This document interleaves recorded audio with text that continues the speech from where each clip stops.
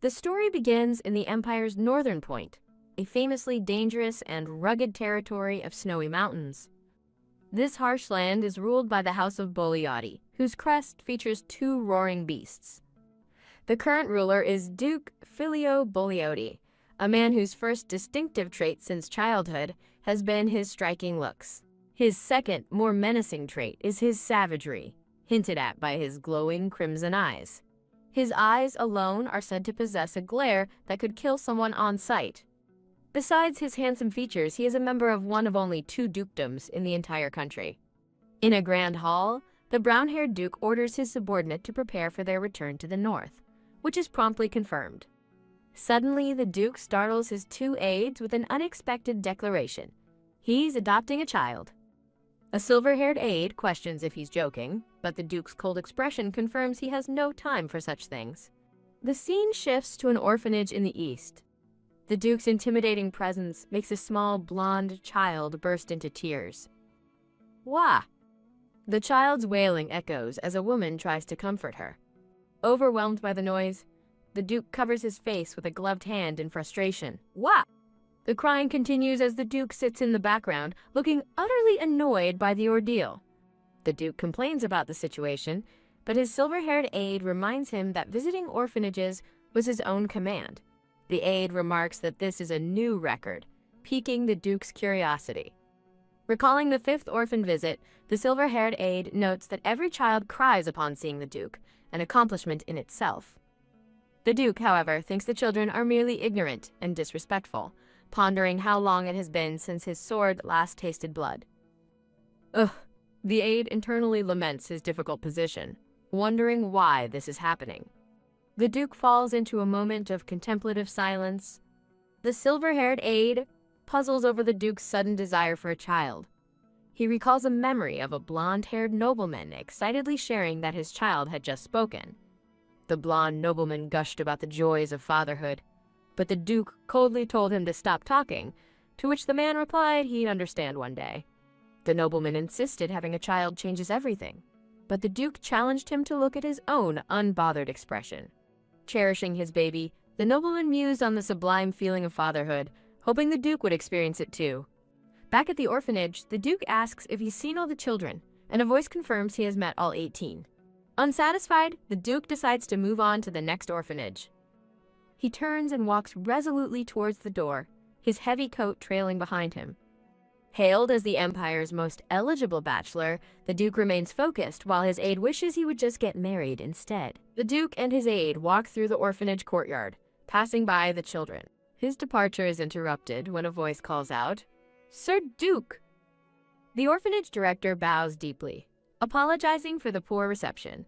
The director praises the children before mentioning the harsh winter, blatantly asking for support, a move the silver-haired aide notes with disdain. The aide silently observes the dilapidated facilities, realizing the director has no real interest in the orphanage's upkeep. As the director expresses doubt that the next orphanage will be any better, a sudden, fierce NYA cuts him off. The director grabs a small, unruly black-haired girl who screams for him to let her go. Arr! The girl defiantly bites the director's hand, forcing him to release her in pain. The small girl immediately runs to the duke and clings to his leg, stunning him. She turns and glares at the director, angrily shouting, "Hey, mister!" The duke and the fierce, dirt-smudged girl lock eyes at a silent standoff. The silver-haired aide is astonished, realizing the girl didn't cry, and that her features resemble the duke's. The aide's thought continues, confirming the striking similarity in their hair and eyes. Panicking, the director apologizes and orders the girl removed, but the duke raises a hand, stopping him. The duke addresses his aide, Rupert, pointing out that this particular child was not on the list. The flustered director stammers that the girl is a troublemaker with no manners. Rupert coldly reminds the director that the duke's orders were to meet every single child. Terrified, the director and his staff prostrate themselves on the ground, begging for forgiveness. The duke asks the defiant girl for her name, but she looks up at him and bluntly states she doesn't have one. When asked if the orphanage gave her a name, she reveals they call her Nia, but declares that she hates it. The duke remarks on her boldness, questioning if she understands whose path she is blocking, but she meets his gaze with a smirk. He warns her that her insolence could get her executed on the spot, but the girl remains completely unfazed by his threat. A small, dark-haired girl with glowing golden eyes stands bravely before a tall, dark-haired man in a red cape, despite a shiver sounding near his shoe. The dark-haired man, Duke Filio, pauses to cover his mouth, contemplating the girl's unusual bravery. The dark-haired girl, Leonia, stares with wide eyes as her new name, Leonia Boliotti, is spoken. Duke Filio calmly reiterates the name, Leonia Boliotti, solidifying her new identity. The Duke then declares to the dark-haired girl, "That's your new name," confirming her new status. Duke Filio lifts a struggling Leonia, commenting that he should call an etiquette tutor when we get back to the dukedom, as she angrily protests. Rupert, a silver-light purple-haired man, watches with a shocked expression as the dark-haired man Duke Filio restrains the girl Leonia. Leonia indignantly questions Duke Filio, calling him a mister who is messing with a child and seems like a pervert, while he thinks it's more fun than I thought. Rupert looks utterly stunned and sparkles, silently processing the scene before him. A title card displays Leonia Boliotti above a crest featuring 2 black lions and crossed swords, with text identifying the roaring Filio lion Leonia. An illustration introduces Count Carnus Rene, a smiling, curly, blonde-haired man surrounded by elegant flowers. A flashback shows the curly blonde-haired man, Count Carnus Rene, and the dark-haired man, Duke Filio, as academy students, admired by a blushing girl. As narration states, they stole every girl's heart at the academy. Duke Filio is depicted as a snow-capped peak, surrounded by roses, while Count Carnus Rin is a sun-kissed prairie adorned with white flowers. Count Carnus Rin proudly holds his baby, bragging that fatherhood is something that's truly sublime. Panels show various families enjoying outings, with narration noting, there seemed to be a lot of families on that day in particular. Duke Filio looks out a window, reflecting that everyone seemed happy. Leonia, with a stern face, confronts Duke Filio, questioning, "So that's why you're adopting me?" Leonia furiously yells, questioning Duke Filio's adoption motive, saying that people typically adopt for more conventional reasons, while he observes her, thinking, "You look unsatisfied."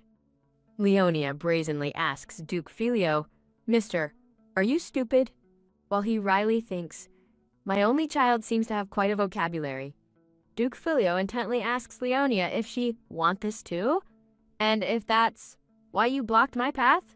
Leonia clings to Duke Filio's leg, and a thought bubble reveals her gamble, while the Duke reflects, "I never thought I'd be this fortunate, though." Leonia's determined eye is visible as Rupert, the silver-light purple-haired man, walks with papers, surrounded by other people. Rupert speaks to a crying elderly man who is wiping his eyes with a handkerchief amidst other observers. Leonia says, to a group of people with obscured faces, indicating she's about to share information. Leonia, with a distressed expression, begins to reveal details about the teachers and the head of that orphanage. Duke Filio stands thoughtfully, thinking, I figured, as he listens to Leonia's revelations.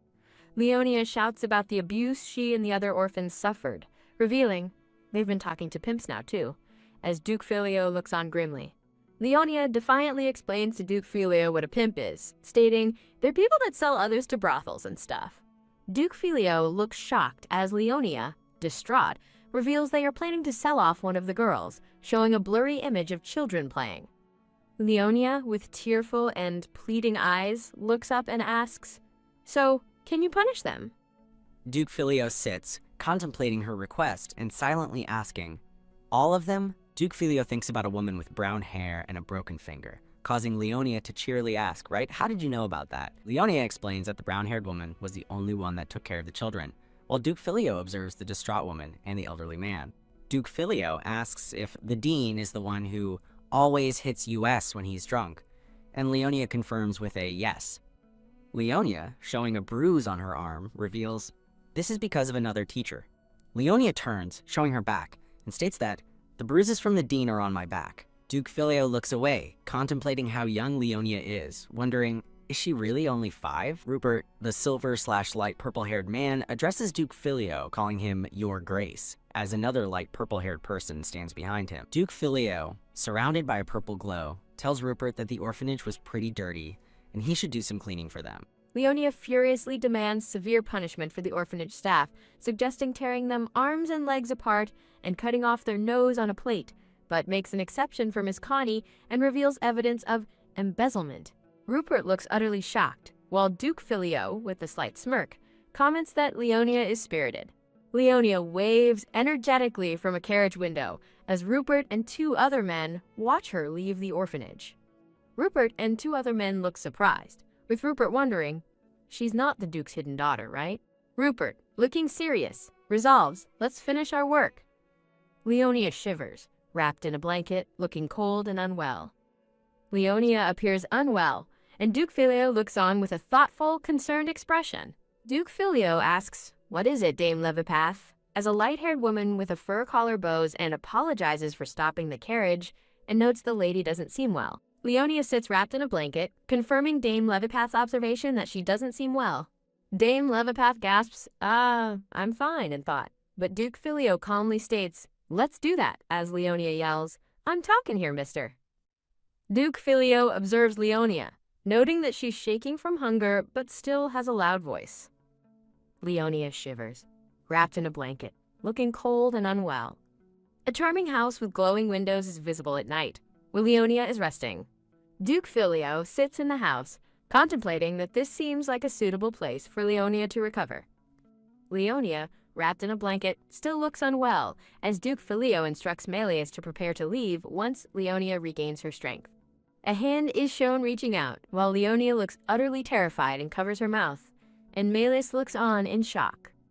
Duke Filio races through a dark, wooded area, carrying a frightened Leonia in his arms. Duke Filio holds Leonia closely with concern, as she cries silently with tears in her eyes.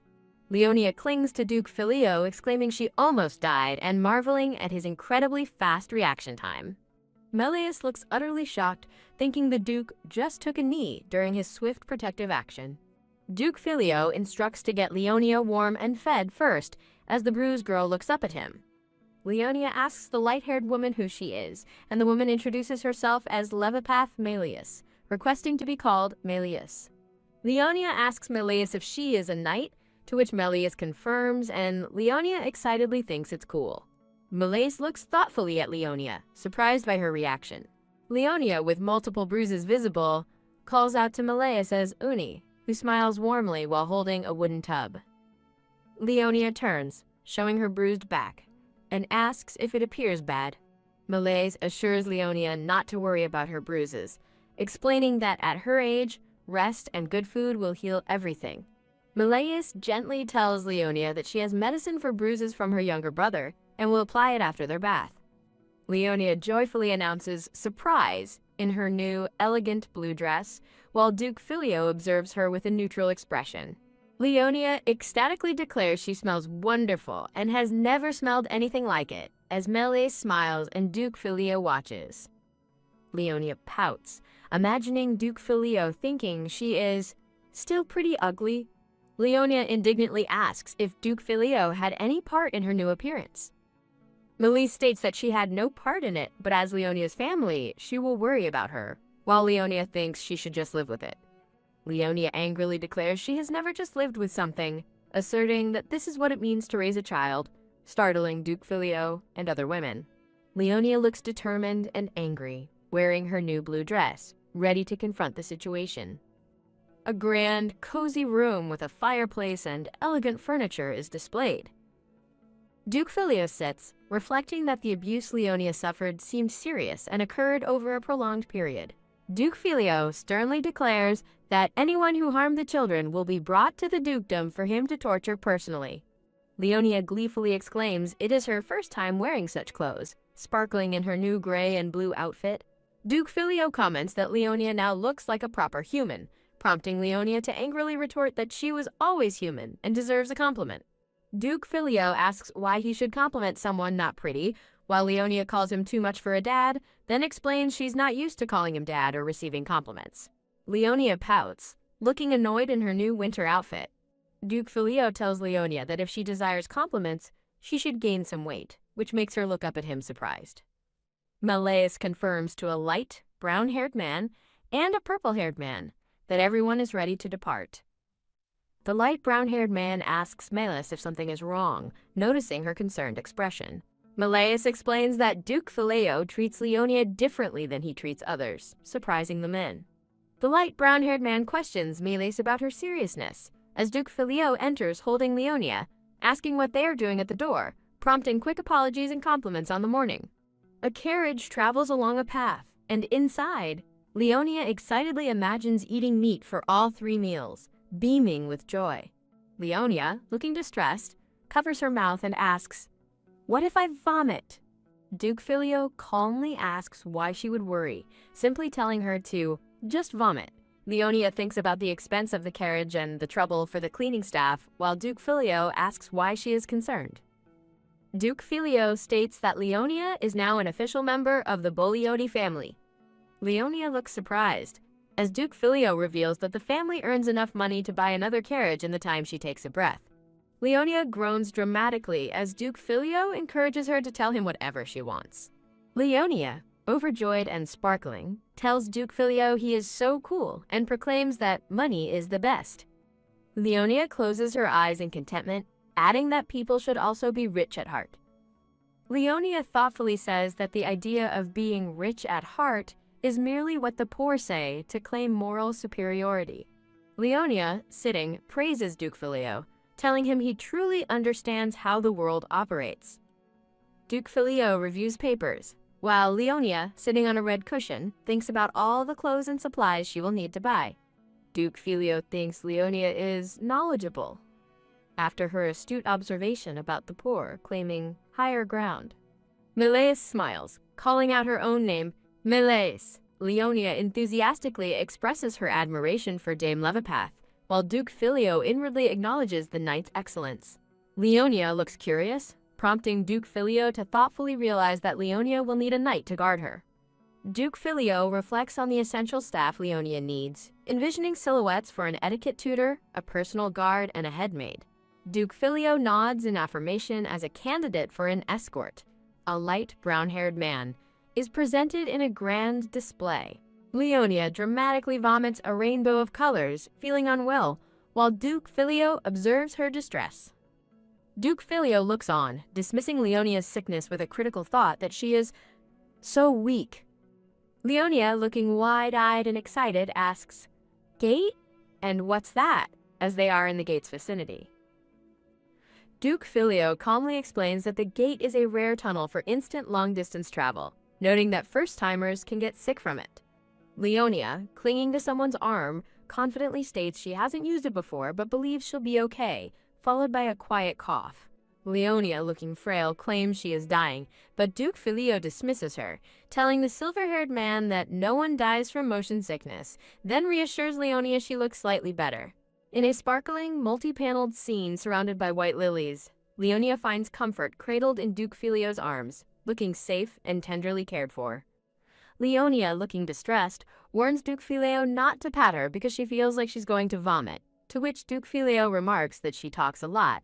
Duke Phileo gently pats Leonia's head as she rests against him, now calm and almost asleep. Duke Phileo observes the sleeping Leonia in his arms, inwardly thinking she still looks ugly.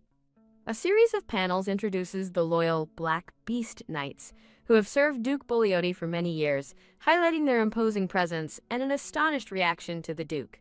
Amidst sparkling white lilies, Duke Phileo tenderly embraces Leonia, who looks peacefully asleep in his arms, creating a serene, protective image.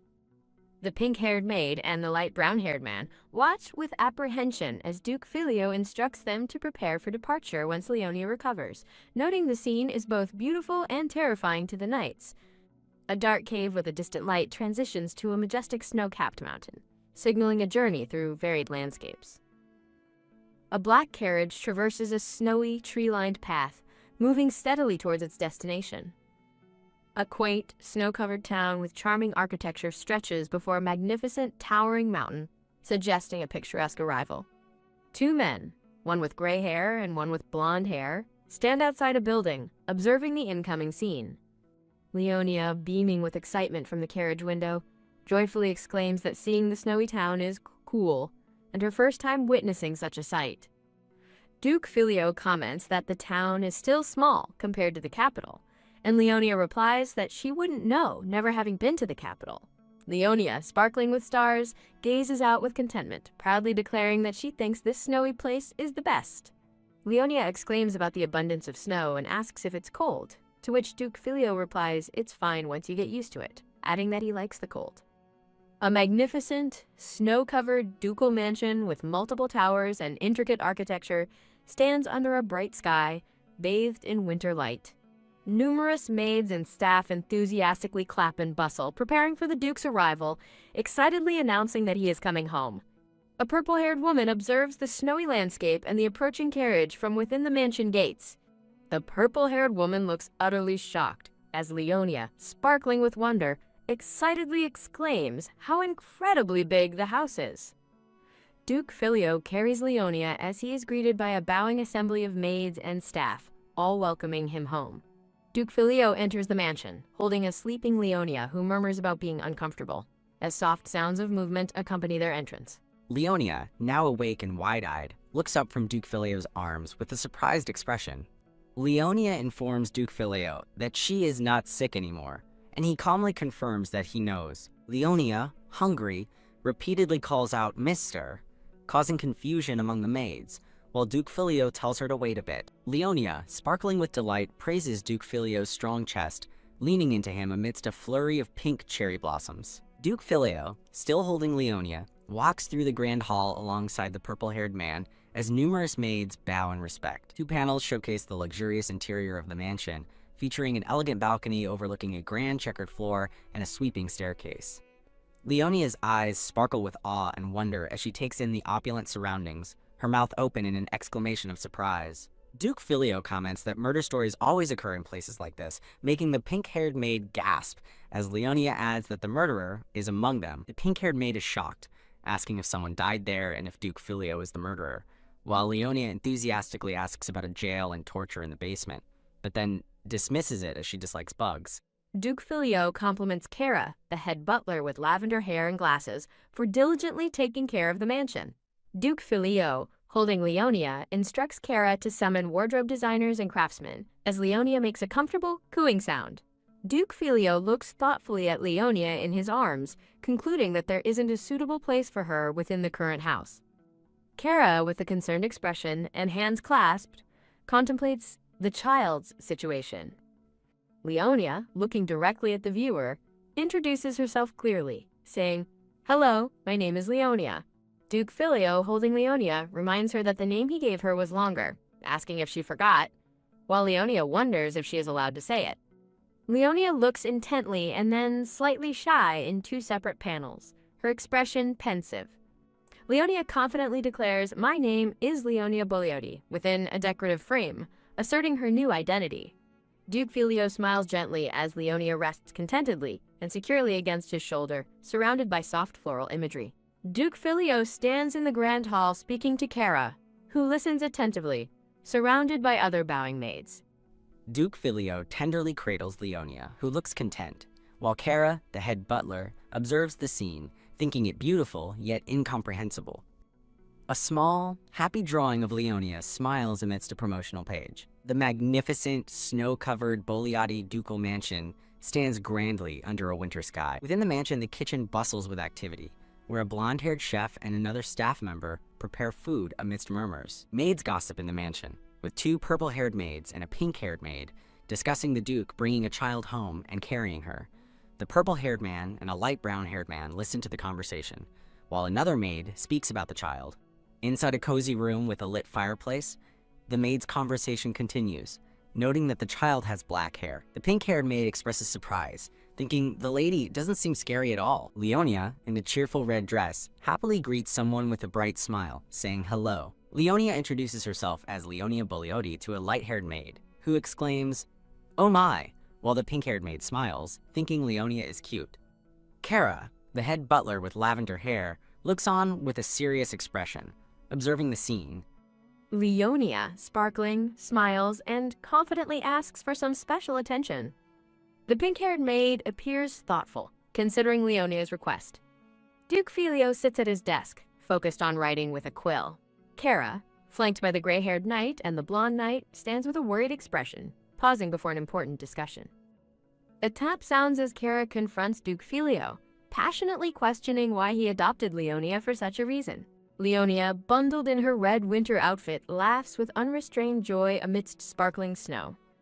Duke Filio calmly states, in profile, that a child is not a pet. Duke Filio, with an intense glare, challenges Kara by asking if she thinks he doesn't already know that. Kara argues that if Duke Filio truly knew, he wouldn't have brought in a child so impulsively, as he listens from the background. Duke Filio's intense gaze is met by Kara's distress and sweating expression.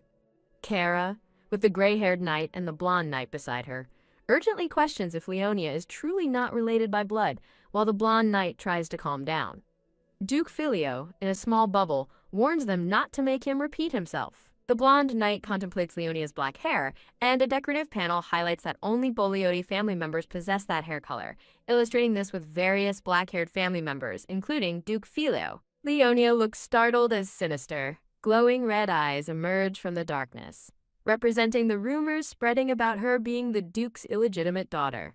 Duke Filio instructs them to first focus on getting Leonia to gain weight and to stop asking him trivial questions. Duke Filio, looking out a window, declares his firm intention to raise Leonia, stating it's already a given, while the pink-haired maid and Leonia look up at him from outside. Kara reflects with satisfaction that Duke Filio seems to care for Leonia, then plans to silence rumors about his impulsive actions and mentions having summoned merchants to prepare for the lady, acknowledging that rumors have already spread throughout the territory. Leonia, in her red winter coat, joyfully runs and jumps in the snow, trailed by two smiling maids, one purple-haired and one pink-haired. Leonia laughs with pure delight, her face beaming with happiness as snow sparkles around her. Kara, the gray-haired knight, and the blonde knight stand together, their expressions conveying continued worry. Duke Filio stands by a grand window, instructing his concerned staff to just let them be for now. Duke Filio ominously declares that while no one would dare directly insult Leonia, they can simply kill anyone who does. Duke Filio, leaning on a desk, promises to personally drench his blade with the blood of anyone who insults Leonia.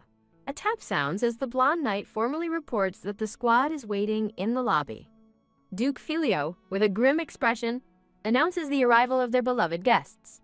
Leonia, full of spirited enthusiasm, eagerly offers to open the door, confidently exclaiming she's strong enough.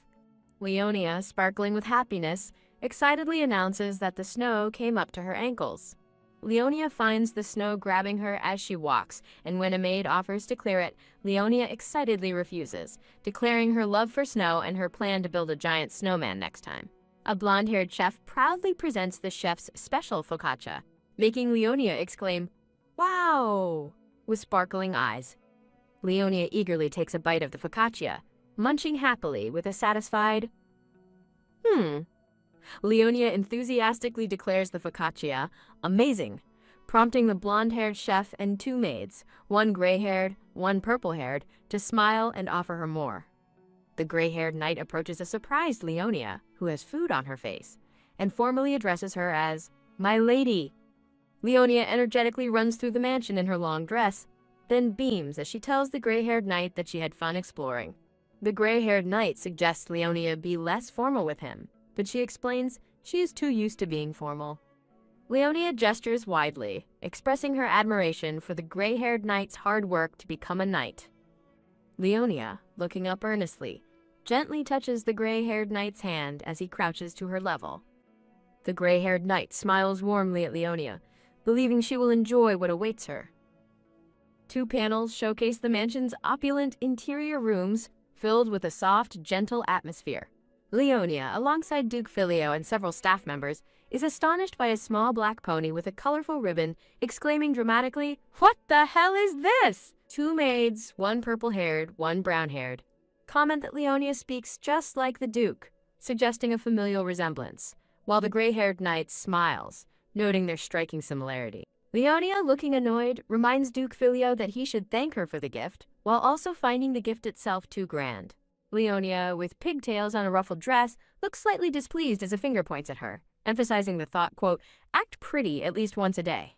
Leonia looks enraged, gritting her teeth against a dark, swirling background.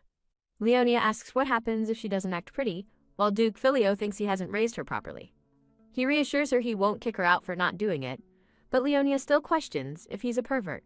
Duke Filio asks Leonia when she will start calling him Dad, and a blushing Leonia replies she will try, as he gently pats her head amidst shimmering flowers.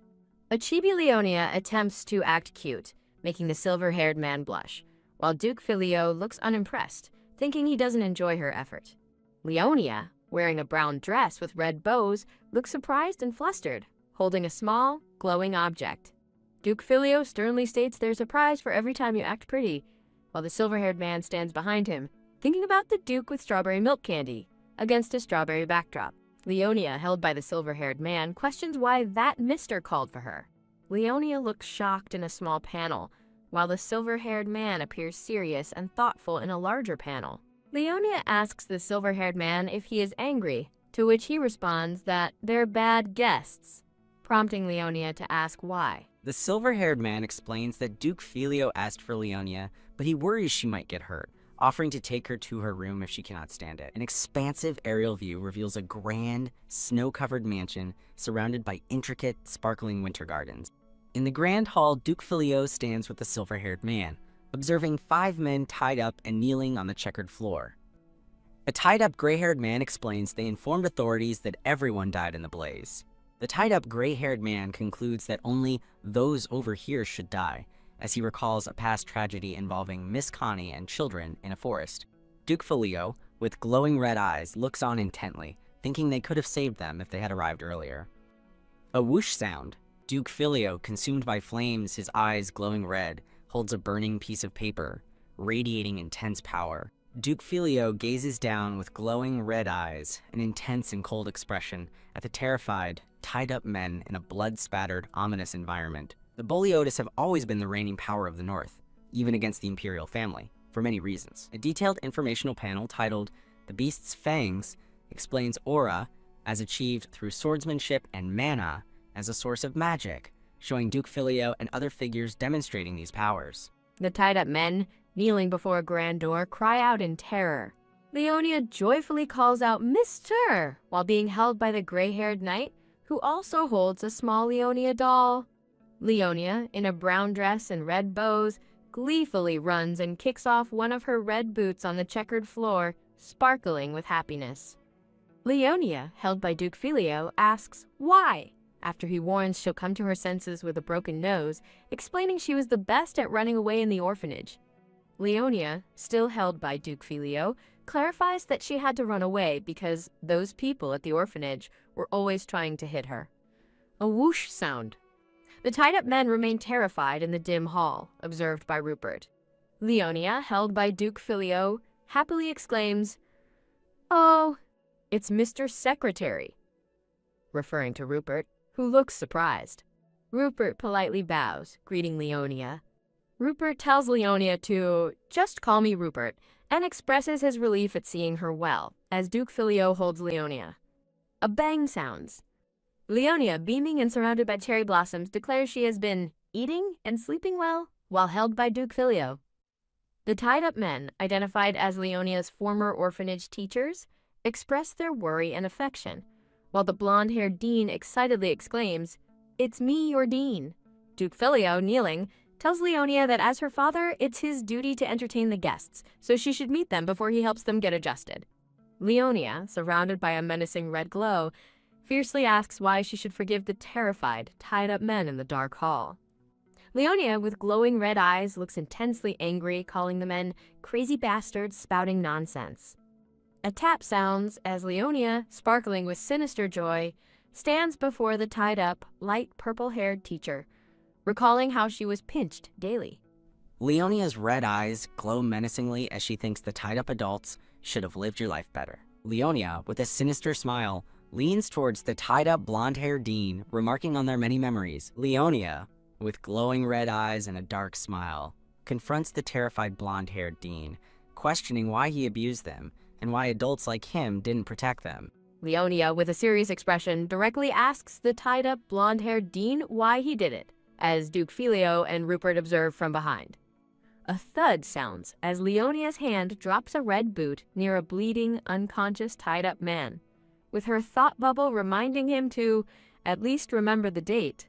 Leonia, with a sinister smile, stands before the tied-up men, sparkling as she announces, "A gift for our guests." Leonia smiles chillingly as she sings a requiem, surrounded by musical notes, red flowers, and a dark, bloody atmosphere. Rupert looks utterly shocked, exclaiming, "She's not related by blood?" Rupert, thoughtful, looks at his chin while Duke Filio and Leonia appear above him, surrounded by roses, as he ponders Leonia's black hair and personality. Leonia, with an angry, red-eyed glare, declares, "You're not going anywhere," then furiously tells the terrified tied-up men that they disgust her and should go rot in hell or something. Leonia exclaims that the stress from the past 10 years is gone, feeling refreshed, prompting Rupert to question her age, while Duke Filio clarifies it's a hyperbole and asks if Rupert understands figures of speech. Duke Filio presents a sparkling gift to Leonia, who stands with a small box in her hand, surrounded by elegant white lilies. Duke Filio looks thoughtfully, reflecting on the harassment of the orphanage people. A gentle hand pats Leonia's head as she delicately holds a small, sparkling object, looking surprised. Duke Filio gazes downward with a somber and pensive expression. Leonia, in a chibi form, attempts to act adorable, prompting Duke Filio to offer a slight, seemingly unimpressed smile. The light purple-haired maid and the light brown-haired maid enthusiastically cheer, calling someone "my lady" and complimenting their performance. A man with grayish-blue hair weeps emotionally into a handkerchief, while Kara watches, surprised and touched by his reaction. As two maids enthusiastically clap, Rupert looks on with a distressed expression, wondering if he is the only one unmoved by the scene. Duke Filio calmly explains that he wouldn't be wasteful, to which an eager Leonia agrees they should use things properly. Duke Filio, with a serious expression and surrounded by yellow lightning, questions Leonia about where she learned such things, specifically asking if it was the orphanage, which visibly shocks her. Leonia, held by Duke Filio, gleefully proposes tying people up and throwing them off a cliff, while a nervous Rupert visualizes the terrifying scene. Leonia vividly describes a gruesome method of repeatedly throwing tied-up victims off a cliff, concluding with a sinister smile and glowing red eyes until the rope snaps.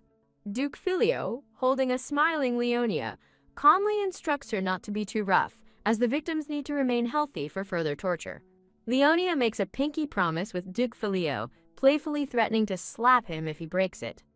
A beautiful woman with long dark hair, clad in an ornate white and gold dress, beams brightly while surrounded by sparkling yellow flowers. Rupert, looking somber, informs Kara that Lady Regina is dead. A narrative panel sets the scene. One day, in a torrential downpour, Lady Regina is seen running away in her yellow dress looking distraught. In a torrential downpour, a dark-haired man cradles a crying woman, her face streaked with tears and rain. The scene transitions from Regina crying in the rain to her joyfully holding hands with the man she loved amidst a field of sparkling white flowers. An empty, overturned black carriage lies desolate on a dark, icy path, engulfed by the stormy weather. Rupert, looking serious and stern, reveals that he personally investigated the carriage from that day, which was swept far downstream. Kara, with a pensive and grim expression, looks away, lost in thought. Rupert, with a look of shock, reveals that Lady Regina's body was never found after the carriage accident. Leonia, with a small cut on her face, sits on the bed, holding a sparkling object and innocently stating that 2 people escaped the accident. Leonia sits happily on the bed with a jar of treats, surrounded by the warm smiles and laughter of the light brown-haired maid and the light purple-haired maid.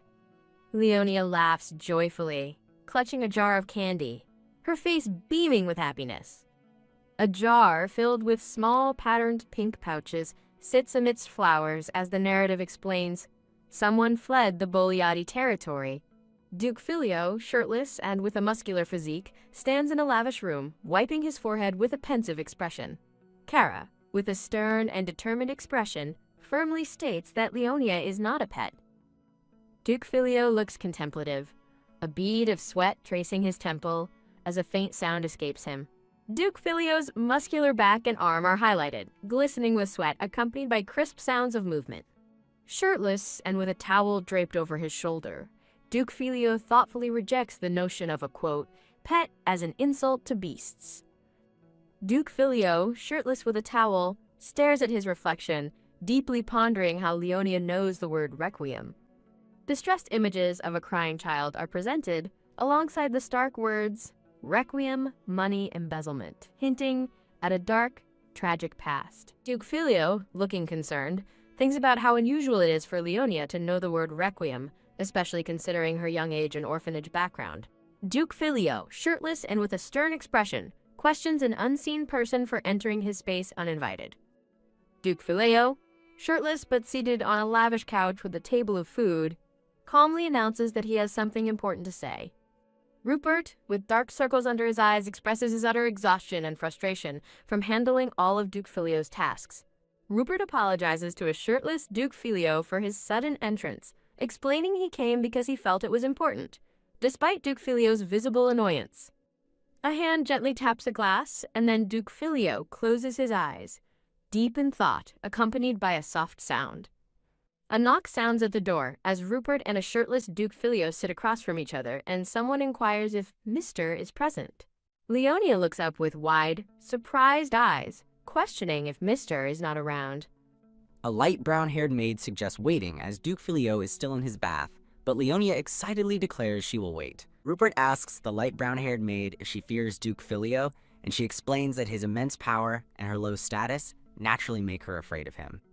As Rupert observes Duke Filio, Leonia's voice asks why Duke Filio is so kind to her. Leonia, with a surprised and blushing face amidst sparkling pink flowers, hears that Duke Filio cares for her deeply. Leonia worries about Duke Filio becoming an old bachelor because of her, while a resigned Rupert lets out a heavy sigh. Rupert contemplates Duke Filio's temper, wishing for more kindness despite his popularity, and even considers feeding him, visibly holding back laughter. Duke Filio, shirtless and looking startled, stretches out his arm, reacting to an incomplete thought related to, because of me. The light brown-haired maid screams in shock, while Leonia, surprised, asks why Mr. was pretending to be absent. Rupert blushes bashfully amidst pink hearts, while Duke Filio looks serious, surrounded by red roses, asking, "Oh?" Leonia comments on the shirtless Duke Filio and Rupert on the sofa, prompting Rupert to frantically deny her innocent observation. As Duke Filio invites someone in, Leonia quickly clarifies that things are not as they seem, with the light brown-haired maid observing. Duke Filio sighs, pondering if his shirtless appearance makes him seem like that kind of man. An angry Leonia vehemently declares liking the same sex is not a sin, telling Duke Filio he is wrong and calls him lame. Duke Filio, shirtless and surrounded by red roses, questions if having a child would diminish his popularity. Leonia asks if his lack of romantic interest is because of her, while Duke Filio internally dismisses dating and questions why they are discussing it, even as Leonia presses him. A joyful Leonia looks up at Duke Filio's arm, innocently asking, why? Surrounded by hearts. Leonia looks frustrated and blushes as Duke Filio walks away, now partially clothed in a patterned robe. Duke Filio, holding Leonia, questions why she asks why he is dressed up, while Leonia exclaims she is worn out just looking at him. Duke Filio jokingly complains of sexual harassment from his daughter, while Leonia apologetically asks for another peek at his bare chest. Duke Filio, with a serious and slightly annoyed expression, asks someone why they came to him. Leonia beams as she presents a bag of heart-shaped cookies she baked with the chef, hoping they cheer him up after his hard work. Leonia, held by Duke Filio, explains she is repaying him with cookies because he once gave her candy. A fact panel shows Duke Filio questioning if the cookie ingredients were his money, then telling Leonia he dislikes her act, leading to an argument where she cries, lamenting that she made them because she felt bad and had no money. Duke Filio looks thoughtful amidst lightning and hearts, questioning if his money is now hers. A blushing Leonia, with a mischievous wink, playfully confesses to Duke Filio that she was just kidding. Duke Filio looks surprised as Leonia beams at Rupert, who stands between them, surrounded by flowers. Duke Filio, holding Leonia, questions if they have forgotten his existence as he observes Rupert from behind in the grand hall. The light, brown-haired maid watches as Leonia joyfully skips through the grand blue hall, surrounded by sparkling flowers. Duke Filio, looking annoyed, holds a small pink pouch. Duke Filio internally observes Rupert is still there and asks what he meant, prompting Rupert to confirm he hasn't told him yet before Duke Filio demands to know now, making Rupert sigh. Duke Filio quietly eats a small, round cookie with a crisp crunch. Duke Filio looks thoughtfully at Rupert, who stands before a bookshelf. Rupert, with a serious expression, informs Duke Filio that his news concerns Lady Leonia. Leonia tearfully asks if Duke Filio liked the cookies, and the pink-haired maid warmly reassures her, saying he must have loved them because she made them. The pink-haired maid praises Leonia's busy and cool day, asking if she's uncomfortable, to which Leonia responds with surprise. The pink-haired maid smiles, telling Leonia to sleep and to ring the golden bell if she needs anything. Leonia looks surprised as she holds the ornate golden bell, which the unseen maid explains is a magic bell audible to all servants. Leonia finds the bell cool, a sentiment the pink-haired maid agrees with, adding that it is expensive, but she will leave it with Leonia. As Leonia sleeps, the golden bell rests beside her, and she recalls seeing children make music with similar bells. A red-gloved hand shakes a golden bell, producing a clear, ding-a-ling sound. Children in festive red outfits ring bells in a snowy town, while a person with dark hair also experiences the sound of a ringing bell. Leonia looks thoughtful, recalling her previous life amidst a dark, sparkling background. Duke Filio, looking serious, discusses Lady Leonia's condition at birth.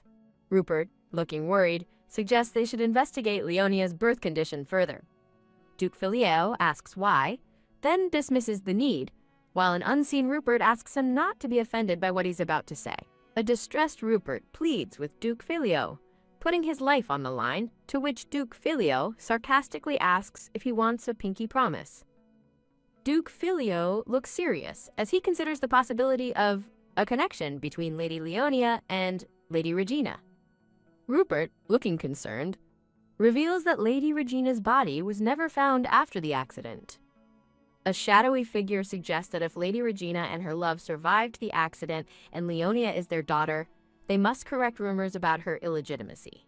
Duke Filio looks thoughtful, acknowledging the possibility and admitting he was already considering investigating Leonia's past.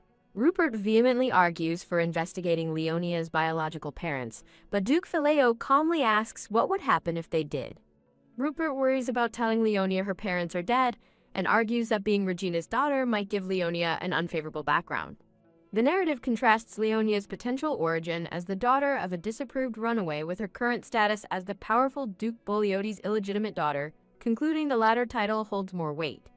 Duke Filio looks surprised and thoughtful, admitting he never considered Leonia being Regina's daughter as a possibility. Rupert looks directly forward with a serious, observant expression.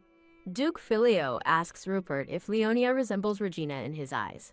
Rupert, looking thoughtful, states that Leonia does not resemble Regina, but rather frighteningly resembles Duke Filio. The scene highlights Leonia's black eyes shining gold, noted as an observation of her unique trait. Leonia, glowing with power, is declared a Boleoti, presented alongside the family crest, the beast's fangs. The grand, snow-covered ducal mansion is contrasted with elegantly prepared food and wine, ready for a meal.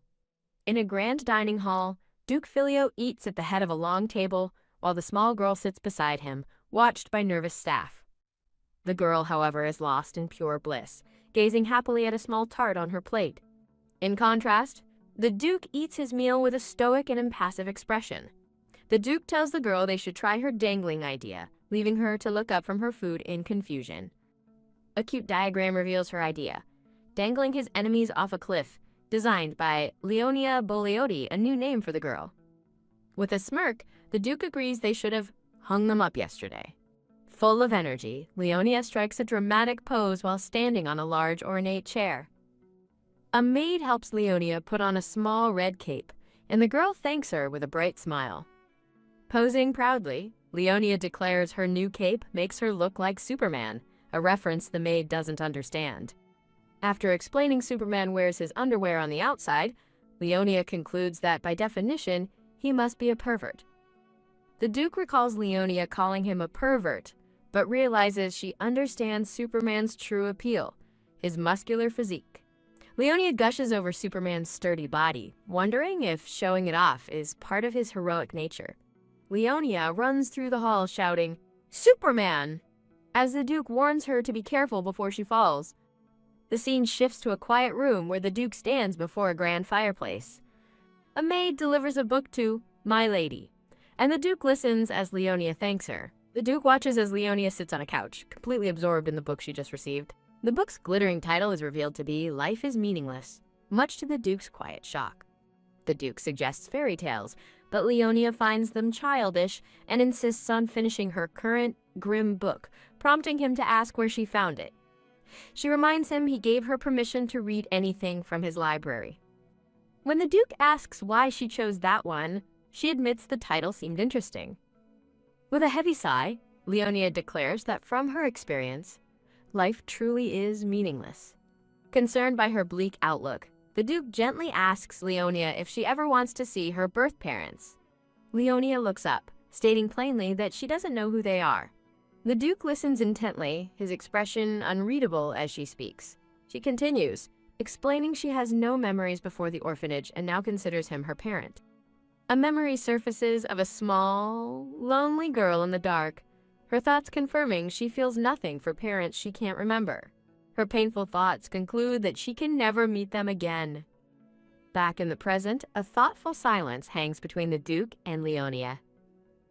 Leonia looks down with a slight blush, asking if she even needs to remember them. The Duke reassures her it's fine if she doesn't, pulling her into a gentle and comforting hug. The moment is broken as Leonia happily eats a strawberry milk candy. The Duke closes his eyes, content that she at least remembers he is her parent now.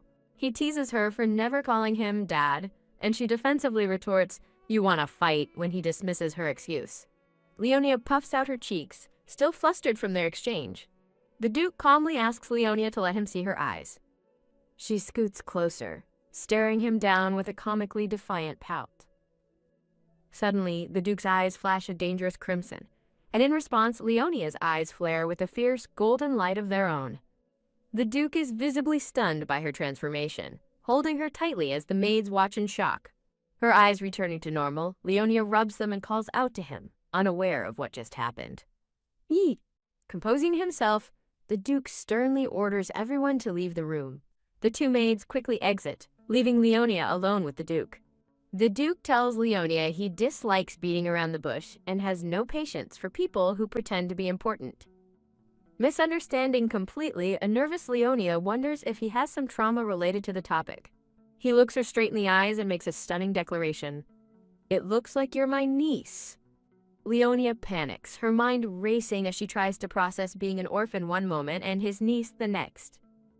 The Duke calmly explains that her body carries the distinct traits of a Boleati. Touching a strand of her hair, he reveals that black hair is a genetic trait exclusive to his family. The Duke recalls her fierce display at the orphanage, realizing the power in her eyes wasn't mana, but something else, the family's fangs. Leonia confirms she knows about it, describing it as the Boleati trait of eyes changing color with bloodlust. A heavy silence falls as the Duke and his newly discovered niece sit together, the truth of their connection finally revealed.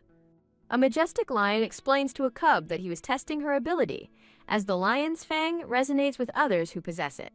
Staring down at her hands, Leonia quietly processes the stunning truth. She is a real Boleati. To check if she's dreaming, Leonia pinches her own cheeks, prompting the Duke to ask if that's really necessary. As the Duke holds her face, Leonia's wide eyes reflect the overwhelming weight of her new reality.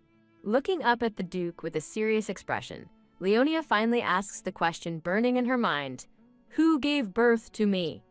The Duke recalls a memory of a cheerful, dark-haired woman in a yellow dress calling his name, inwardly branding her the most annoying woman in the world. The scene reveals the world is based on a novel about Duke Boleoti and his companion, Countess Eurys Albaneu. However, a memory of a terrified, dirt-smudged Leonia suggests her own story is far darker than the novel's romance. A grim flashback reveals several children lying motionless on the floor of the dark orphanage. The young Leonia is shown in a state of utter confusion and distress, clutching her head. Fragments of her harsh life at the orphanage flash by, carrying logs, eating scraps, and cowering in the dark. Another memory shows the small, lonely girl sitting outside the orphanage, holding pieces of wood. The memory shifts to the day a grand black carriage arrived at the rundown orphanage. She recalls the moment she saw the ornate Bogliati crest on the carriage door. Leonia reveals she knew she was inside the story the moment she saw that door and decided to take a gamble. She had thought becoming a maid for the Duke would be a far better fate than dying in the orphanage. She remembers the Duke bestowing her new name upon her, Leonia Bogliati. Her gamble paid off in a way she never imagined, with the Duke declaring her his niece.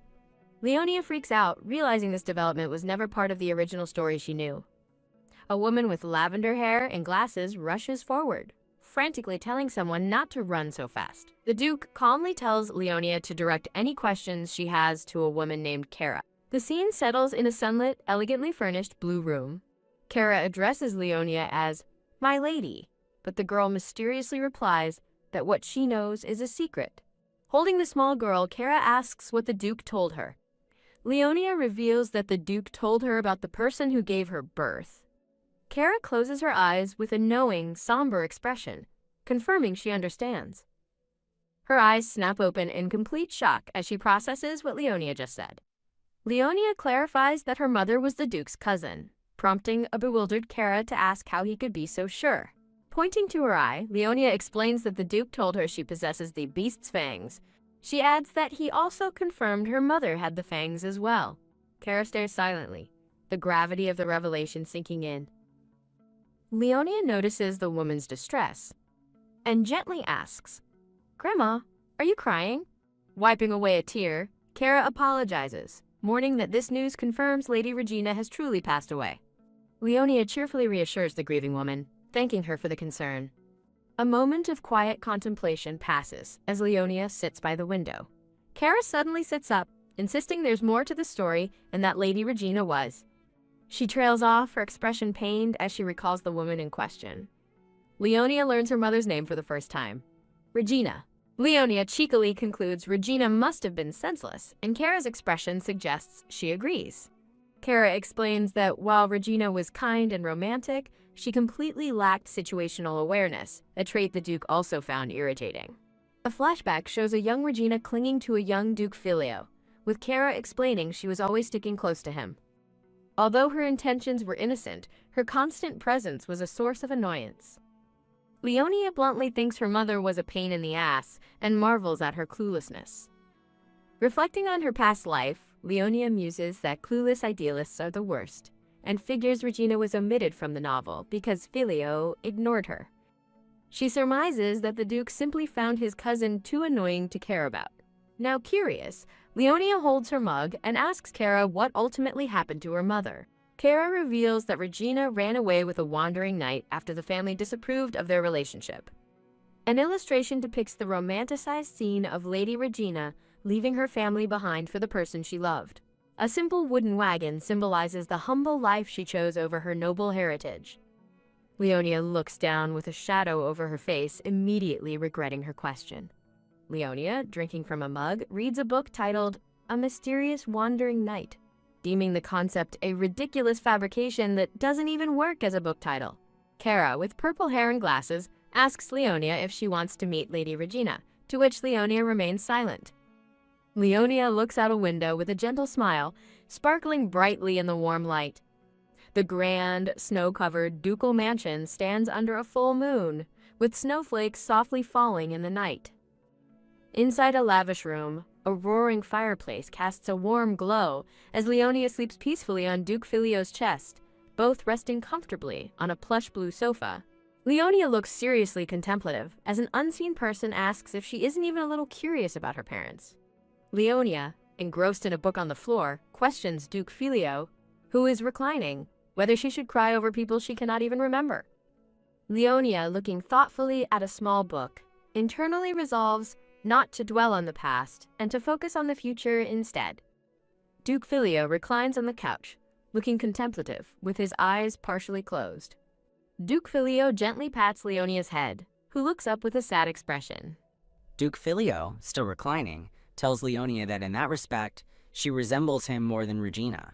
Leonia, sitting on the floor with a book, expresses relief, believing it means she has some sense, as Duke Filio's hand is shown patting her head. Leonia looks up at Duke Filio with an eager expression, stating her desire to see Miss Connie and her friends from the orphanage. Duke Filio, reclining, informs Leonia that her friends are at an orphanage within the Boleoti territory and promises to take her once the weather improves.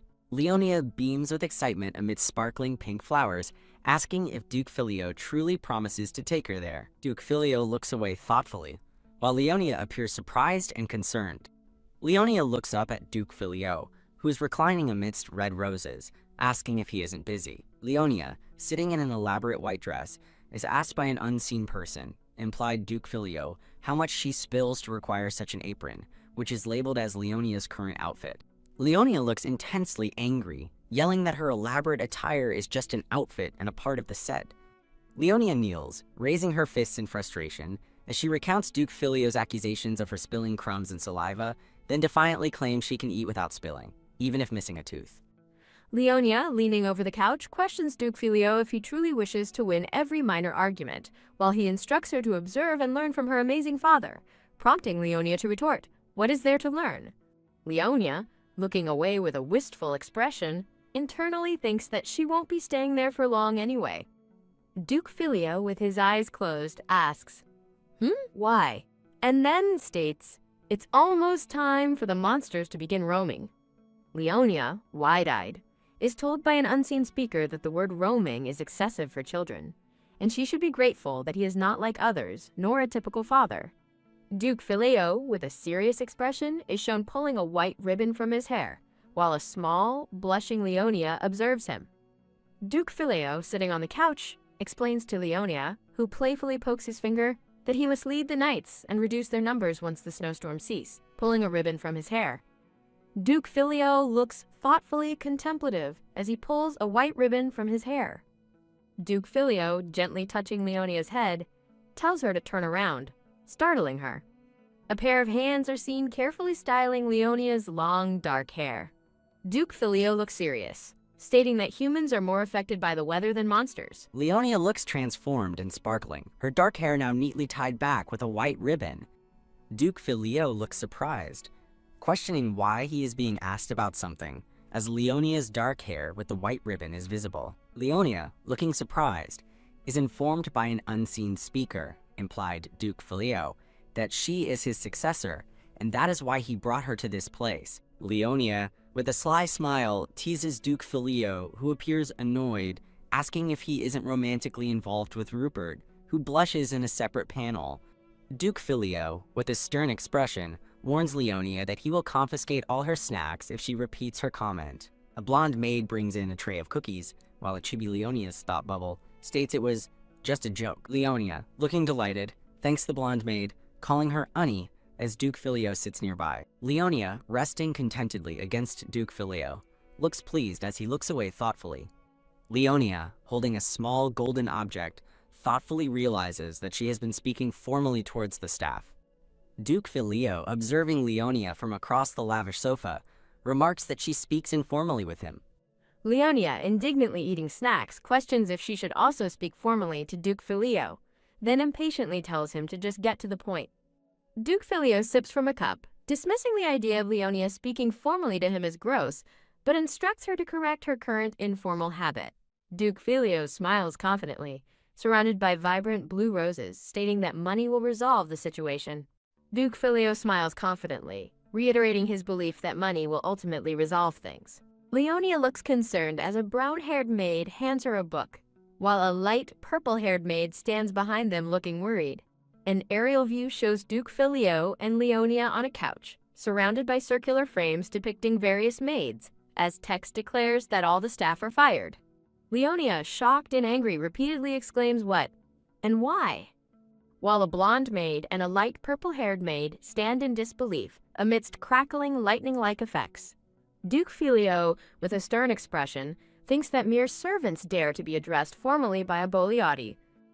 Duke Filio, sitting casually on the couch with Leonia, states that, as the head of the house, he cannot tolerate the lack of discipline among the staff. Duke Filio's intense red eye is highlighted, as he internally thinks that even cutting off their ears would be too lenient a punishment for the two terrified maids below him. Duke Filio sips from a teacup, declaring his great magnanimity to punish the staff only with their jobs, instructing every single staff member to pack their belongings and gather in the hall, with a voice echoing, "Ah, all right, understood." Leonia, looking furious and exasperated, loudly proclaims she will stop addressing the staff formally. Duke Filio, reclining, dismisses threats from people more monstrous than monsters themselves as nothing, prompting Leonia to angrily question his meaning. She looks up from the floor in disbelief, while Duke Filio subtly observes her. Duke Filio calmly sips from his teacup, confidently stating that there is nothing money cannot solve. Duke Filio sips from his teacup as Leonia peacefully rests on the floor, happily munching on a snack. Leonia, looking determined, is instructed by an unseen speaker to stop lazing around and prepare to be introduced to the knights before they leave. Duke Filio, sitting up in bed, tells Leonia that she always has excuses prepared, while Leonia complains about the blizzard outside and reminds him that he told her to gain weight, which is why she is not moving. Two maids observe from behind. Leonia indignantly points out that Duke Filio is always on the couch too, but he merely ignores her, gently holding her head. Two maids stand in the background. Duke Filio, holding a small, chibified Leonia, walks through the grand hall with two maids behind him, stating, "Let's go." The grand ornate hall stretches before them, lined with majestic lion statues on pedestals. Detailed views highlight the elaborate golden patterns on the high ceiling and the stoic posture of a lion statue. Leonia, with a slight blush, walks beside Duke Filio in the grand ornate hall. Duke Filio is portrayed against a backdrop of red roses, with narration describing him as having a handsome face but a menacing presence. A classic main character whose personality is not the best. Leonia looks forward with a pensive and slightly somber expression. Leonia, walking with Duke Filio in the grand hall, asks if he isn't going to throw her out on a whim later. Two maids follow behind them. Duke Filio, against a backdrop of glowing red, looks serious as he questions what Leonia sees him as. Leonia looks up with a slightly concerned and uncertain expression. Amidst sparkling cherry blossoms, Duke Filio playfully pokes Leonia's nose, then in a more serious tone, promises to take responsibility for her to the end, as Leonia looks up at him with trusting eyes. Duke Filio looks away, muttering dismissively, while Leonia walks beside him in the hall. Duke Filio smiles subtly, his expression thoughtful and confident against a sparkling background. Leonia reacts with wide-eyed astonishment, exclaiming, "Wow!" as light flashes across her cheek. Leonia looks surprised as she stands next to Duke Filio on an outdoor balcony under a starry, snowy night. An expansive aerial view reveals the majestic, arched balcony structure at night, with two maids visible in the distance. Duke Filio holds Leonia on the balcony, instructing her to look over there. Leonia looks down with wide-eyed shock and awe at the grand, ornate, circular ceiling far below, exclaiming, "Whoa!" Leonia, held closely by Duke Filio, looks up with an expression of profound amazement. A chibi Leonia asks about the elaborate ceiling, and a chibi Duke Filio explains that one of their ancestors etched the lion crest there. Leonia, held by Duke Filio, expresses her unease with the ceiling, finding it resembles something from her nightmares, to which Duke Filio thoughtfully replies, "Does it?" Leonia, held on the balcony, questions why the ceiling is so high, prompting Duke Filio to explain it prevents collapse when someone releases their aura, which makes Leonia ask, "Aura?" Duke Filio explains that aura is an acquired physical ability developed through intense physical training, distinct from mana, a congenital, mental ability, and notes that some knights in their order can release aura. Leonia asks Duke Filio if he can also use aura, but he dismisses it, stating he possesses an even stronger ability. Then Leonia questions, "The beast's fangs?" Duke Filio smiles confidently and subtly, with Leonia partially visible beside him against a sparkling backdrop. Leonia, with a fierce fanged grin, surrounded by floating fruits, playfully declares she will bite Duke Filio's chest before he can. Duke Filio looks down thoughtfully, his expression unreadable, in response to Leonia's remark. Leonia, held by Duke Filio, angrily questions his fixation on people's chests and rejects being treated like a pervert, making Duke Filio internally realize, so she knows. Leonia, leaning in with a serious and determined expression, tells Duke Filio to listen, emphatically stating her preference for bulging muscles. Duke Filio holds Leonia as she declares her love for muscles. Then Leonia, surrounded by sparkling effects, fiercely repeats her adoration for bulging muscles. The grand high ceiling of the hall is shown, with text declaring a love for strong, bulging muscles echoing up towards the lion crest, while the blonde-haired man with a scar and a ponytail is seen below, appearing contemplative. The blonde-haired man with a scar and a ponytail looks surprised, questioning, huh? As the light purple-haired knight and the light blonde-haired man stand behind him. A sequence of panels shows the light purple-haired knight and the brown-haired knight engaging in a sword fight, with the blonde knight also fighting, all while text declares, "I like muscles!" The light blonde-haired man, the blonde-haired man with a scar and a ponytail, and the light purple-haired knight observe the events with expressions of confusion. The blonde-haired man with a scar and a ponytail looks around, questioning if he is hallucinating. Unseen speakers express confusion, asking, like what? She's saying she likes muscles? And bulging? What? Before an internal thought from Duke Filio states, I'm not. The observing knights are shown murmuring in the background. The blonde-haired man with a scar and a ponytail observes Duke Filio carrying Leonia away down the long hall. Duke Filio carries Leonia through the hall, and she looks back with a slight blush. The blonde-haired man with a scar and a ponytail salutes, respectfully addressing Duke Filio. Duke Filio looks away with a subtle smile, while Leonia looks back with a blush and sparkling eyes. Duke Filio, holding Leonia, informs an unseen person that Mono is married. Leonia questions Duke Filio, asking what he means by his statement, then asserts that Mono's muscles cannot be his. Chibi characters express exasperation, questioning if they are being driven insane and if Duke Filio has aged backwards, to which Duke Filio retorts that at least he has aged, unlike them, as the red-haired man with a sword, the light purple-haired knight, and the light blonde-haired man observe below. The black-haired Duke, Filio Boliotti, holds Leonia, capturing the attention of a partially visible blonde-haired man. Various knights, including a light pink-haired man and a blonde-haired man, stand with their backs to the viewer, observing the scene in the grand hall. A line of knights, led by the blonde-haired man with a scar and a ponytail, stands formally at attention in the grand hall. Filio Boliotti expresses his desire for everyone to get acquainted before the upcoming monster hunt. Filio Boliotti introduces Leonia as his daughter, while Monocaris, the blonde-haired man with a scar and a ponytail, identifies his group as the Glastigo Knights protecting the north. Monocaris formally greets Lady Leonia Boliotti on behalf of the Knights Order, and Leonia, in turn, excitedly introduces herself. Leonia, held by Filio Boliotti, looks serious, while the black-haired Duke subtly smiles, observing her. Filio Boliotti gently touches Leonia's cheek as she gazes up at him with trusting eyes, surrounded by sparkling cherry blossoms. Filio Boliotti inquires about monster hunting preparations, and Monocaris reports an increase in dangerous monster cub attacks in small towns, making this year's hunt more challenging. Leonia, sparkling with excitement in several panels, repeatedly demands to be put down from Filio Boliotti's arms, who looks annoyed. Filio Boliotti sets Leonia down, instructing her to stay next to Malaise so she will harass the knights less, to Leonia's confused question. Leonia indignantly asks if she is seen as a pervert, then questions why Filio Boliotti laughed earlier, while he looks away thoughtfully. Leonia stands confidently with her hands on her hips, striking a determined pose amidst glowing white lilies. Leonia, now a small, sparkling figure, is joyfully passed around by several knights, including the red-haired man, the light purple-haired knight, and the light blonde-haired man. Leonia hugs a light pink-haired man, laughing happily while being held closely by him.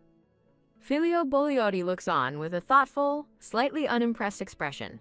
Monocaris, smiling, observes Leonia's improved health and adaptation to the mansion, remarking to Filio Boliotti that she is much healthier. Filio Boliotti acknowledges that the mansion has been Leonia's home from the very beginning. Monocaris tells Filio Boliotti that Leonia's presence has made the place feel much brighter. A light gray-haired knight with a ponytail holds Leonia, as he remarks that everyone looks a little more invigorated since she arrived. Filio Boliotti states that Leonia is already officially registered, confirming her status. Monocaris, the gray-haired man, and the light pink-haired man smile, appearing convinced by an unseen revelation. Several knights, including the light pink-haired man and the light gray-haired knight with a ponytail who holds Leonia, greet her and compliment her beauty. Leonia smiles widely as a light purple-haired knight, holding her, expresses his honor in meeting her. A light, purple-haired knight asks Leonia if she really likes muscles that much, to which she enthusiastically declares her strong affection for them. Various knights flex and declare their love for muscles, while others look on in disgust, prompting an ecstatic Leonia to drool and receive a gentle reminder from a knight. Narrative text reveals that two rumors acknowledged by the knights are Leonia's adoption from an orphanage and her status as the Duke's illegitimate daughter, with everyone worried about her initial poor health. Leonia smiles radiantly, expressing her happiness at being so healthy. Oops, the light gray-haired knight with a ponytail holds Leonia and thinks aloud that her innocence might not be entirely pure, as other knights smile behind him. Leonia looks extremely excited, clenching her fists, as an unseen speaker remarks that no 7-year-old in the world gets this excited about muscles. Leonia beams with joy, her mouth open in a wide smile, as she is held by the light gray-haired knight with a ponytail. Filio Boliote stands with his arms crossed, maintaining a serious, slightly annoyed expression amidst a floral background. The gray-haired man, the light pink-haired man, and Monocaris assure Filio Boliote that it's normal for children to have odd interests, sharing anecdotes about their own children's peculiar collections like cookie wrappers and rocks. Monocaris, partially hidden, remarks that his son collected insect carcasses, finding Leonia's rock collection comparatively cute. Filio Boliote listens for the first time in his life as the gray-haired man, the light pink-haired man, and Monocaris share personal experiences about their children. Monocaris asks Filio Boliote, now also a father, if he has any other parenting concerns. Filio Boliote looks thoughtful, musing that his daughter is too intelligent, Filio Boliote concludes, prompting surprised exclamations of, "Huh?" from Monocaris, the gray-haired man, and the light pink-haired man. Filio Boliote questions if any of the knights used words like embezzlement at age 7, and if it's possible for Leonia to have read over 50 fairy tales in less than a month. Filio Boliote recounts Leonia's fighting and baking habits, marvels at her talents in growing beauty, and expresses serious concern about how many people she might sway with her looks, leaving Monocaris and the gray-haired man perplexed. A large exclamation of woo echoes, surprising Monocaris and drawing a serious look from Filio Boliote. Leonia, glowing with excitement and pumping her fists, enthusiastically demands for the performance to be done again. A light purple-haired knight, holding Leonia, asks her to sing for them, and she eagerly agrees to fit a song to the tune. Leonia sings praises of muscles, listing biceps, triceps, pecs, abs, and thighs as all great, surrounded by sparkling effects. The knights cheer in awe at a muscle wave, while a blushing Leonia covers her face with embarrassment. Filio Boliote remains silent and thoughtful, while Monocaris and the light pink-haired man look on with concerned expressions. Filio Boliote clutches his chest as a knight remarks that Leonia is special and a genius, unlike their own less enthusiastic children, while Leonia is carried away by other sparkling knights. A majestic domed building stands under a snowy, starry night sky, shimmering with light. An expansive aerial view reveals a grand, snow-covered city with numerous ornate buildings basking in bright, ethereal light. Leonia, in a light blue floral dress, looks wide-eyed and says, "Wow," clearly amazed by the grand, snow-covered city. A light pink-haired maid greets Leonia, who sits by a window and returns the greeting, noting the early hour. Leonia exclaims about the high snow, stating it's her first time seeing so much, while the light pink-haired maid remarks this year's snowfall is actually light. Leonia gasps in surprise, questioning if the snow is truly lighter when it's as deep as a grown man. Narrative text explains that all winter activities at the Boliote estate occur from the 3rd floor up. Leonia, with a distressed expression, recalls being with Duke Filio in the 3rd floor living room. A selection of ornate dresses for Leonia is displayed, with thoughts expressing appreciation and considering options. Leonia, from off-panel, calls out to Duke Filio, who stands sternly amidst red roses, with another black-haired man visible in the background. Leonia, in a black dress, skips happily down a sparkling corridor, asking if Duke Filio slept well. Leonia excitedly asks Duke Filio if he had good dreams or dreamed about her, while he privately thinks that dreams with her in them aren't happy. As Duke Filio carries her, Leonia indignantly asks if he's picking a fight and won't inquire about her sleep, to which he calmly replies, she looks like she slept well anyway. Leonia, still held by Duke Filio, observes his moist body and questions what moist means, before concluding he smells like soap. Duke Filio serves a chibi Leonia at the dining table, with the blonde-haired chef standing nearby with more food. Duke Filio looks away, realizing with an awe that he forgot something. Leonia, wide-eyed and surprised, reacts to the revelation that the forgotten item is for tomorrow. Duke Filio explains they are a bit late and would normally have left today, causing Leonia to exclaim in surprise as maids continue to serve. Duke Filio, looking serious, states he will leave after greeting Leonia's tutors. Leonia looks wide-eyed and surprised, a thought bubble indicating her silent astonishment. A horse-drawn carriage travels through a majestic, snowy landscape adorned with flowers, heading towards a grand gate, while a small panel shows a carriage wheel. A close-up shows a light blue floral shoe and the white-bearded man in a brown suit, set against a bright, snowy mountain backdrop. A light blonde-haired woman in a blue dress, a white-bearded man, and other dark-haired men stand formally by a carriage outside in the snow. Leonia stands formally in a black dress in the upper panel, while below, the light blonde-haired woman with flowers and the white-bearded man are shown amidst a floral background. Serena Tedros, a light blonde-haired woman, introduces herself as the etiquette tutor, prompting an unseen thought that she is so pretty. Below, Ardea, a white-bearded man, introduces himself as the history tutor, with an unseen thought remarking he looks sluggish. Duke Filio gently touches Leonia's head on a grand stairway, calling her name.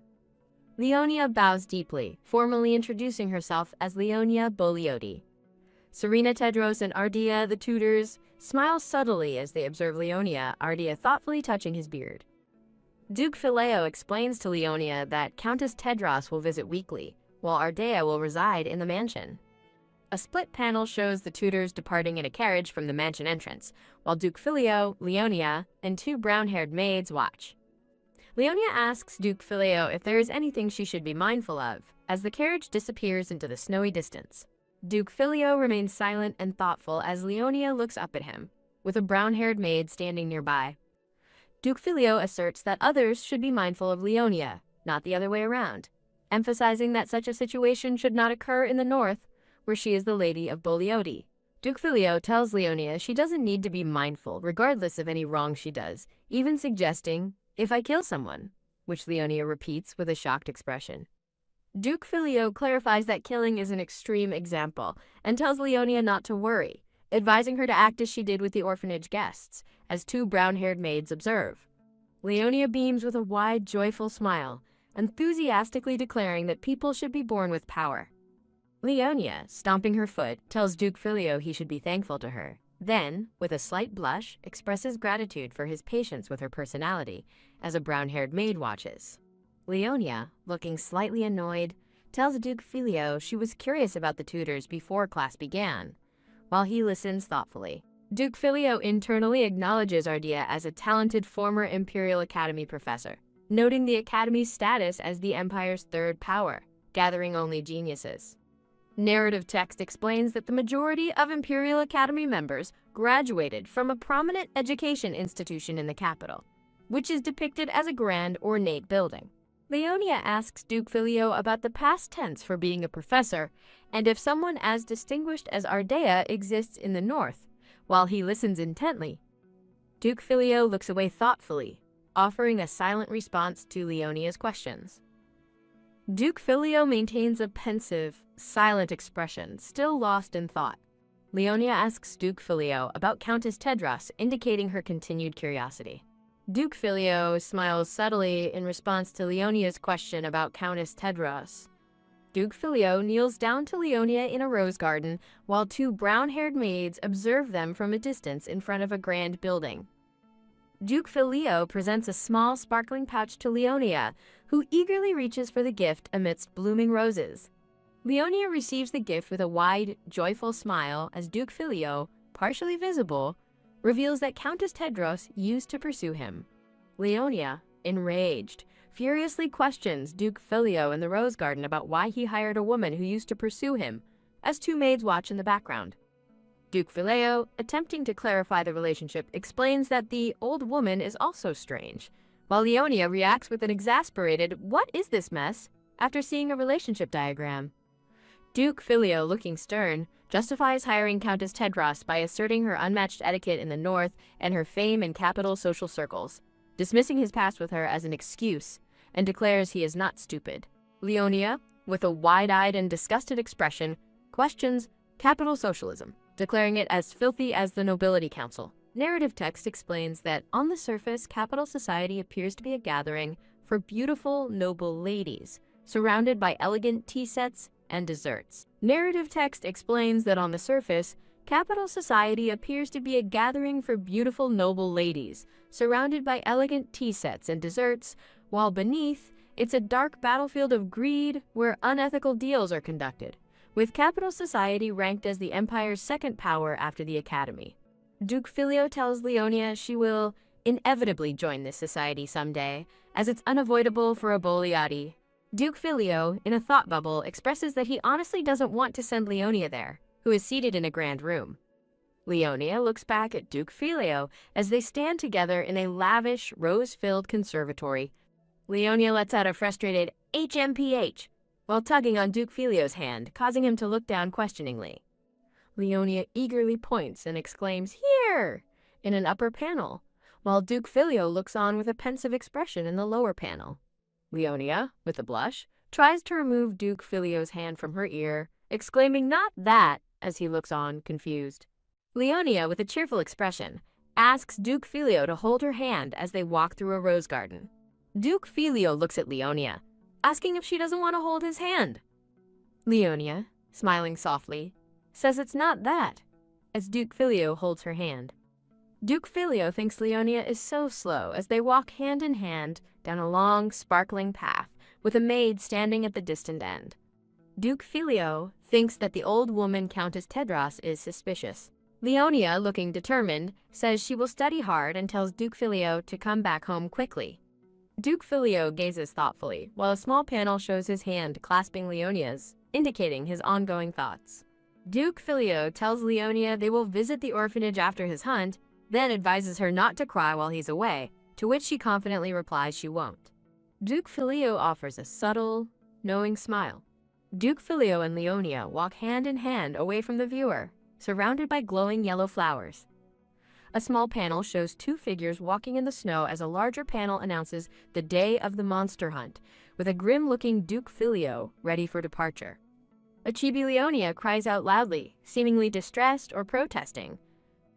Duke Filio asks a distressed Leonia why she isn't sleeping, and warns that her mouth might rip from her wide cries.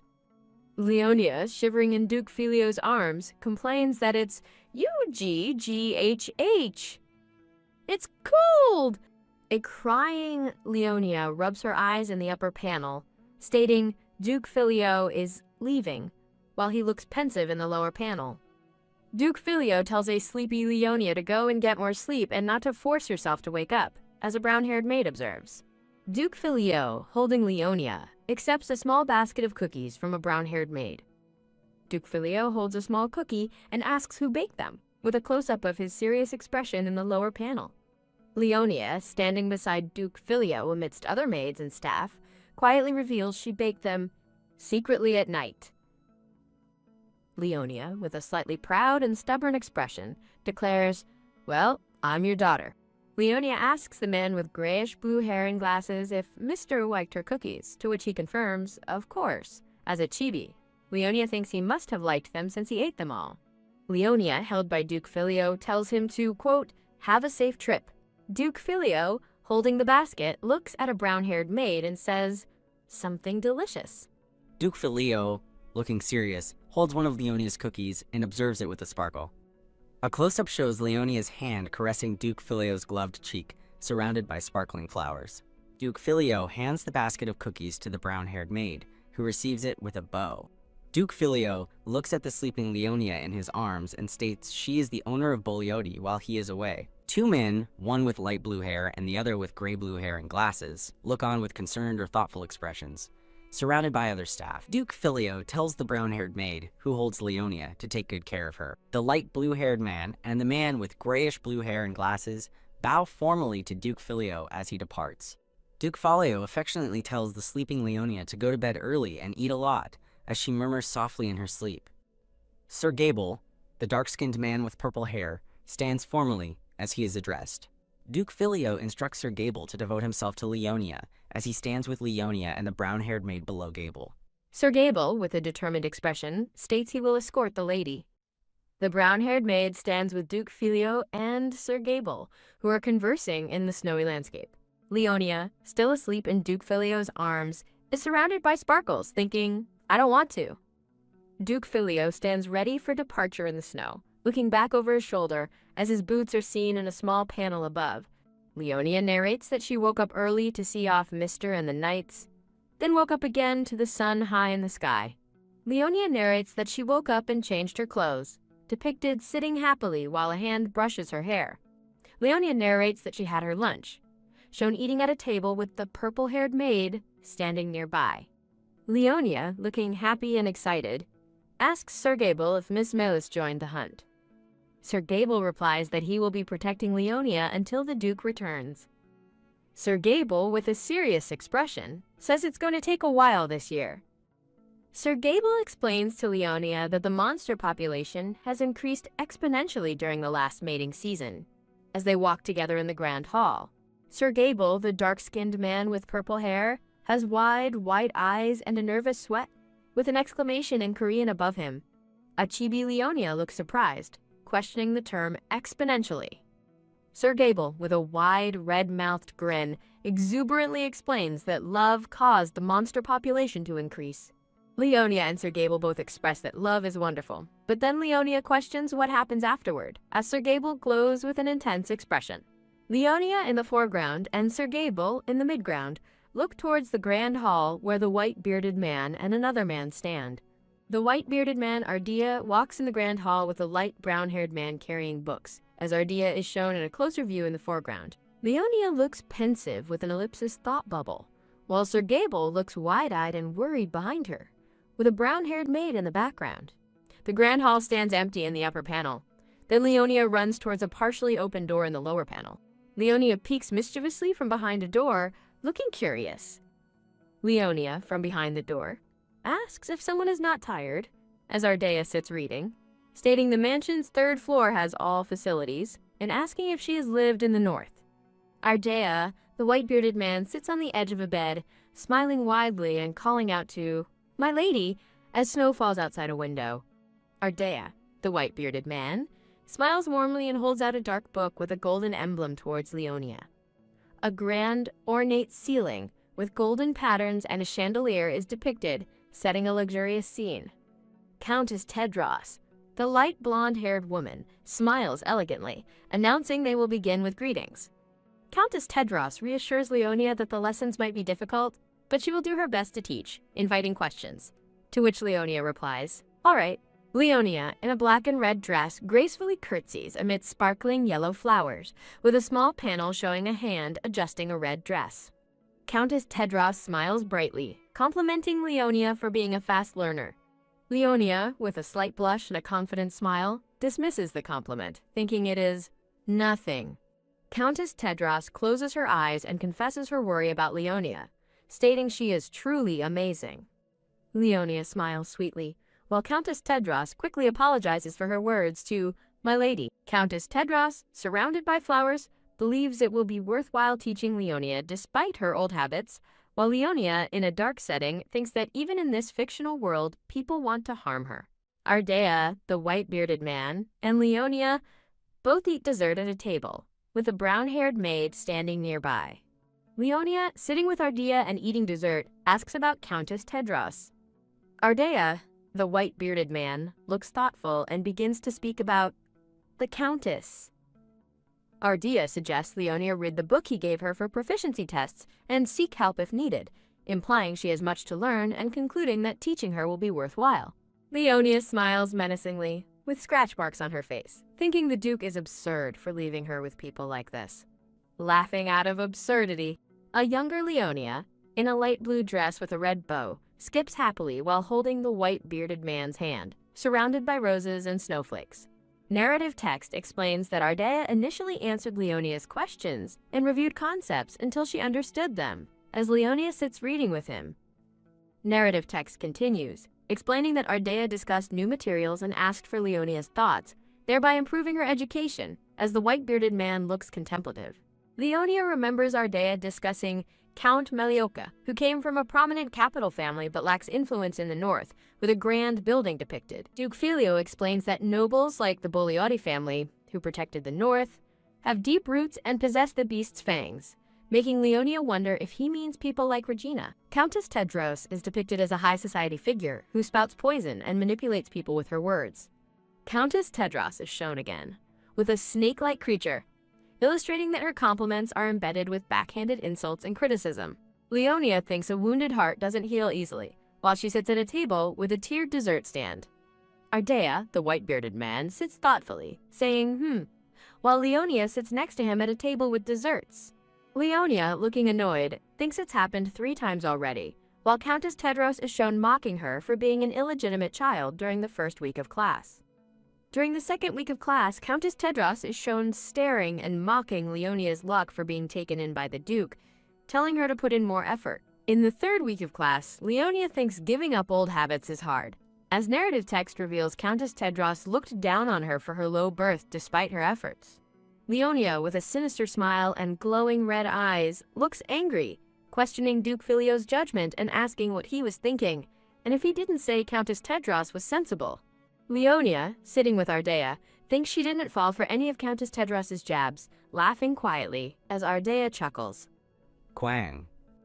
Leonia, with a determined and menacing expression, holds a small golden crown, thinking that if Lady Tedros is begging for death. Leonia menacingly jabs a fork into a yellow dessert, labeled Ardea's neck, as Ardea, the white-bearded man, looks on in shock. Leonia, with glowing eyes and a sinister smile, thinks she shouldn't listen to Countess Tedros. Leonia, holding a fork with a piece of dessert, tells Ardea she will tell the Duke everything once he returns. Ardea, the white-bearded man, thinks that Leonia is one of the North's black beasts, and that her cruel and heartless side is just like Filio. Leonia smiles with a glint in her eyes, while a large, fierce black beast looms above her, implying she is waiting to bare her fangs. Connie, the brown-haired maid, asks Leonia if she is comfortable in bed, and after Leonia confirms, Connie tells her to ring the bell if needed, wishing her a good sleep. Connie, the brown-haired maid, holding a lantern, responds, "You too, my lady," as she stands by the door. 3 panels showcase Leonia's room at night in blue hues, featuring a bed, a display cabinet with stuffed animals, and a dresser. Leonia wakes up in her bed, then sits up holding a bouquet of flowers and begins counting 1, 2. Leonia dreams while counting 3 as strawberry candy bags float around, with a glimpse of Duke Filio. Chibi Leonia continues counting to 6970, realizing she received more candies for acting pretty than her days in the mansion. Leonia sits up in bed, looking at the jar filled with candy bags, wondering if Mr. is still awake. Leonia reflects on her past as a frail orphan and her fortunate transformation into a pampered noble lady after being adopted by Duke Filio. Leonia gazes at a beautiful box of strawberry candies, feeling that everything is like a dream. Duke Filio, radiant and gentle, appears in a sparkling dreamlike vision, touching his face. Leonia, with pigtails, looks sad and weary in her dimly lit room, possibly having woken from her pleasant dream. Leonia sleeps soundly in her bed, her hair tied back, as moonlight streams into the room. Leonia wakes with the thought of tomorrow's etiquette class, as snow falls beautifully over the grand mansion. The serene, snow-covered mountain landscape under a crescent moon shifts to a dark, quiet forest as a soft rustle sounds. Duke Filio stands with his sword drawn, facing a large, red, growling monster in the snowy woods, as a whack and growl sound. A close-up reveals the terrifying, drooling face of the red monster, with sharp teeth and glowing yellow eyes. The red monster lets out a fearsome growl roar, met by the intense, glowing red eyes of Duke Filio. Duke Filio makes a quick whiz movement, leaving a red streak, then takes a determined step in the snowy terrain. The red monster roars cra as Duke Filio stands firm, ready to engage the beast. Duke Filio glares with fierce red eyes, radiating power and determination. Duke Filio executes a powerful jump, leaping high with his sword raised against the moonlight, preparing to strike the monster. A swift sword strike nearly bisects Duke Filio's face, his red eyes wide with concentration. A violent cross sound accompanies a crimson splatter, indicating a brutal blow. Duke Filio stands victorious, his sword dripping as a massive splatter of blood marks the snow, followed by a decisive boom. Duke Filio, with a grim expression, asks Treacherous, the blonde-haired man with a scar, about the monster's offspring. Treacherous and several other knights stand in the snow, reporting no signs of the offspring following them. Duke Filio reflects on the monster population's exponential increase during breeding season, explaining the Befera monster's aggressive nature despite its usual small size, as the scene is, quote, silent. Duke Filio considers the monsters that will remember them, and the still missing offspring. Duke Filio stands among his knights, looking determined in the cold, snowy night. A knight informs the group, including a light blonde-haired man, a light purple-haired man, and a brown-haired man, that they will now descend the mountain. The knights, including the light purple-haired man, look visibly relieved and happy as one shouts, "Wah!" and off work. Amidst sparkling flowers, Duke Filio calls out to Dame Levipath, the light-haired woman with a fur collar, amidst the snowy trees. Dame Levipath looks surprised, asking, "Your Grace?" as Duke Filio stands beside her. Duke Filio asks Dame Levipath, who looks slightly flustered, if she knows of any place that sells good snacks for children. Dame Levipath suggests a bakery her brother enjoys, unsure if Leonia would like the treats. Under the moonlit sky, Duke Filio looks thoughtful, asking Dame Levipath for the name of the specific item her brother gets from the bakery. A charming pink box labeled Fluffy and 2 fluffy, round pastries are shown, highlighted with sparkles. A luxurious and elegant room, likely where Leonia has her lessons, features large windows with white curtains, golden trim, and a red sofa. Leonia diligently practices her etiquette, balancing a book on her head in a white dress, as a soft clap sounds. Countess Tedros, the light blonde-haired woman, smiles, praising Leonia for being amazing. Countess Tedros smiles warmly, suggesting they conclude today's etiquette class. Leonia gracefully performs a perfect bow in her white dress, surrounded by sparkles, showcasing her learned skills. Leonia finishes her bow, while Countess Tedros turns away, her expression shifting to a subtle, knowing smirk. Leonia thinks about Countess Tedros's persistent jabs, vowing that this will end today, and she will tell Duke Filio everything upon his return, as Countess Tedros's hand touches her in a flinch and grab movement, reminding her to remember what she was told. Countess Tedros, smiling, makes a backhanded comment about Leonia's potential to hurt the Duke's pride, but Leonia thinks the Duke cares for her even as an adopted child, feeling a painful ache. Ardea, the white-bearded man, reflects that wounds of the heart are difficult to heal as Leonia looks pensive next to him. Leonia, seen from behind with a shadowy figure looming, wonders if she truly was hurt by the remarks. Leonia thanks Countess Tedros, who then pointedly tells her to become more mindful of her position. Countess Tedros gives a subtle nod, seemingly satisfied with her words as Leonia bows her head. Countess Tedros continues her condescending advice, telling Leonia to always be thankful to the Duke, as he is the sole reason for her luxurious life and inheritance. Countess Tedros, in a dark, imposing setting, instructs Leonia to try harder so as not to become a nuisance to the Duke. Leonia, with a calm and composed expression, assures Countess Tedros that she is always mindful of her words. Countess Tedros smiles, thanking Leonia for her understanding, but Leonia's expression darkens in the next panel.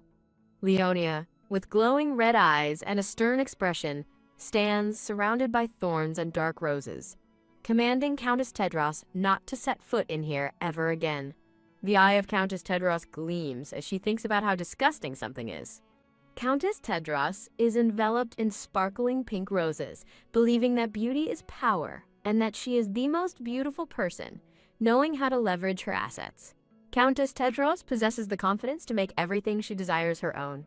Duke Filio, dressed in a grand uniform and surrounded by sparkling roses, is the dazzling person Countess Tedros wants.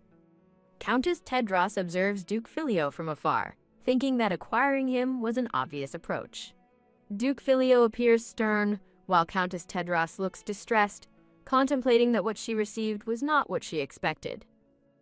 Duke Filio walks away, leaving Countess Tedros behind, who experiences a cold rejection and indifference.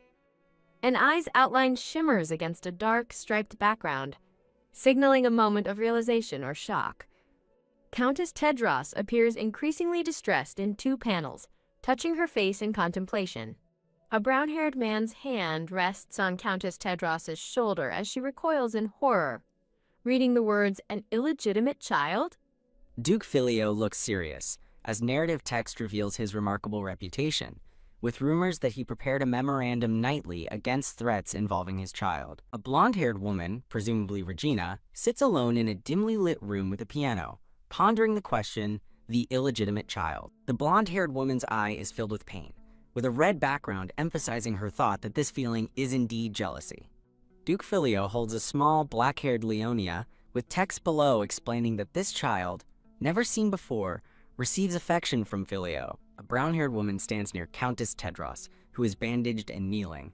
As Countess Tedros asserts that the other must now bow to her and be more aware of her position, Leonia thinks about Countess Tedros's words, declaring that if she could take control of the situation, she would always listen carefully, so Countess Tedros should never come here ever again. Countess Tedros looks shocked and disheveled, her eyes wide with disbelief.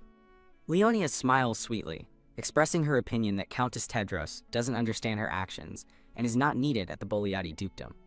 Leonia turns to a kneeling Countess Tedros, telling her in advance to go out on your own. Countess Tedros's face is filled with distress and frustration, highlighting her emotional turmoil. A quick tap sounds as Countess Tedros is seen from behind, kneeling before a grand closed door. A puff sounds as Countess Tedros looks stunned and pained, her eye wide with shock. Countess Tedros's elegant high heel, adorned with roses, is shown, suggesting a difficult or precarious step. A thump sounds as Countess Tedros falls on the stairs, observed by a purple-haired maid, a brown-haired maid, and a small, black-haired Leonia. A series of panels shows Countess Tedros in various states of distress, contemplating her situation and the reactions of others. Repeated taps sound as Countess Tedros slowly ascends the stairs, while the maids and Leonia watch her with somber expressions. As she continues her ascent with repeated taps, an unseen voice addresses Countess Tedros, stating that she has only reached that extent. Countess Tedros kneels, looking up at Sir Gable and a light purple-haired maid, while Leonia peeks out from behind the maid. A tear forms on Countess Tedros's chin, illustrating her profound sadness. Countess Tedros smiles, claiming it doesn't matter and that the lady has a misunderstanding, to which a thought bubble asks, "A misunderstanding?" Leonia stands, looking gravely serious, with a maid's dress partially visible beside her. Countess Tedros expresses concern about unintentionally hurting feelings, but Leonia questions, "Hurt my feelings?" as the Countess is seen collapsing, exclaiming, "No, this is!" Leonia's eyes glow fiercely yellow, radiating an intense power. Chibi Leonia looks up, with Sir Gable in the background, as a thought bubble proclaims, "The fangs of a calmed beast." Sir Gable shouts in alarm, telling the brown-haired maid to get to the side, fearing Leonia's rampage as the maid is enveloped in a bright light. A violent eruption of power, with a maid falling and glowing energy spreading, illustrates Leonia's unleashed abilities. Leonia walks with rhythmic thumps past a sobbing and trembling Countess Tedros who is crumpled on the floor. Leonia is seen from behind as Countess Tedros cries, with Leonia asking if she hadn't said it earlier. Leonia, with glowing yellow eyes, declares firmly that the Countess's words will always be engraved in her heart. A dark, fiery background with an ornate 023 signals an intense and climactic moment in the chapter. Leonia faces a kneeling Sir Gable, asking, "Didn't I tell you?" Below, Leonia, with glowing yellow eyes, holds a red glowing core, reiterating that she will always remember his words. Leonia stands triumphantly, surrounded by a red glow, as Sir Gable and other figures are prostrate on the ground. Sir Gable's face is contorted in fear and sweat, his eyes wide in terror. A quiet click sounds as Sir Gable and the brown-haired maid look serious, observing something intently. The brown-haired maid greets Leonia, "My lady," as Sir Gable asks if her lessons have finished. Sir Gable and the brown-haired maid look utterly terrified, surrounded by red, blood-like effects, reacting to a shocking event. Chibi Leonia, radiating power, declares that Countess Tedros will be seeing herself out as Sir Gable looks on from behind. Sir Gable wonders what happened, contemplating that if Leonia goes wild again, he needs to calm her down, as the brown-haired maid looks concerned. Sir Gable understands and offers to carry Leonia, but she expresses a desire to go for a walk. prompting the brown-haired maid to enthusiastically retrieve her coat. Sir Gable holds Leonia in his arms, asking her if she feels frustrated. Leonia looks on with a slightly dazed and troubled expression. Seeing her, the Duke's aide Rupert observes with relief that she has finally calmed down. Leonia rests her head against Rupert's shoulder as a maid stands by, the immediate crisis seemingly over. A narration explains that her beast's fang was activated by a sudden provocation, but has now subsided along with her emotions. A flashback reveals Countess Iris Albanu running away, while a regretful thought laments that if they had just gone for a walk, none of this would have happened. The scene shows Countess Albanu crying in distress as someone comforts her. Leonia's voice recalls what the Countess had said to her on the first day. Recalling the Countess's cutting words, Leonia remembers being called an illegitimate child and told she was lucky to be rescued, all while being pressured about her unknown background. With glowing golden eyes, Leonia furiously confronts the crying Countess, asking if she thought flowery words could hide her dirty thoughts.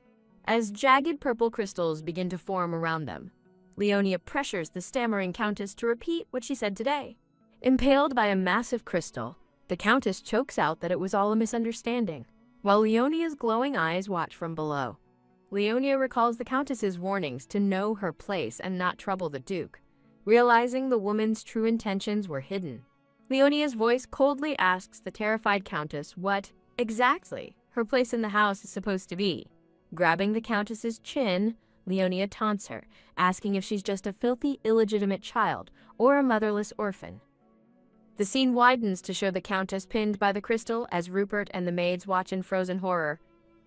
Rupert realizes with dread that Leonia has completely unleashed the beast's fangs.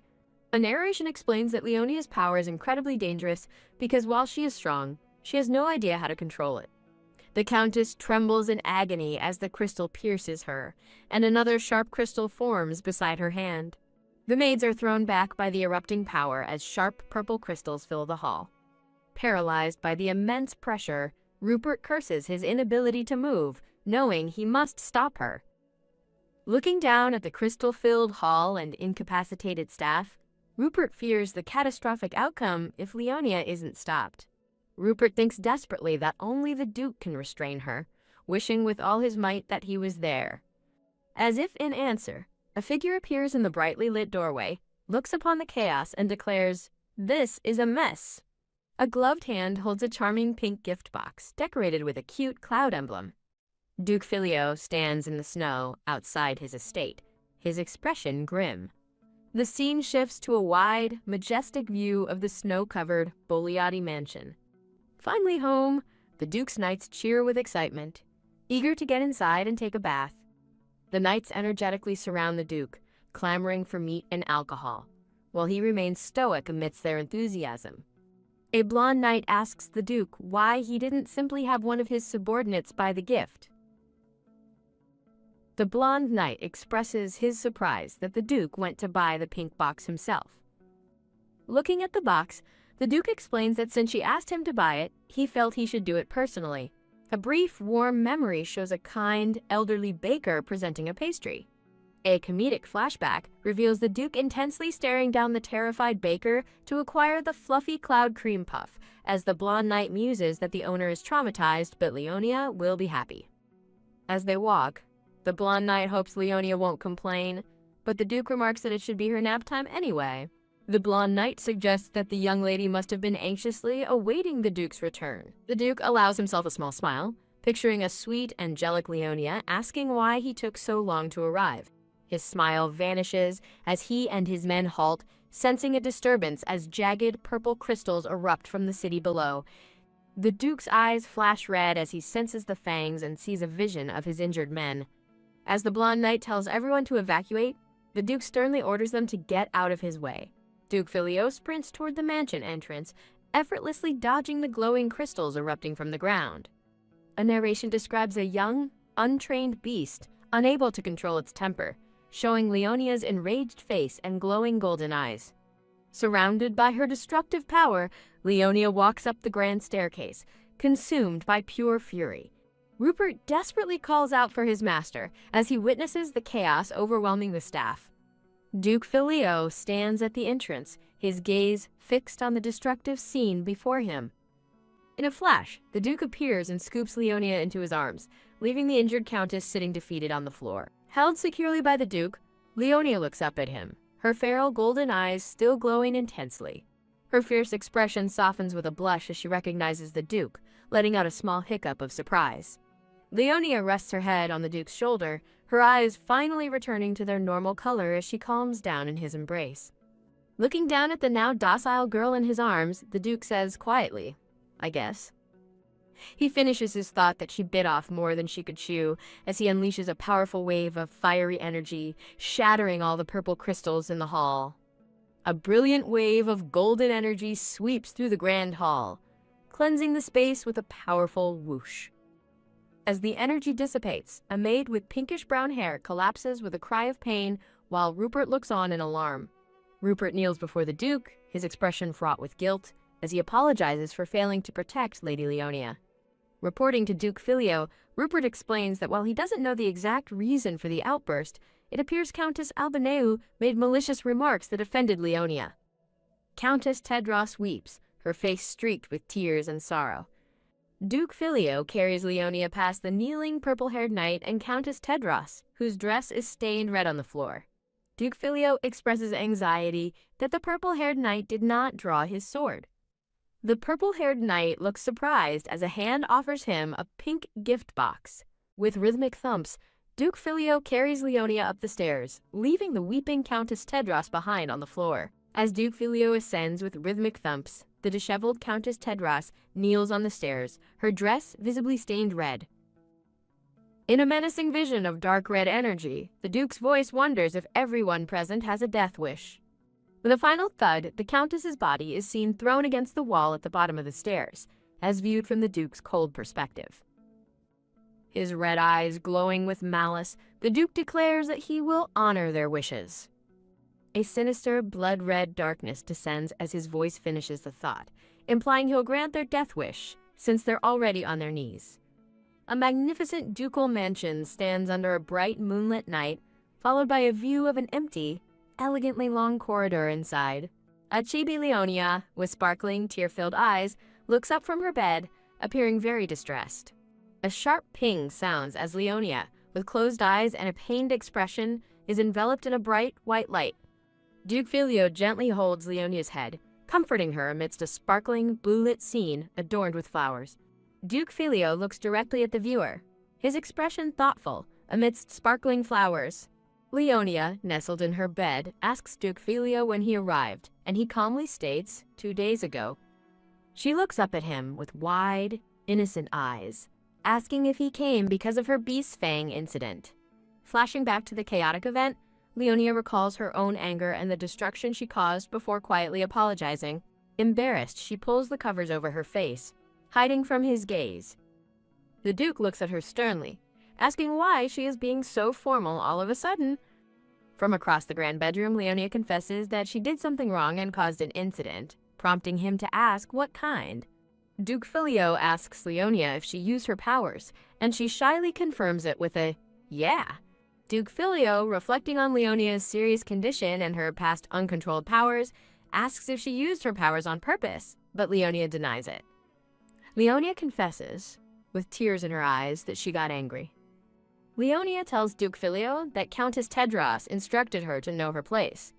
Duke Filio asks Leonia what her place is, and she sadly replies that she doesn't know. Leonia reflects on waking up as a new person, a small and weak child without her family or modern belongings, unable to cry about the sudden change. Leonia, as a small child, is surrounded by pointing hands, reflecting on the immense difficulty of surviving constant prejudice and abuse. Leonia, as a small child, stands against a glowing background, vowing to herself that she would survive. Leonia cries, passionately declaring her determination to get back at the people who made her miserable. Leonia, tearfully resting against Duke Filio, softly calls him Mr.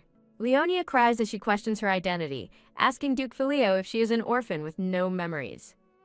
Duke Filio looks thoughtful as Leonia wonders if she is a lucky adopted child or the daughter of an idiot who eloped. Leonia remembers meeting the main character of a fantasy novel and subsequently being given the name Leonia. Leonia, surrounded by roses and attentive maids, reflects on being treated far better than she ever hoped, feeling her heart warm with kindness. Leonia's reflection shatters, revealing her lingering feeling that none of this was truly hers. But, despite the happiness, she could never shake the feeling that none of it was real, her perfect new life shattering like a mirror. The Countess's words about knowing her position kept poking at the deep-seated insecurities she had tried so hard to ignore. She confronts the painful truth. In the original story, Filio Boglioti never had a daughter, meaning Leonia Boglioti never existed, and she doesn't belong here. Utterly overwhelmed by her feelings of displacement, Leonia breaks down, crying into her pillow. Duke Filio sits by Leonia's bed, listening to her quiet sniffing. Duke Filio listens intently, hearing soft sniffing sounds. Duke Filio gently calls out Leonia to the crying child in bed.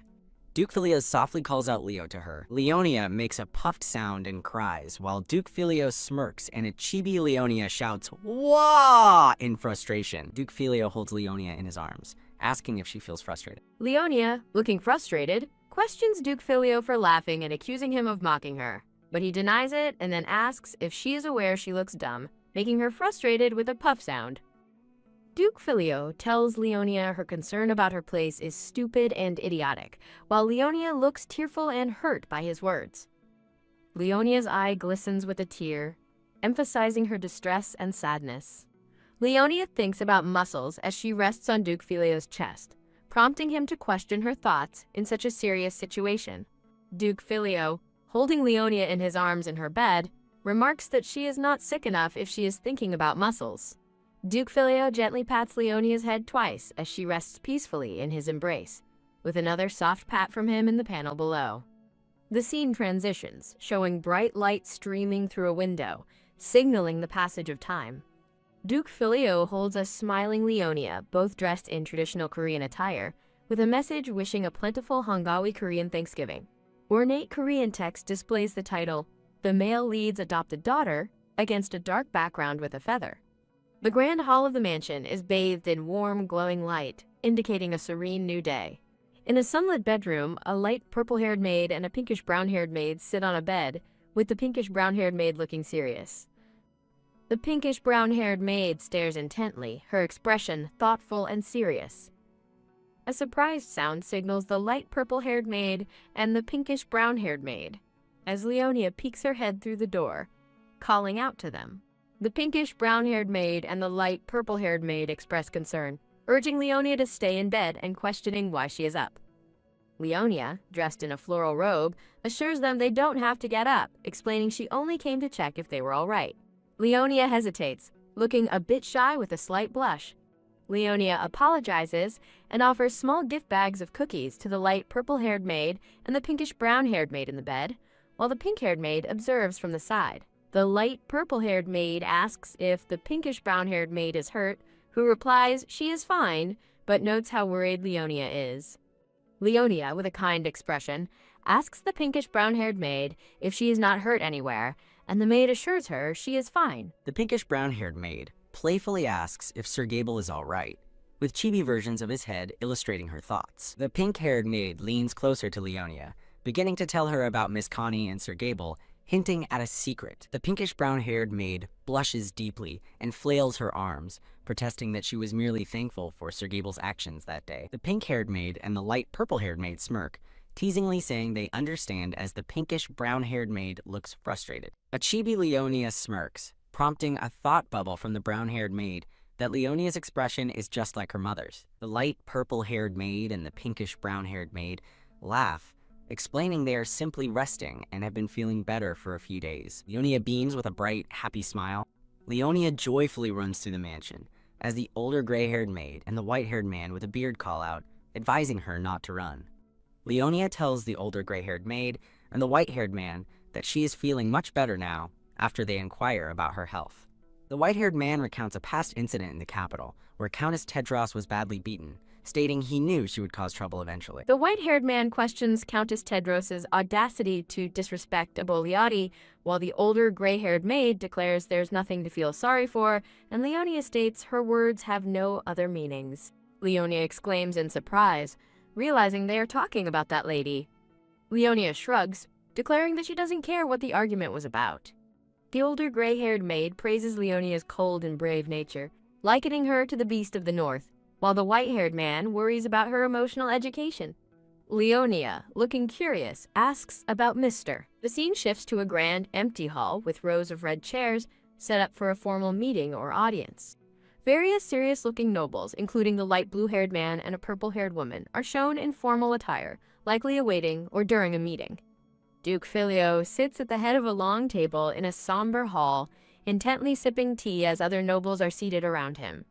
Duke Filio sips his tea with a sharp gaze, while the light, blue-haired man and other nobles observe the proceedings with serious expressions. A hand places an elegant teacup labeled Lady Grey onto its saucer. A narrative explains Lady Grey is the first blend children drink for refreshments, while Duke Filio thinks it's a detail he would never have considered. The light blue-haired man explains that Lady Grey is named for its dark color, as Duke Filio listens. Leonia, dressed in an elegant dark gown, is presented as the Dark Tea's lady and the Duke's daughter, symbolizing the color black. Text reveals Lady Grey implies Leonia Boliotti, as a narrative flashback shows child Leonia at the orphanage, described as a mysterious child named by the beast and respected by his family. Narrative recounts the malicious gossips among nobles from the north about Leonia. Countess Tedros is depicted amidst thorny red lines, followed by a distressed Leonia, and the light blue-haired man looking shocked, implying the notorious incident. Duke Filio asks the light blue-haired man how long it has been since he was away from the north. The light blue-haired man informs Duke Filio that it has been exactly 3 years and 2 months. Duke Filio, dressed in an ornate suit, reflects that it feels like he has experienced 4 years. Duke Filio glances down, and the light blue-haired man is seen stepping forward. Duke Filio watches as a light blue-haired man looks down, thinking the light blue-haired man did a great job setting up the meeting. Rupert is formally introduced as Viscount Rupert Ricos, surrounded by delicate white flowers. Duke Filio gives a subtle nod of approval. A quiet tack sounds as Rupert collapses onto his knees in the grand hall, letting out an exhausted PHEWWWW. Leonia, in a blue floral dress, holds Rupert's hand, addressing him as Mr. Rupert. A narrative panel describes Chibi Leonia as smart, witty, and a happy, proud child, framed by roses. In a series of panels, nobles are shown as a hand laments letting people who know nothing have their way, and admits misjudging Serena by placing her near the child. Duke Filio reflects that his actions make him no different from those who spread malicious rumors. Duke Filio looks stern, a deep frown visible on his face. From an aerial view of the grand meeting room, Duke Filio thinks he organized this gathering on short notice. Duke Filio stares intensely, asking if they are asking for death, causing the other nobles to recoil in fear. A chilling silence falls over the hall as the nobles remain frozen in fear before Duke Filio. Duke Filio, with a sharp gesture, questions Count Tedros about his thoughts on the situation, while others observe intently. Count Tedros appears utterly distressed, struggling to articulate his thoughts. Duke Filio, with an image of Regina in the background, casually asks Count Tedros about his wife's well-being. A resonant thump sounds as Count Tedros kneels, profusely apologizing and begging for forgiveness. Duke Filio stands while the older gray-haired maid sits, observing the distressed light blue-haired man whose face is covered as others sit nearby. The light blue-haired man expresses concern that the Countess made excessive snide remarks to Leonia. Duke Filio stands over a sleeping Leonia, with the older gray-haired maid by the bed, then looks thoughtful with the maid observing him in the lower panel. The light blue-haired man reports to Duke Filio that they have investigated the malicious rumors about Leonia, finding many northern aristocrats involved in spreading them. A sequence of intense, chaotic visuals implies a dark and unsettling situation involving Duke Filio and several nobles. Duke Filio's eye glows a furious red as he inwardly declares his intent to kill everyone responsible. Powerful, fiery energy engulfs Duke Filio, making a nearby man cough and gasp in pain. Duke Filio stands, emanating fierce red energy as others cough and gasp, declaring that from now on, everyone under the Boliotti shall be his eyes and ears. Repeated thumping sounds accompany Duke Filio's powerful stance as a man cowers on the floor before him. Duke Filio, with a stern expression, declares he should no longer hear or see any traces of Serena Melioka, while a man remains collapsed on the ground. Duke Filio's eyes glow red as he sternly declares there are no second chances. Duke Filio, surrounded by a dark, fiery backdrop, states he doesn't sanction rumors but also doesn't feel the need to deal with people who are begging him to kill them. Duke Filio holds Leonia, dressed in a yellow floral dress and eating a lollipop, announcing that for the time being, he will relax by the fireplace with his daughter. Leonia, in her yellow floral dress, contentedly sits with Duke Filio, who also looks relaxed, by the fireplace. Duke Filio places his hand on a table, warning everyone that he will be watching them. Leonia sips her tea, looking adorable and composed. Leonia enjoys her tea, finding it all right, and Rupert, holding a dessert, is glad. Leonia then asks if Mr. Rupert got hurt, explaining she felt something unusual while he was in his office. Rupert, sitting on a couch, explains that his body suddenly started sweating, and his heart pounded crazily. Rupert looks concerned, stating how strong the beast's fang is. A teacup is shown, as a thought reveals that back then, he really considered killing Serena, depicted with violent red streaks. Narrative text explains that the beast's fang is described as the strongest ability, combining aura and mana, and is a power Filio uses to lead. Leonia, with a serious expression, declares that it's not that amazing. Rupert, looking troubled, thinks that possessing such power is terrifying as Leonia's foot is shown. Rupert smiles gently, looking serene. A chaotic backdrop with various figures and coins illustrates a narrative about aristocratic children relying on their families, and nobles being circled to death in confrontations. Chibi Leonia looks resolute, framed by pink and white flowers. Leonia, with a cookie in her mouth, insists she's not a kid, while a small chibi Rupert thinks, "Yes, you are." Rupert gently calls out Leonia's name. Rupert calls out Leonia's name again, with a slight variation in pronunciation. Duke Filio, wearing a cape, enters the room, observed by Leonia and several maids. Leonia strikes a pose, feeling cute, while Rupert and Duke Filio observe her, with Chibi Leonia thinking of it as a gift. Duke Filio, surrounded by flames, sternly advises Leonia not to hold it in if she needs to use the restroom, as it's unhealthy. Chibi Leonia transforms into an angry tomato engulfed in flames, shouting that this is her being shy and it's obvious. Rupert tells Duke Filio he knows nothing about women and should say they should go pick flowers, to which Duke Filio questions what the flowers did wrong, as Leonia looks frustrated. Duke Filio, with black hair, sternly orders preparations for the guests to leave. Leonia, with black pigtails, joyfully waves bye-bye while being held by Duke Filio amidst sparkling flowers. Duke Filio holds Leonia, who rests against his shoulder, both looking serene in a shimmering setting. Duke Filio walks through a grand, sparkling hall, looking back slightly to ask if someone has a fever. Leonia, with black pigtails, excitedly denies having a fever, pulling up her hair to show her bare forehead. Duke Filio holds Leonia, who playfully covers her face with her hands as he looks down at her. Duke Filio smiles gently, observing that Leonia is finally laughing. Leonia, held by Duke Filio, looks confused and asks why he stopped, while a chibi Duke Filio expresses uncertainty. Leonia, held by Duke Filio, expresses discomfort, explaining they are seeing each other for the first time after she cried her eyes out, thinking she may be 7 on the outside but not inside, while a chibi Duke Filio thinks he has the mind of an adult. Duke Filio, holding Leonia, questions if she gained weight, looking thoughtful. Leonia, with a chibi Duke Filio, recounts that Granny Kara and Pelika said she lost the weight she gained after being ill, as a snowy mansion is seen in the background. From above, Duke Filio carries Leonia, who declares she likes muscles more than fat, as 2 maids observe them from a distance.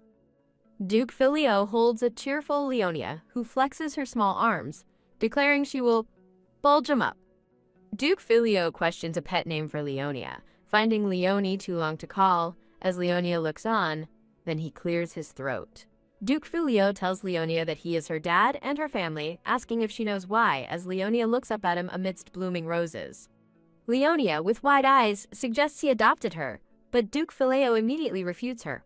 Duke Filio gently pokes Leonia's chin, stating it's because she agreed to become his family, surrounded by sparkling flowers. Narrative text explains that the moment Leonia dared to stand in Duke Poliotti's way, they became family whose existence for one another became invaluable. Duke Filio stands tall, holding Leonia, both surrounded by blooming roses, in a serene and protective moment. Text panels declare that everything else was unnecessary, emphasizing the unique and central bond between Leonia and, quote, a beast fang of the north. Leonia looks tearful, asking him to make retorts like he normally does, as tears well in her eyes. Duke Filio tenderly embraces a crying Leonia who clings to him in a moment of deep emotional connection. Leonia, with tearful eyes, softly calls out, Dad, looking distressed. Leonia calls him Dad again, and Duke Filio softly replies, Leo, urging her to tell him everything about her past at the orphanage, the mansion's perceived dangers, and her desire for strawberry milk candies. Leonia mentions the friends from the orphanage she wants to see again, looking hopeful. Duke Filio stands with his back to the viewer, looking out over a grand, sparkling hall filled with flowers, reflecting on Leonia's words. Duke Filio asks Leonia if she is done crying, looking at her with a calm expression. Chibi Leonia, looking puffy-eyed, confirms she is done crying after 2 days, surrounded by hearts. Duke Filio extends his hand to Leonia, asking if they should walk while holding hands. Duke Filio and Leonia walk hand in hand through a sparkling, flower-filled garden.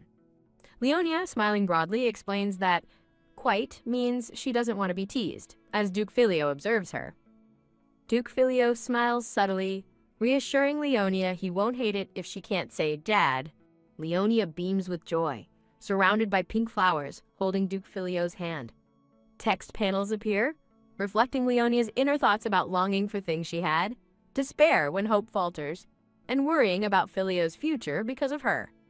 A beautifully ornate purple book, labeled My New Family, lies sparkling on a decorative surface. A sad Chibi Leonia, in a ruffled dress, vows to put her memories of her old life on a bookshelf deep in her heart. A Chibi Leonia, in a similar dress, is shown falling, as text reveals she will eventually close that book and put it back in its place. Duke Filio holds a determined-looking Leonia close, surrounded by roses, in a moment of strong connection. Duke Filio looks down at Leonia with a gentle expression, his face partially obscured, illuminated by a warm glow. Leonia smiles widely and contentedly, nestled against Duke Filio, surrounded by light pink roses. Leonia's feet in red slippers hop across a grand, sparkling floor, with musical notes indicating her cheerful movement. The man with grayish-blue hair and glasses asks Leonia if she will visit the orphanage today, while Leonia looks surprised. Leonia, dressed in a cute pink and blue outfit with a fluffy white hood, jumps excitedly, arms outstretched, against a floral background. Narrative text explains that a few days have passed since that happened, with fragmented images of figures and shattered glass. Serena Milioka, formerly Countess Tedros, is shown lying on the floor, returning to her maiden name, with a man standing over her and red spider lilies surrounding them, while her face shows sorrow in a lower panel. Narrative explains the Milioka family sent Serena to a remote medical facility, described as a beautiful and warm place, symbolizing that they turned their daughter over for committing a crime, with shadowy figures of her parents and a carriage. Narrative states that the Milioka family and other noble households offered enormous compensation, with shadowy figures of nobles in the background and shining gold coins falling. Leonia looks overjoyed, dancing amidst falling gold coins and jewelry, with a musical note bubble above her head. Leonia watches from behind as Duke Filio and Rupert converse, with a red-haired maid standing nearby. Duke Filio and Rupert stand together amidst roses, discussing serious matters as Rupert holds papers. Duke Filio is shown in profile, looking to the left with a serious expression, adorned in an elegant black suit with ornate silver details and a distinctive brooch. Leonia, in a pink and blue outfit, excitedly tells Kara, who has lavender hair and glasses, that her dad is working and looks cool. Leonia continues to exclaim that she thought her dad was going to meet someone to eat and play with before declaring that playing is Kara's job. Leonia, held by Duke Filio, joyfully calls out Dad, noting they are wearing similar clothes, while Kara, observing, comments that red and pink are different but similar. Duke Filio smiles softly as Leonia beams with happiness, safely embraced by him in a shimmering, floral setting. Duke Filio informs Rupert that they will return before dinner, and Rupert, holding papers, affirms he will organize information until their return. Leonia, held by Duke Filio, requests a meal with chicken from Kara, who wears lavender hair and glasses, while Duke Filio instructs them to prepare the meal as usual. Kara, with lavender hair and glasses, asks Leonia if she wants chicken with cream sauce, to which Leonia excitedly nods and warns Duke Filio not to drool on her hair. A grand, snow-covered ducal mansion with numerous towers stands prominently as a black carriage approaches its open gates under a bright sky. A black carriage travels steadily along a snowy, tree-lined path, hinting at a journey underway. Leonia, in her pink and blue outfit, confidently states she didn't throw up in this carriage last time, so she can ride it again, then a light pat sounds. Leonia, inside the carriage, remarks that her previous vomit likely fertilized the tree, making it grow bigger, which Duke Filio finds entirely lacking in conscience. A man with light brown hair and a beard walks through a bustling town street, past various pedestrians and charming buildings under a sunny sky. Leonia eagerly looks out the carriage window, pressing her hands against the glass, while Duke Filio sits calmly behind her. Duke Filio calls out Leo, and Leonia, in a bustling town square with a fountain, responds with a questioning yes. Duke Filio, with a thoughtful expression, asks if they should get off the carriage here. Leonia, with sparkling eyes, joyfully asks if they can really go and look around the town. A shine sounds. Duke Filio explains that he misses the streets as it's been 3 years since he came to the north, but assures Leonia they can look around and still make it to the orphanage on time. The black carriage is parked on a cobblestone street framed by traditional town buildings.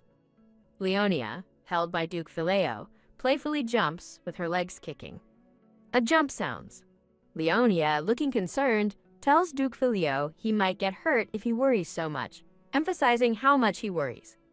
Duke Filio, with a thoughtful expression, explains that worrying is simply how parents are. Leonia, holding Duke Filio's hand, looks up at him with a curious, questioning expression. Leonia, looking directly ahead, softly calls out Dad. Duke Filio asks Leonia if she wants to go pick flowers, a subtle inquiry about needing the restroom as she looks on. Duke Filio sighs, noting Leonia's weird expression is witty and sounds nice, but he previously told her it was strange. Leonia asks where they are going, while Duke Filio thinks the orphanage is the problem, humorously imagining Leonia wanting to break flower petals by peeing on the streets. Ardea, the white-bearded history tutor, remarks that Leonia exaggerates but possesses the intelligence level of an academy student. Narrative text reveals that Leonia's innocence is gone due to daily exposure to meanness, disgust, and physical abuse, and that she had to suppress loneliness which almost consumed her. Duke Filio, with a gentle and thoughtful expression, realizes he needs to buy Leonia toys she can play with. Leonia watches from the foreground as men load wooden boxes onto a wagon in a busy market area. Leonia, surrounded by roses, excitedly praises the men, with muscles that are different from the knights, admiring their toned backs. A loud woo-ah sounds. Leonia embraces Duke Filio, making an ecstatic oh yeah sound. Leonia, looking a bit downcast, asks if they are still going to the orphanage, thinking it's okay to be a bit late since she's been there before. Duke Filio looks serious as a voice calls out, Duke, to him. Viscount Karata, a man with a mustache, holds his daughter Flomis, and expresses surprise at seeing Duke Filio in this location. Viscount Karata introduces himself fully to Duke Filio. Viscount Karata explains he heard the leader of the North arrived, noting this happened before he went to the capital. Duke Filio asks Viscount Karata what brings him to a crowded place, and Karata, smiling, replies he is simply out with his daughter. Viscount Karata apologizes for interrupting Duke Filio's precious time, assuming he was looking around the square, while Leonia observes other people. A wow sounds. Viscount Karata introduces his daughter Flomis as his second child. Flomis, a small girl with brown hair and wide green eyes, looks on with a slightly startled expression. Duke Filio is depicted with glowing red eyes against a dark purple-tinged background, illustrating how Flomis sees Filio. Flomis, timidly peeking from behind her father, whispers that Duke Bogliardi is not a scary man, but hesitates to continue, while Leonia makes another excited woo-ah sound. A soft pat sounds. Duke Filio looks thoughtful, realizing he forgot about his glowing eyes for a moment because of Leonia, who then calls out, Dad. Leonia beams with a wide, joyful smile, looking up at Duke Filio, radiating happiness with sparkling effects. Duke Filio gently pats Leonia's head, introducing her as his daughter. A pat sounds. Viscount Levis Carrata, a man with a mustache, offers a late greeting and introduces himself to Duke Filio, who stands nearby with Leonia at his side. Leonia stands confidently amidst pink floral patterns, declaring her name as Leonia Boliotti. Viscount Carrata expresses honor at meeting Lady Boliotti, then introduces his daughter Flomis, who timidly peeks out from behind his hand. A peek sounds. Flomis Carrata, with wide green eyes and shimmering tears, introduces herself. Leonia, with dark hair, confidently introduces herself as Leonia Boliotti, while Viscount Carrata, with a mustache, mentions his daughter just turned 7. A cheerful chibi Leonia, in a pink and white fluffy outfit, smiles broadly amidst decorative flowers. 2 chibi heads, one with dark hair and one with brown hair, show surprise, with a large exclamation and question mark floating between them. A surprised Flomis, with brown hair and teary green eyes, asks Leonia about her age. Chibi Leonia, with dark hair and a pink and white fluffy outfit, beams with an open-mouthed smile amidst blooming flowers. Beneath a grand building at sunset, Leonia, carried by a purple-haired maid, asks if she is heavy, to which the maid replies, Leonia still needs to gain more weight. Leonia, with dark hair, pouts in bed, reflecting that she gained weight and fears her dad would tease her by calling her a pig. The pink-haired maid, with a lavender-haired maid beside her, smiles and reassures Leonia that she would be an adorable piglet. Chibi Leonia, with dark hair, looks thoughtful, recalling a comment about her being good to eat after 2 months. A pink-haired maid asks Leonia if she will be wearing a gown, to which Leonia simply replies, yeah. The pink-haired maid questions if the Duke truly teased Leonia about being a pig, and Leonia, held by the lavender-haired maid, confirms it happened at dinner. A dark-haired man feeds a small, annoyed dark-haired girl, while a large chibi Leonia declares she would say so if she liked it. The lavender-haired maid and the pink-haired maid both smile pleasantly. Leonia bursts into the room, running excitedly towards a seated Duke Filio as a speech bubble announces the arrival of the beloved daughter. A bare-chested Duke Filio asks Leonia if she washed up, but she, in chibi form, insists on sitting immediately to prevent future spine surgery. Leonia laughs happily, resting her head against Duke Filio's bare chest as he holds her close. Chibi Leonia, with dark hair, playfully pulls her pigtails and asks if she has mentioned something before. In a sunset-lit room, Duke Filio thinks Leonia has said that before, then shifts the conversation to his day. Duke Filio, with black hair, gazes gently amidst a frame of sparkling pink roses. Chibi Leonia, with dark hair, smiles widely and contentedly, implying she talks to her dad during his work. From an aerial view, Duke Filio holds Leonia in the grand hall, as she reflects that her father always listened to her words. A sleepy chibi Leonia nods, remembering pulling up her hood before visiting the market. Duke Filio, with black hair, gently holds a sleeping Leonia, telling her it's bedtime. Duke Filio carries Leonia through the grand sparkling hall. Duke Filio tenderly cradles a sleeping Leonia surrounded by delicate white lilies. Duke Filio dismisses the bowing maids, telling one who calls out to him that it's fine as he continues walking away. Duke Filio, with black hair, gently tucks Leonia into her bed, softly touching her head, surrounded by white flowers. Duke Filio, with black hair, smiles subtly, his expression soft against a sparkling blue background. A hand gently drops a small, heart-patterned pouch into a jar already full of them, decorated with a ribbon, amidst white lilies.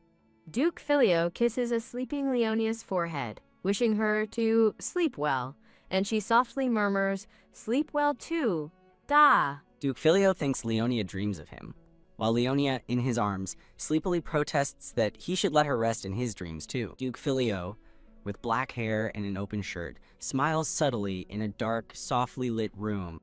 Duke Filio, with black hair and an open shirt, sighs, observing that Leonia looks sleepy. Rupert, with light purple hair, informs Duke Filio that Leonia has gone to sleep. Rupert asks Duke Filio if Leonia is still pretty, to which Duke Filio seems unimpressed. An annoyed chibi Duke Filio sees a horrified chibi Rupert, who thinks it's strange to be insulted by a compliment about Leonia's beauty. Duke Filio, bare-chested and serious, declares that Rupert is a candidate for Leonia's escort, implicitly blaming him. Rupert, with light purple hair, complains about the unfairness, citing his hard work on adoption procedures, selecting teachers, and hiding evidence for Leonia. Duke Filio asks Rupert if he knows what Leonia did today, and Rupert, with light purple hair, says he doesn't know. Leonia peeks from a door, mentioning clothes and Rupert on the sofa, causing Rupert to turn away embarrassed as Duke Filio stands nearby shirtless. Rupert, with blue hair, stares with wide, horrified eyes against a streaked background, explicitly labeled horrified. An exasperated Rupert wonders how Leonia deduces things, realizing it's because Duke Filio seeks him out too often. An exasperated Rupert, identified as Viscount Rupert Ricos, questions if approving documents is now considered a sin. Rupert, a close ally of the Boleoti dukedom, is shown with natural charisma, holding papers. Panels depict Rupert assisting Duke Filio in managing the territory and communicating directly with him. Duke Filio, with glowing red eyes, sternly tells Rupert not to come to his office unless the matter is urgent.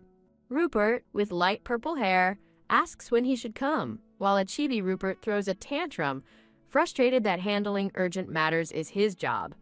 Duke Filio, with black hair, lists off Leonia's schedule, private lessons, nap time, and bedtime. A dismayed Rupert, with light purple hair, seems to consider, quote, quitting due to work stress. Rupert, with light purple hair, smiles amidst falling gold coins, contemplating the vast wealth of the Black Beast for potential financial care. Duke Filio expresses his repulsion towards Rupert, who, beaming with light, thanks him for the reprimand while presenting a requested investigation report. Sunset glows over the castle as a maid carries Leo, who worries that she might be too heavy. Leo complains that her father recently teased her by claiming she has become a pig. The brown-haired maid reassures the young girl that being a piglet would be absolutely adorable. Leah recalls her father jokingly suggesting she would be ready to eat in 2 months. The maids react with shock and nervous laughter while Leo prepares to change into a gown. While being dressed, Leo explains how her father continued to tease her about her weight during dinner. A memory shows the black-haired man eating while Leo expresses her frustration with his constant teasing. The two maids share a warm, knowing smile as they finish preparing the young lady for bed. A sudden, loud burst sounds as Leo rushes into her father's study to greet him enthusiastically. The black-haired man asks if she is clean while Leo insists on sitting for her future health. A tender moment passes as her father reaches out to lift the young girl up. The black-haired man pulls Leo into his lap while she giggles happily at his attention. Leo asks for validation of her scent, knowing her father is sensitive to strong smells. The young girl wonders if she has mentioned her father's specific preferences to him before. As the sun sets, her father confirms her memory while she begins recounting her daily adventures. The black-haired man listens with a soft, attentive gaze as his daughter speaks about her day. Leo glows with joy while sharing the many details of her day with her captive audience. In the quiet evening, the father remains still, listening intently to every word his daughter says. A quick, soft nod punctuates Leo's story about hiding her face to explore the local market. Exhaustion takes hold as Leo's head bobs and she begins to fall asleep mid-sentence. The black-haired man gently notes that it is finally time for the little girl to sleep. A soft rustle sounds as the father carries his sleeping daughter across the darkening, quiet room. The maids wait at the door as the black-haired man approaches with the sleeping child. The father holds Leo securely, ensuring she is comfortable and warm as she drifts off. He dismisses the maid's help, deciding to put his daughter to bed himself this evening. A soft creak sounds as the door to the girl's bedroom is pushed open slowly. The black-haired man carries her into the dim room, followed closely by a concerned maid. He carefully tucks Leo into her bed, making sure she is warm and safe for the night. Leo sleepily asks for candy while her father places a gentle, comforting hand on her forehead. He produces a small, strawberry-patterned bag of sweets to fulfill his daughter's sleepy request. A gentle, affectionate smile touches the man's face as he looks down at the resting girl. He adds the new treat to a glass jar already overflowing with many identical bags of candy. They exchange quiet wishes for a good night as he places a soft kiss on her head. Leo murmurs a sleepy request to be included in his dreams before drifting off completely. The girl smiles peacefully in her sleep, leaving her father in a moment of quiet reflection. The black-haired man offers one final look of deep affection before standing up to leave. He places a hand on the door, closing it softly as he finally departs the room. A weary sigh escapes the man as he walks down the hall, reflecting on her sleepiness. Rupert, a man with lavender hair, approaches to report that the young lady is finally asleep. Rupert jokes about her early bedtime being a specialty, but admits that she is very pretty. The black-haired man reacts with immediate irritation, questioning why Rupert would make such a comment. He warns Rupert that his position as a potential escort is exactly the cause of trouble. Rupert defends his hard work, citing the adoption and his efforts to manage rumors and teachers. The black-haired man asks if Rupert is aware of the girl's recent actions and questions. He reveals that Leo asked if Rupert would become her new father, shocking the lavender-haired man. A memory shows Rupert's extreme horror upon hearing the girl's strange deduction about his role. Rupert is completely overwhelmed by shock at the realization of how the young girl perceives him. He panics over her logic, while the black-haired man blames Rupert's constant presence for the confusion. Viscount Rupert Rico screams in frustration as he is burdened with even more administrative duties. Despite his current distress, the Viscount remains a charismatic and vital ally to the dukedom. The lavender-haired man manages the entire north and communicates directly with the black-haired duke. The black-haired man coolly demands his subordinate avoid his office unless there is an emergency. A sudden throb sounds as the lavender-haired man asks when he is actually allowed to visit. The duke lists private lessons, nap time, and bedtime as the only appropriate times for meetings. Overwhelmed by work stress, the lavender-haired man contemplates quitting his demanding position under the duke. He quickly reconsidering after remembering the immense wealth and financial security provided by the Northern Territory. The duke insults his subordinate while receiving the investigative report he ordered regarding recent northern events. Winter snow falls over mountains as the magical hunting season is expected to be particularly extravagant. Investigations reveal that magic and horses have mysteriously vanished from the northern hunting grounds recently. Greedy aristocrats have sparked a dangerous trend by engaging in the illegal trading of magical beasts. Terrifying, multi-eyed creatures lurk in the shadows, representing the new and dark interests of the nobility. Wealthy aristocrats foolishly believe they can tame wild beasts, ignoring the bloody history such ideas create. Violent red streaks punctuate the warning that this dark path is bound to reach a tragic end. Young beasts seem harmless, but their adult forms devastate areas and fuel controversy over their valuable corpses. A soft flap sounds as the black-haired man reviews reports on servants hired by suspicious aristocrats. The duke narrows his eyes, demanding his subordinate name the specific individuals involved in these movements. With a quick nod, the lavender-haired man identifies Count Melioka and Baron Gleiss as key mobilizers. Silhouettes loom as they discuss how the frequency of servant visits to the mansion has become suspicious. The black-haired man remains deep in thought, processing the intelligence regarding the two noble families. He suspects Count Malaika's family, who have suddenly bloomed in status like a fast-growing flower. A nervous gulp sounds as the lavender-haired man acknowledges the significant power of the families involved. The lavender-haired man asks which family they will meet first, and the duke chooses Count Tavanos. The black-haired man stares ahead with a cold, piercing gaze, ready to face the upcoming political challenges. He settles back into his chair, noting that bothersome pests are finally starting to lurk nearby. The duke takes offense when his subordinate suggests he acted like the monarch of the north previously. He finds the comparison to a monarch a joke, maintaining his stoic demeanor during the late-night briefing. The duke wonders if the imperial family's concern would be sharper if Leo hadn't been harassed. He acknowledges the emperor's intelligence, suspecting the imperial family is fully aware of the current situation. A devious smile touches the man's face as he plans to make his enemies truly miserable. The lavender-haired man shivers when the duke notes he is starting to resemble the young lady.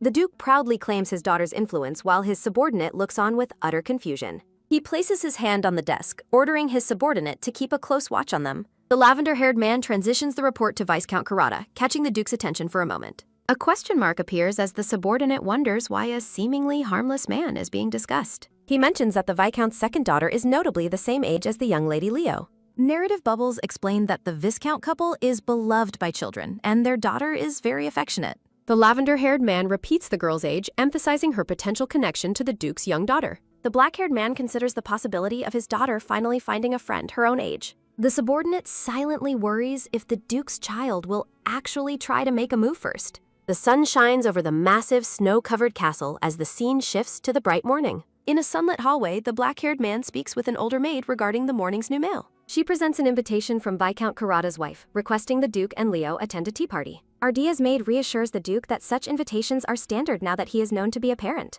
The black-haired man holds the letter carefully, contemplating the social obligation and the potential for his daughter. He asks about Leo's current location, and the maid confirms the young girl is in the living room. As they walk, the maid mentions that Ardia wants to discuss the young lady's upcoming lessons later. The duke instructs her to schedule the meeting regarding the lessons for later in the afternoon.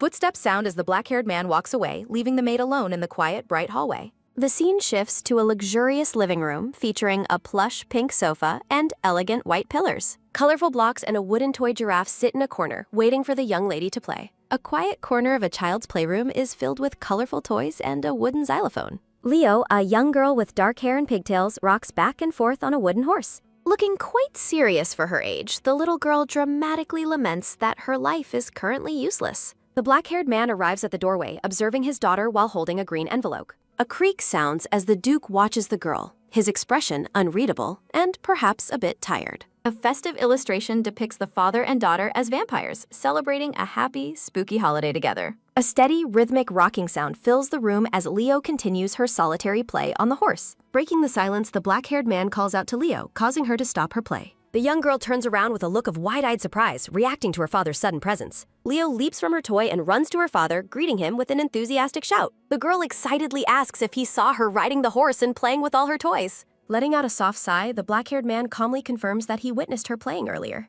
A warm fire crackles in the grand hearth, casting a cozy glow over the luxurious living room. The Duke takes a seat on the elegant sofa while Leo approaches him with a quick stride. With a soft flop, the young girl settles herself comfortably onto her father's lap for a trot. The Duke asks about her comfort, and Leo cheerfully confirms she is perfectly settled on his lap. Reaching out, the black-haired man offers Leo the green envelope he was holding earlier. Leo questions if the letter is his, but he explains it is an invitation regarding Viscount Karada. They discuss the Viscount's daughter, though the Duke tells Leo to stop speaking so maturely. The young girl begins to read the contents of the formal letter her father just handed her. A confused expression crosses Leo's face as she struggles to understand the purpose of the message. The Duke explains the tea party invitation, stating his desire to attend a social event with her. He admits his lingering worry over the distressed state she was in when he last returned home. A haunting memory shows the young girl looking pale and overwhelmed by some past inner turmoil. The Duke insists she learn to be a normal child, while Leo loudly protests his suggestion. He gently advises her that she is still young and shouldn't feel forced to act so mature. Leo is absolutely dumbfounded by her father's logic, considering his words to be complete and total nonsense.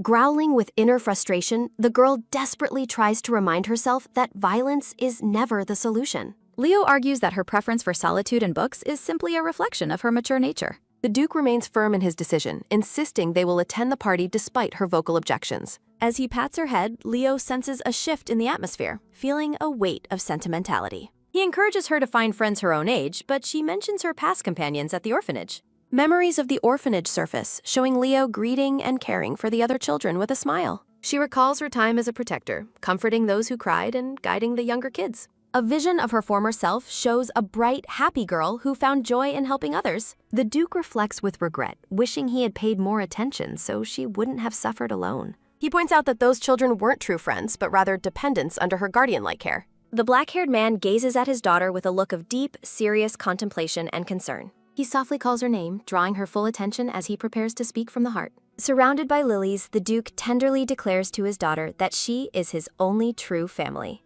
Leo stares up at her father, her eyes widening as his sincere words sink into her heart. He promises not to rush her growth, leading Leo to wonder if he is trying to start a fight. Frustrated, the girl realizes her father sees through her act and hates being treated like a mere child. The black-haired man emphasizes that her personal desires and happiness are of the utmost significance to him. Leo looks on in stunned silence, clearly moved by the depth of her father's unexpected emotional honesty. Overwhelmed by the situation, the young girl buries her face in her hands and lets out a muffled scream. Leo suddenly shouts her agreement to attend, realizing the tea party is a small price for his affection. The scene shifts to a snow-covered mansion nestled among the cold, dark mountains under a crescent moon. An older man with a mustache and glasses discusses the Duke's invitation with a woman at night. He expresses his deep concern and doubt about whether a high-ranking Duke would actually attend their gathering. Viscount Karada tells his wife he'd be glad if the Duke used the invite as firewood to avoid a waste. He reassures her that the Duke requested the invitation and asks about her meeting with Duke Bolioti's daughter. With a warm smile, the man with the mustache notes that the young girl is such an adorable little girl. He says talking to her felt like meeting an old person, making his wife gasp and shout, "Oh my gosh!" The Viscountess wonders if the Duke had Flo in mind after their meeting in the plaza, looking thoughtful. As Flo sleeps, her mother worries that the child lacks the initiative to lead others despite being a good kid. Her husband asks if that's what she's worried about, noting she is the daughter of Duke Bolioti after all. The man asks where title and status fit into friendship, gently accusing his wife of being naive again. He suggests they head to bed as a candle is held up against the dark window to end the night. Carrying the lit candle, the Viscountess tells her husband that, honestly, she shouldn't concern herself with such matters. Looking grave, he warns her that she doesn't know what the Duke is really like, causing her to gasp. A red-caped figure stands before a dark beast as he asks why else the Duke is called the Black Beast. A young boy in a tuxedo is frozen in terror as a deep, dramatic sound resonates through the room. With a sudden, heavy collapse, the terrified boy falls to his knees while a blonde girl looks on, stunned. A soft drop sounds as a blonde girl releases her doll, standing paralyzed with fear alongside the other children. Two heavy, rhythmic beats accompany a close-up of Duke Bogliotti's cold and incredibly intense eyes. Dressed formally, the Duke stands tall as a maid offers to take his coat while Leo waits nearby. A high-pitched scream echoes through the winter air as the blonde girl reacts to the Duke's formidable presence. The play area remains deserted as toys lay scattered on the rug, leaving the Duke and Leo in silence. The lavender-haired man wonders if all the children really just cried and ran away from the Duke's sight.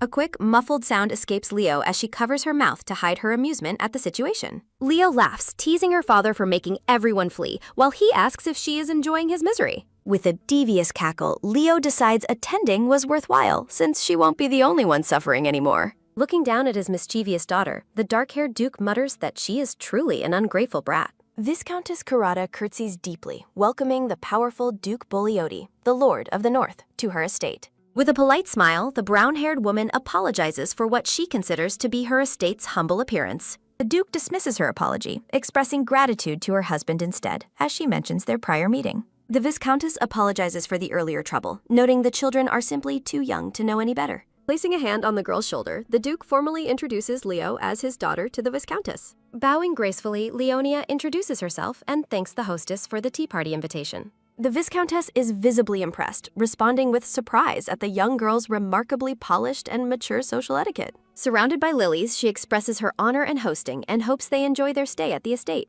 The Viscountess curtsies to the noble pair as they stand poised and elegant within the bright, decorated hall. A bright smile lights up Leo's face as she cheekily thinks to herself that they are perfectly matched. The brown-haired woman points out the play area filled with toys and blocks for the children to enjoy. She explains that parents can sit at the tables to drink tea while keeping a close eye on them. She explains they host gatherings often and have prepared a special activity where the kids can ride reindeers. The Duke's expression darkens as he asks about safety, and she explains the rules children must follow. Feeling the Duke's intense pressure, the Viscountess smiles nervously until he decides the reindeer activity is fine. With a quick sprint, Leo moves toward the tables while her father prepares for the tea party. The dark-haired Duke tells Leo she should go and play with the other children instead of staying near him. Leo protests with an exaggerated whine, begging her father to let her stay and drink tea with him.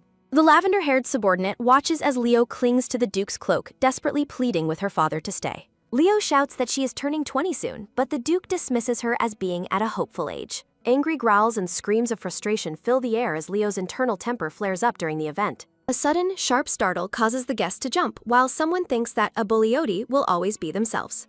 The Duke hands a bag of candy to Leo, telling her to stop being silly and share them. He orders her to stop glaring and try to make at least one friend today, as she looks annoyed. With a long sigh, Leo looks completely annoyed as she wonders what she could possibly play with these children. The black-haired Duke sips his tea with a cold, composed expression while observing the event. From a distance, Flo watches the young girl in the green dress explore the play area. A soft gulp sounds as the brown-haired girl looks visibly intimidated by the newcomer's presence. Her brother claims that as the daughter of the Black Beast, she must be a beast too.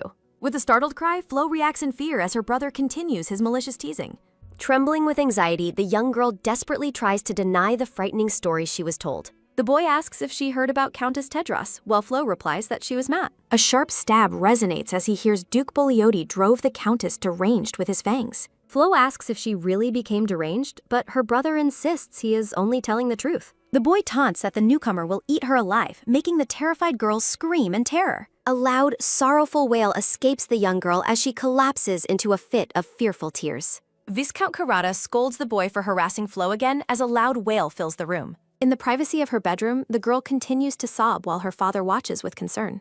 A gentle pat lands on her head as her father softly calls her name to provide comfort. Wiping a tear, the man reassures Flo that she isn't forced to befriend the Duke's daughter. The mustached man gazes tenderly at his daughter as she listens to his supportive words. The man promises his daughter that it is perfectly fine if she doesn't want to interact. A bright light surrounds the pair as Flo clenches her fist, finding a new sense of resolve. Flo notes her brother was crying when he ran, but she is braver and can do this. Shifting back to the party, the young girl in the green dress suddenly calls out to Flo. With a sudden turn, the black-haired girl reveals a focused and serious expression to the other children. The Duke remains seated at the tea table, his sharp eyes fixed on his daughter's every move. He silently vows to witness her make a friend, while Leo grumbles and a soft rustle sounds. With a soft unwrap, the girl grumbles about the situation while preparing to open a sweet treat.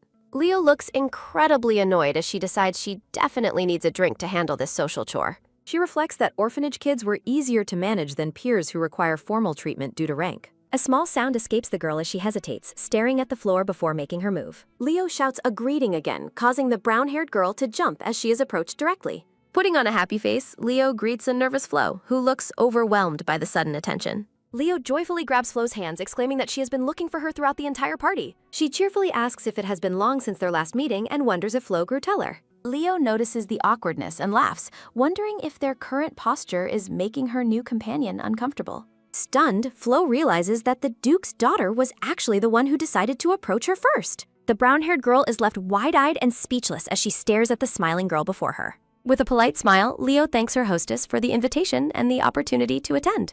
Flo explains the available refreshments and mentions they will later get to play around with some reindeers. Leo excitedly mentions Rudolph, though a confused Flo has no idea who that specific reindeer could be. Leo explains he is a red-nosed reindeer, while Flo notes their noses only redden on colder days.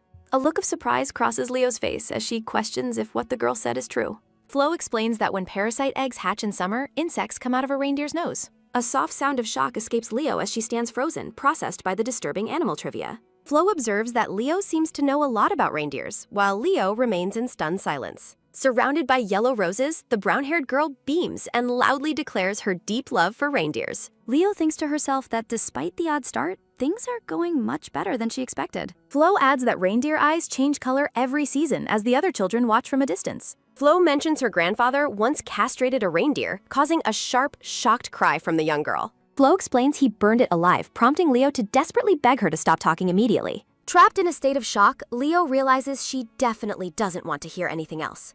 Leo tries to change the subject, offering her candies and suggesting they eat their treats together. A chorus of amazed sounds echoes as the other children watch Leo successfully mingle with their hostess. A close-up reveals the Duke's piercing gaze as he observes the lively party. The Duke asks Sir Gable how Leo appears, while the lavender-haired knight stands at attention. From a distance, a group of children chatters while someone notes Leo seems like a good kid.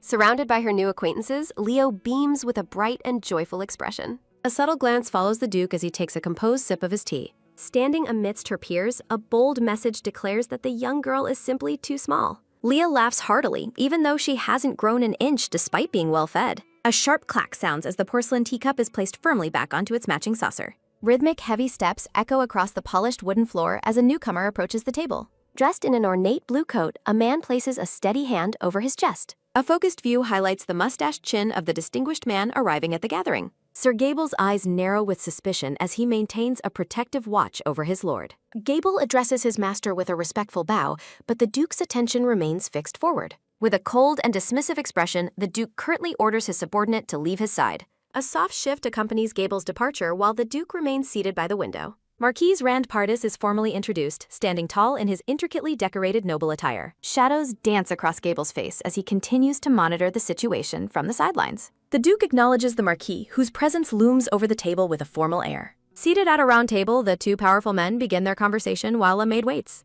They discuss their previous meeting at the Imperial Palace beneath the warm glow of a chandelier. Marquis Pardis laughs boisterously, expressing how much he enjoys their frequent and spirited conversations. Leo pauses mid-play as laughter rings out, her curiosity piqued by the exchange at the table. The grand hall is filled with light as the maid serves the two nobles during their meeting.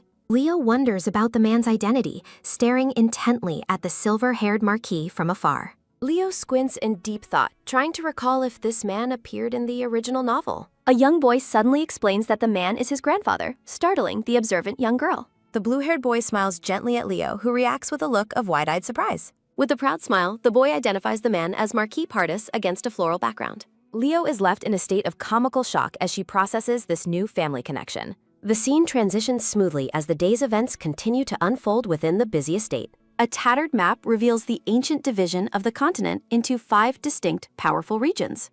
A golden crest shines as a ruler embarks on a quest to unify the vast kingdom. While others join the central kingdom, the defiant north refused to bend to the crown's will.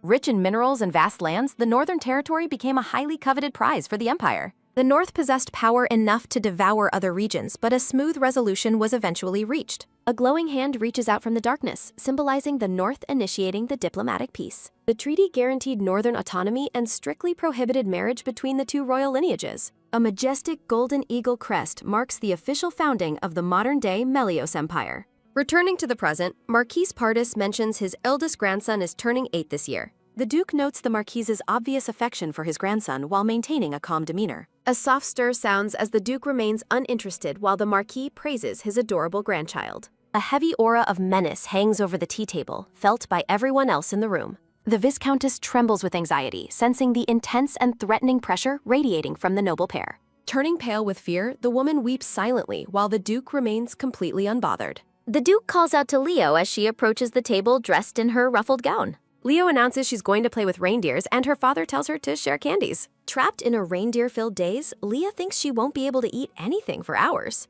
Leo desperately tries to forget the horrifying animal facts Flo shared while the Marquise watches her. The Marquis identifies Leo as the rumored daughter, his gaze fixed on the young girl. A dark shadow falls over the Duke's face as he repeats the word rumored with chilling intensity. The silver-haired Marquise apologizes for his rudeness before politely greeting the young girl with a smile. Staring up in silence, the black-haired girl observes the distinguished man with a neutral, steady expression. Formally introducing herself, Leonia Bugliotti identifies herself as the Duke's daughter. A dark aura surrounds the man as a bitter reflection labels him an awful grandfather. While the Marquise praises her cuteness, the girl argues she has more muscle than her father's arms. The Duke instructs his daughter to take the lavender-haired knight outside to see the animals. Surrounded by falling petals, Sir Gable carries the young lady through the grand estate's lush garden. Narrative questions ask if she enjoyed her time while she reflects on the many things she learned. From her knight's arms, the girl watches the two powerful nobles continue their seated, formal discussion. With a mischievous grin, the girl asks if anyone knows why reindeer possess such red noses.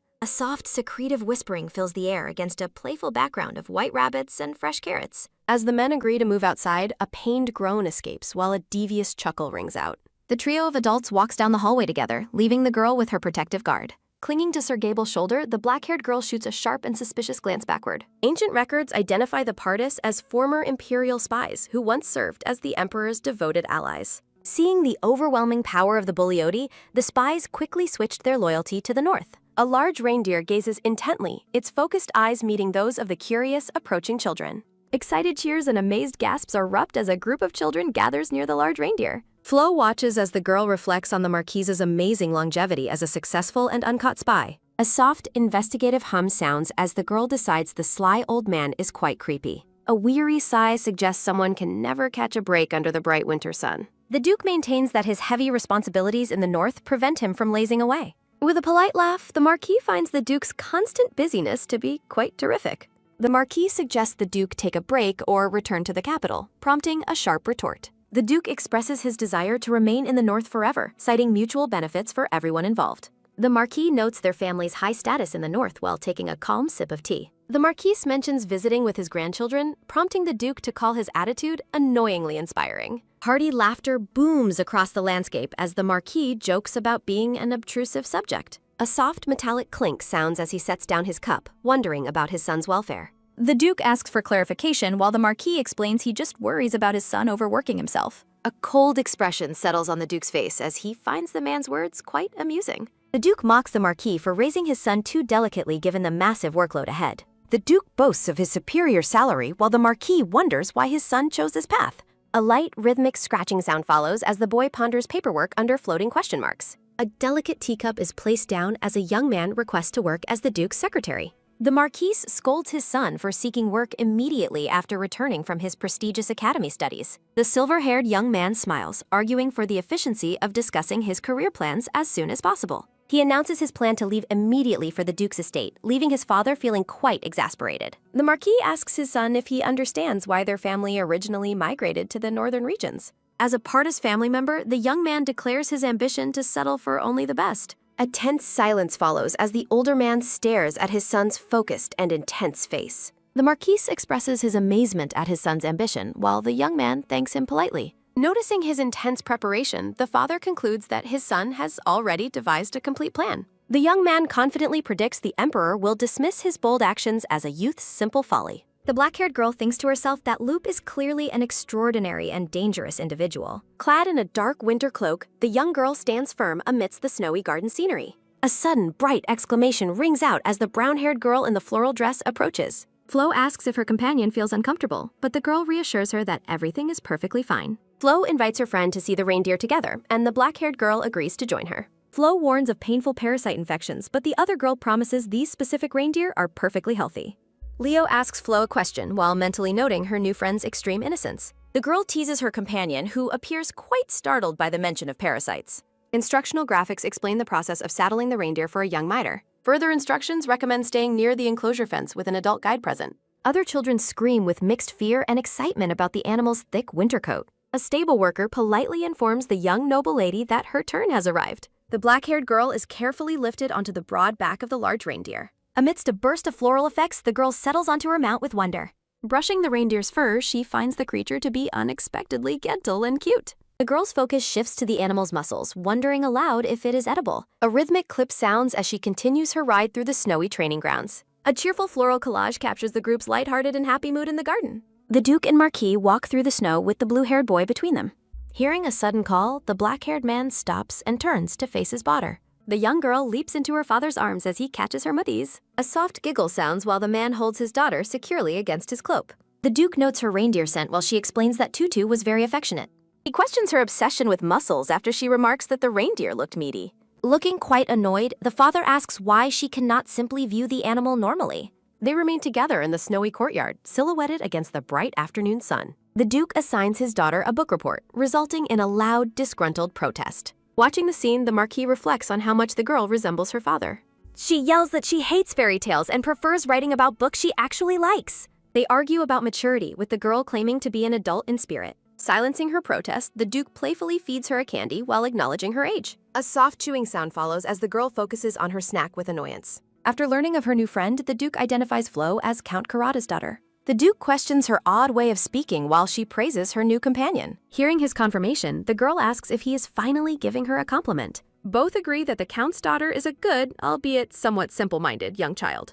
The girl reacts with suspicion to her father's uncharacteristically gentle tone regarding her friend. The group shifts their position, continuing their stroll through the expansive and snowy estate. The silver-haired Marquis stands behind his grandson, who peeks out with a shy expression. With a skeptical look, the girl compares the formal atmosphere to a popular television show. A sparkling view highlights the boy's striking blue eyes as he observes the young lady. Walking together, the girl mentions her full stomach while the Duke praises the boy. A soft step sounds as the Marquis laughs and declares that everyone is friends. The Duke labels her curiosity useless, but she insists that her questions are quite important. Peeking over her father's arm, the girl remains determined to learn about their private talk. A glowing book appears as she ponders her current position within the original novel's plot. Records reveal that the Marquise serves as a primary source of information for the family. Believing in her father's overwhelming power, the girl decides not to worry about the future. She recalls that the main story begins at the first prince's 16th birthday banquet. A sudden gasp of realization escapes as she formulates a plan to verify the year. She decides to hide her true intentions behind the innocent curiosity of a 7-year-old. Calling out to her father repeatedly, the girl prepares to ask her most important question. With a direct and steady gaze, she asks her father to reveal his current age. The Duke finds the question early, but the girl insists she needs the answer now. A shock like lightning strikes as the Duke reveals he is only 27 years old. A massive exclamation of absolute shock and disbelief fills the screen following his surprising answer. Her world seems to shatter with the sudden, overwhelming revelation of her father's young age. A massive scream of disbelief echoes through the estate, startling the staff with its intensity. Clinging to his face, the girl hysterically demands to know if her father is being serious. He questions if all her lunch went straight to her vocal cords. The Duke is amused by her shock, while she flails frantically, admitting she thought he was much older. The sheer force of her disbelief leaves the two powerful men momentarily stunned and completely speechless. The girl rants internally about his mature behavior, while the Marquis struggles to hide his laughter. A maid silently pleads for the girl to stop talking. The Marquise is overwhelmed by the girl's bluntness, while the Duke remains stoically silent during her outburst. Holding her bruised forehead, the young girl urgently calls out for someone she calls Granny Cara. A bespectacled woman reacts with genuine alarm at the sight of the child's newly injured face. As the woman investigates the injury, a soft whine follows as the girl tearfully accuses her father. Without an ounce of regret, the Duke confirms the deed and claims she earned the punishment. The girl protests the use of force, but the Duke retorts by questioning her lack of restraint. She argues that her behavior is nothing new, but her father insists on better situational decorum. Softening his tone, the man lifts his daughter and places a gentle kiss on her injury. Settling into the parlor, he asks about her pain while she gives a muffled affirmative response. He dismisses her dramatics as he prepares medicine, prompting a disgruntled thought from the young girl. A rhythmic dab sounds as the girl embellishes her suffering while her father carefully applies some ointment. A quiet moment of contemplation passes as the Duke focuses on tending to his daughter's injury. The red bruise remains visible as the ointment is gently applied with a small cotton swab. She remains visibly disgruntled while her father methodically continues his medical task in the quiet room. The man's expression remains unreadable and calm as he finishes treating his daughter's minor forehead wound. He questions her lack of comforting words before a pungent medicinal odor makes her recoil and flinch. A rare, subtle smirk plays on the man's lips as he watches his daughter's dramatic reaction. The pair bickers playfully about her overreaction to the ointment while the domestic staff watches nearby. The attendants observe the scene, commenting on the surprisingly sweet interaction between the father and daughter. Surrounded by a floral atmosphere, the two share a peaceful moment of rest on the sofa. The young lady leans comfortably against her father's side, finding a moment of quiet contentment together. Her thoughts return to the shocking revelation of her father being only 27 years old. He teases her about her age-guessing skills, but she quickly pivots to complimenting his handsome looks. She showers him with flattery, predicting his future beauty and her own eventual resemblance to his coolness. Despite her enthusiastic and loud praise, the man remains stoic, staring ahead with a silent gaze. Amidst the backdrop of roses, the father gently places a sweet treat into her open mouth. A soft chewing sound follows as the girl enjoys her snack while leaning against her father. A sudden realization catches the young lady's attention, causing her to look up with a start. Standing on the couch, the girl demands answers about her biological mother, catching her father off guard. With intense curiosity, she asks about her mother's age at the time she originally ran away. The mention of the past brings a solemn and heavy silence to the man's handsome face. An awkward and tense stillness settles over the room as the father considers his daughter's difficult question. With a reluctant sigh, the Duke finally reveals that her biological mother was only 16 years old. The girl mentally calculates the timeline, realizing her mother was a teenager when she became pregnant. The weight of this new information casts a dark and somber shadow over the young girl. She asks about her mother's personality, and her father confirms her ambitious nature with a heavy sigh. An overwhelming and powerful energy emanates from the man as he declares his own fierce ambition. Before she can finish her thought, he delivers a blunt and stern warning about her future. He expresses his frustration and inability to fathom such a tragic fate for his own young daughter. A decorative interlude suggests that life's deeper meaning is currently being weighed and considered by all. Determined to find real answers, the girl puts away her fairy tale books to focus on reality. The shocking news about her biological mother's youth continues to weigh heavily on her young mind. A cheerful invitation to lunch momentarily breaks the girl's somber mood as she prepares to leave. The pair walks down the sunlit hallway together, leaving the heavy conversation behind for the time being. Leonia stands poised, her dark hair adorned with bright red bows as she enters the room. Arriving at the grand dining hall, the young girl spots her father waiting for her. A heartwarming thought of her father crosses her mind as she prepares to greet him joyfully. Leonia excitedly hugs Filio, who playfully scolds her running while she expresses concern for his workload. Enraged by his exhaustion, Leonia demands to know who overworked him, prompting Filio's amused fighting offer.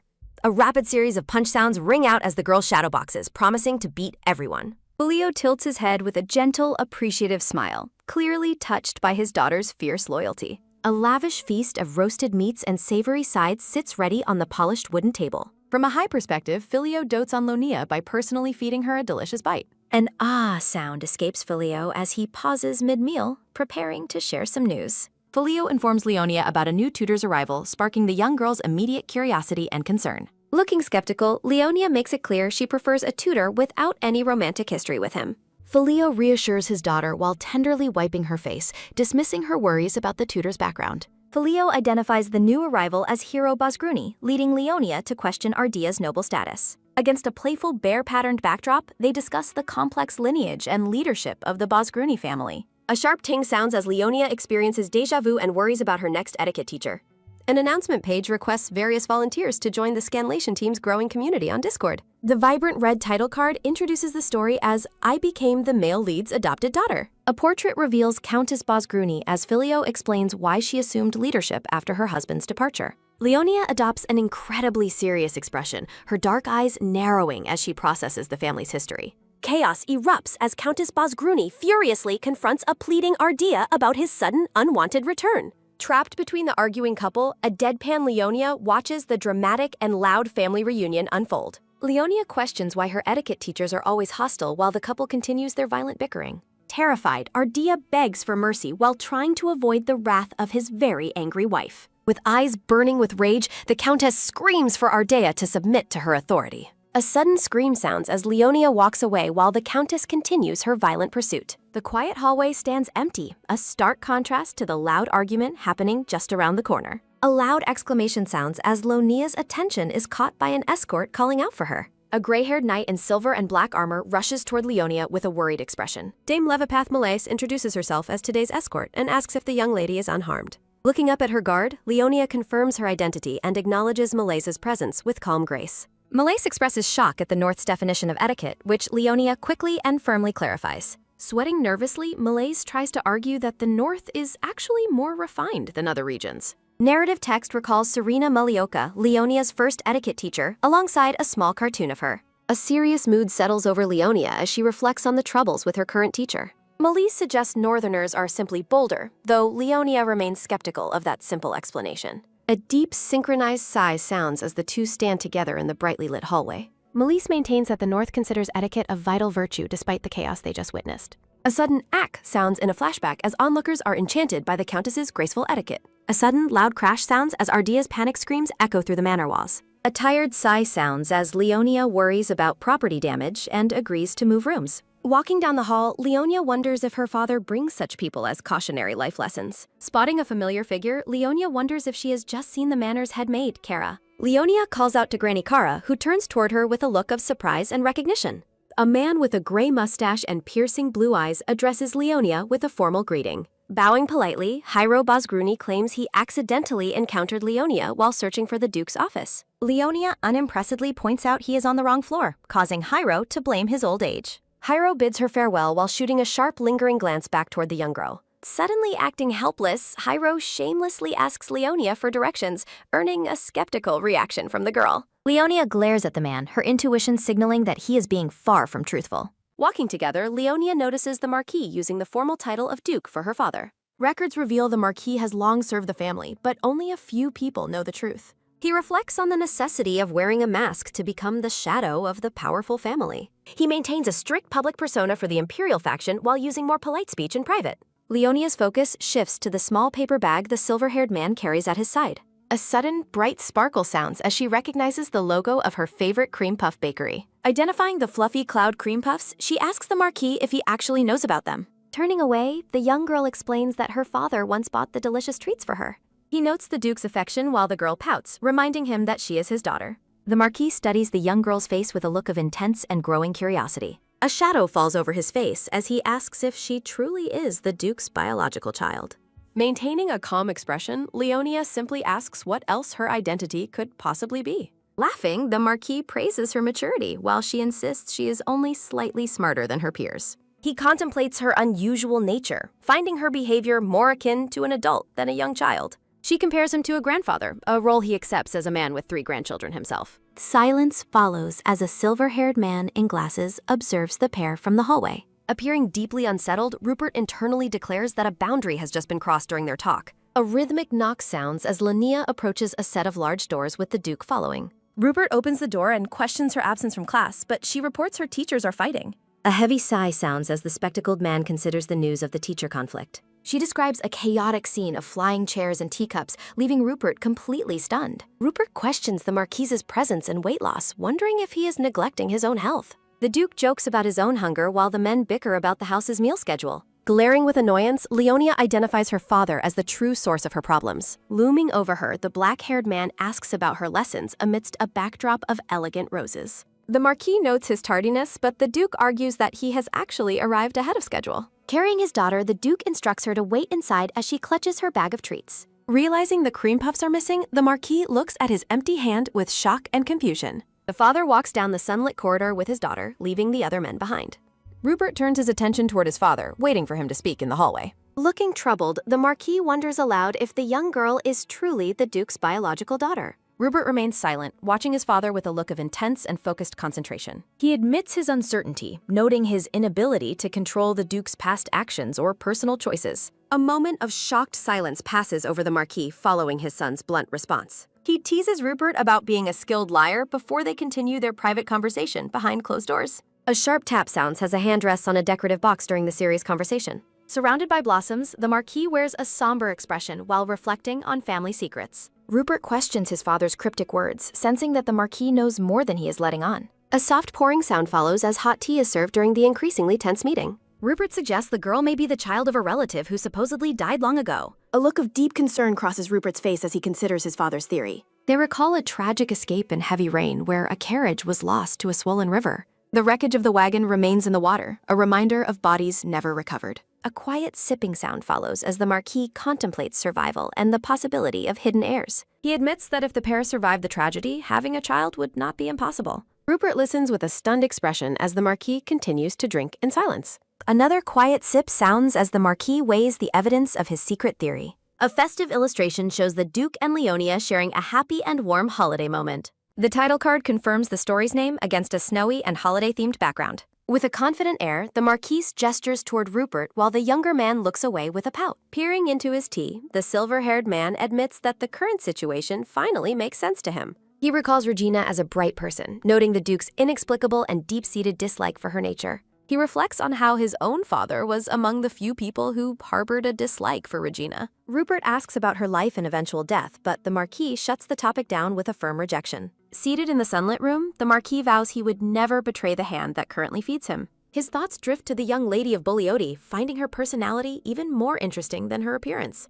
A sharp clack sounds as he sets his cup down, preferring her current status as the Duke's daughter. The large doors swing open as the Duke returns, startling the men who were deep in private conversation. A sudden stand follows as the Marquis rises quickly to greet the black-haired man's unexpected entrance. The Duke looms in the doorway while the Marquis looks visibly shaken by the man's presence in the room. The Duke mentions his delivery of cream puffs, but Rupert bluntly tells him to stop pretending he cares. Settling into a chair, the Duke dismissively suggests that the men should never show their faces here again. Rupert asks for his requested items while the Marquis feels ignored by the cold interaction between the two. A soft sound follows as a decorative box is opened to reveal a hidden game board. Examining a red crystal piece, the Duke admits a cold and dark desire to simply break the delicate object. They discuss the high value of the jewels, which once belonged to the late Duchess of Buglioti. 3 animal-shaped crystal pieces represent families entangled in the illegal monster trade, including the ringleader Tabanis. Records identify Count Meliaka as an imperial faction member who recently migrated to the region from the south. Baroness Gliss is identified as a new noble acting as a helper in the elaborate illegal scheme.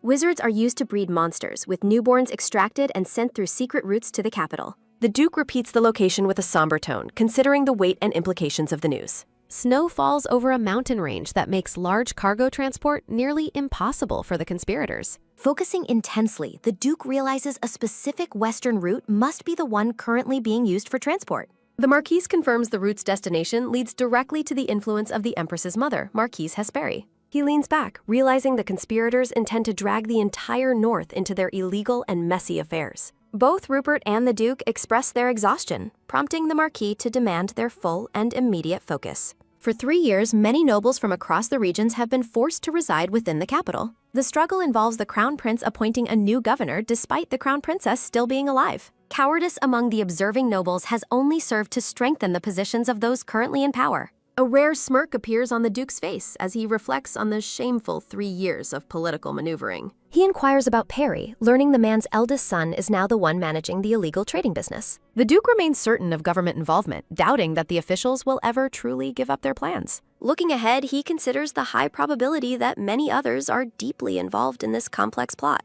The Marquis holds a golden bird crystal, acknowledging the Duke's sharp and accurate expectations of the situation. The conversation shifts to the imperial family's potential role, highlighted by their elaborate and golden family crest. A festive New Year's illustration shows the Duke and Leonia celebrating together in matching tiger-themed onesies. The imperial family's connection is reiterated amidst symbolic crystal figures and an ornate red and gold crest. The Duke ponders the existence of concrete evidence linking the imperial court to the illegal monster trade. A move sounds as a piece is played while they discuss a guarded warehouse situated at the border. A look of grim focus crosses the Marquis's face as he reports the sighting of an imperial knight. Shadow masks the Duke's face as he grips a crystal piece, processing the damning evidence against the throne. A heavy silence fills the room as the Duke commands his associate to continue with the detailed report. The informant is certain of the knight's identity, having seen the man frequently during visits to the capital. Details emerge about the knight's habits and appearance, confirming his identity despite his unusual role as a guard. Given the source's credibility, the Marquis explains why he chose to investigate the suspicious warehouse matter further. A sharp clench sounds as the Marquis confirms the man is indeed a member of the Imperial Knights. A heavy crush sounds as the Duke shatters a crystal piece, his eyes glowing with dangerous and lethal intent. The broken piece rolls and crumbles, reflecting the Duke's cold and growing fury at the revealed betrayal. A slight shift sounds as the Marquis anticipates the inevitable bloodshed the Duke's power will soon cause. A weary sigh sounds as the Duke instructs Rupert to have Count Rene visit. The Duke vows to eliminate those trespassing in his territory after being complacent too long. The pair shares a festive moment as the Duke wears a small pink bow. Rising from his seat, the Duke informs the Marquis he has one more matter. A sudden throw sounds as the Duke tosses a crystal cat to the startled Marquis. He commands word be sent to the Ordio family regarding the crystal leopard piece. A gentle brush sounds as a hand combs through long, dark hair. Connie notes the young lady's recent and frequent interest in styling her long hair. Looking into the mirror, Leonia happily thanks Connie for her excellent work on her hair. A rhythmic knock-knock sounds as the maid asks if she is ready to go. Voices warn the young lady to be careful and avoid getting hurt during her training. Jumping with energy, Leonia vows to hit her father back if she gets injured today. The young girl maintains a look of steady focus before heading out for the day. A dense field of dots creates a simple transition between the morning and training. The Duke and his daughter sit together for a snack of cookies and tea. The Duke explains she must learn control and undergo training, much to her vocal dismay. He emphasizes that as his future successor, she must start learning these vital lessons now. Wide-eyed and curious, Leonia asks her father if he truly intends to make her heir. He admits he decided to make her his heir the day he adopted her. He offers to reconsider if she refuses, noting he has no immediate plans for marriage. The Duke confirms that regardless of circumstances, she is first in line for the title. Melise watches the young girl pass by while a melodic humming sound fills the air. Leonia excitedly asks the silver-haired knight if she is ready for the upcoming training session. She asks about her father, but Melesse reports she hasn't seen him recently either. A low gasp sounds as Leonia wonders if her father is meeting with Sir Mono. The young girl stops as she spots the Duke standing alone in the grand hallway. Seeing her father in training attire, Leonia is completely awestruck by his incredible appearance. She internally praises her father's good looks, finding him to be dangerously handsome today. Leonia asks Melias if she likes him, but the knight only admits to respecting him. Melase bluntly rejects the idea of marriage, stating her strong desire to stay alive. Leonia prepares to approach her father as his name echoes through the quiet training hall. A quick run sounds as the girl rushes across the open floor toward the Duke. Lifting her up, the Duke listens as she tells him how good he looks today. The black-haired man carries his daughter through the hall while flowers bloom in the background. He teases her about gaining weight, leading to a loud protest about his mean attitude. He questions her disrespectful tone, reminding her that he has been busy for many days. Concerned, she asks if he is sleeping and suggests they nap together after their training. He declines, citing her kicking habit, despite her claim of sleeping like a baby animal. A playful punch sounds as they bicker over her being an animal or a baby. The Duke sighs, noting that their interactions always seem to end in this playful manner. Leonia lists his many virtues, but insists he is missing one important piece of character. She thanks him for his kind words, despite what she calls his usual snobbish attitude. She cheekily suggests he put his gratitude in a will and transfer his authority. A heavy sigh sounds as the Duke wonders if she is actually planning his assassination. Leonia looks around the empty facility, wondering where all the other people have gone. A heavy thud sounds as her heart flutters with excitement at the grand training hall. A recruitment notice asks for help while providing contact information for the scan group. Overwhelmed by the sight, Leonia reacts with shock amidst a backdrop of beautiful roses. A sudden gush sounds as Leonia wrongly assumes the Duke rented the building for her. A sharp lift sounds as a hand grasps a long training pole in the hallway.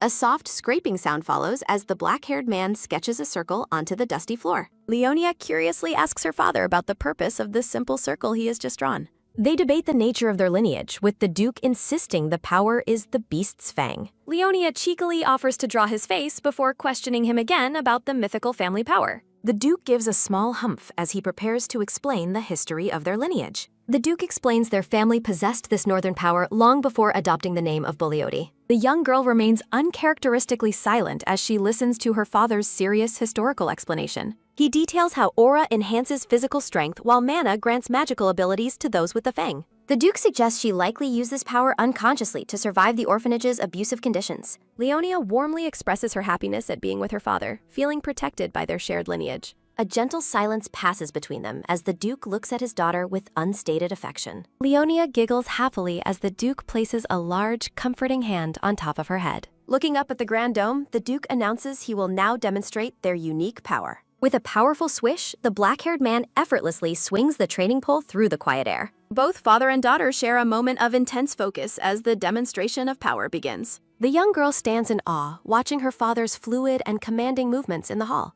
The Duke's eyes glow a piercing red as he agrees to show the full extent of his power. A violent swirl of energy surrounds the Duke as Leonia watches the display with wide eyes. A loud crack echoes through the hall as the Duke crushes the training pole with ease. The jagged, broken remains of the wooden pole fall toward the ground after the sudden impact. The shattered wooden pieces fall onto the floor between the Duke and his young daughter's feet.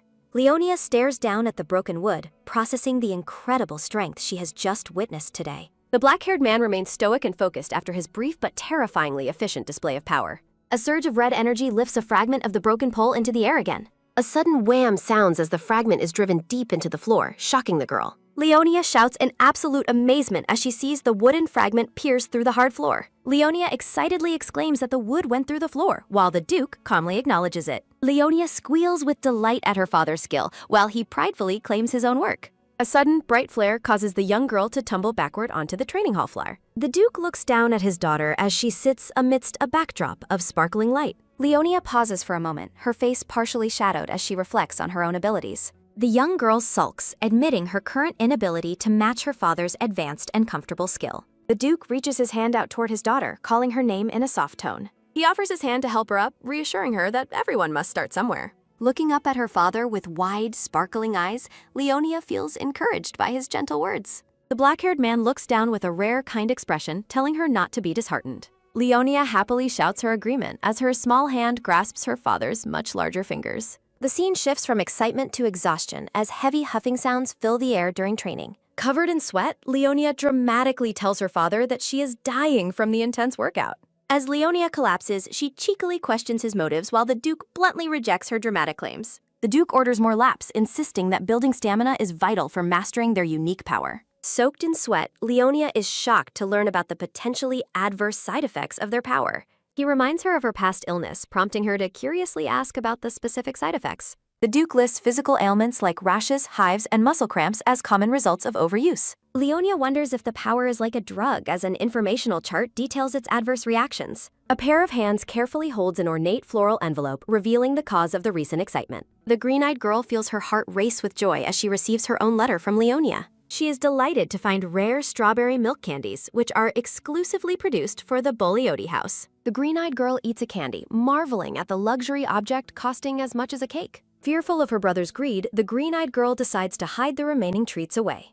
A sudden rhythmic knock-knock sounds as the brown-haired girl looks up, welcoming the visitor inside. The mustached Viscount Karada enters the room, expressing a fatherly curiosity about his daughter's current activities. Surrounded by a floral aura, Flo happily clutches a letter she just received from Lady Boleody. The Viscount smiles warmly, expressing his genuine relief that his daughter is finally making new friends. Leaning in with interest, he asks Flo if she would be willing to share the letter's contents. The brown-haired girl's eyes sparkle with excitement as she prepares to reveal the details of the message. Flo stands proudly with the letter, her enthusiasm creating a vibrant, flower-filled backdrop for her happy explanation. A bead of sweat rolls down the Viscount's face as he remains silent, processing his daughter's words. The green-eyed girl beams with delight, completely unaware of her father's growing internal bewilderment. The Viscount's expression darkens with comical dread while Flo continues to rejoice over her friend's unique letter. The scene shifts to a grand, lavishly decorated room where the father and daughter continue their conversation.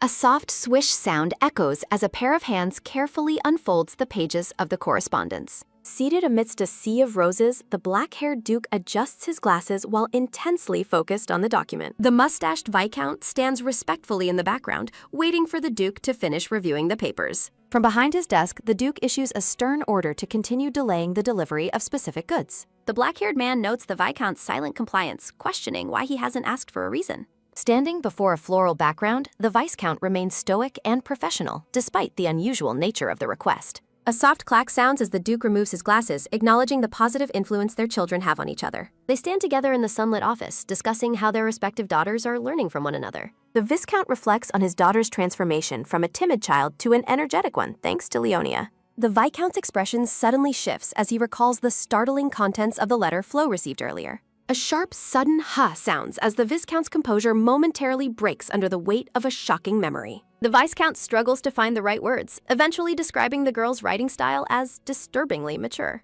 The black-haired man's gaze narrows as he asks for a specific explanation regarding what his daughter wrote. Leonia stands elegantly in a brown dress, looking like a picture of youthful innocence amidst a floral frame. The Duke scolds Leonia for ruining another child's innocence, prompting a loud and indignant protest from the girl. Leonia fumes with anger, demanding to know why adults never seem to respect a child's right to privacy. A bold, colorful knock sounds amidst a burst of stars and skulls, punctuating the chaotic energy of the argument. The Duke bluntly tells his daughter that she is the problem, advising her to reflect on her own actions. Leonia remains silent, clutching her head in frustration as she tries to reconcile her perspective with her father's.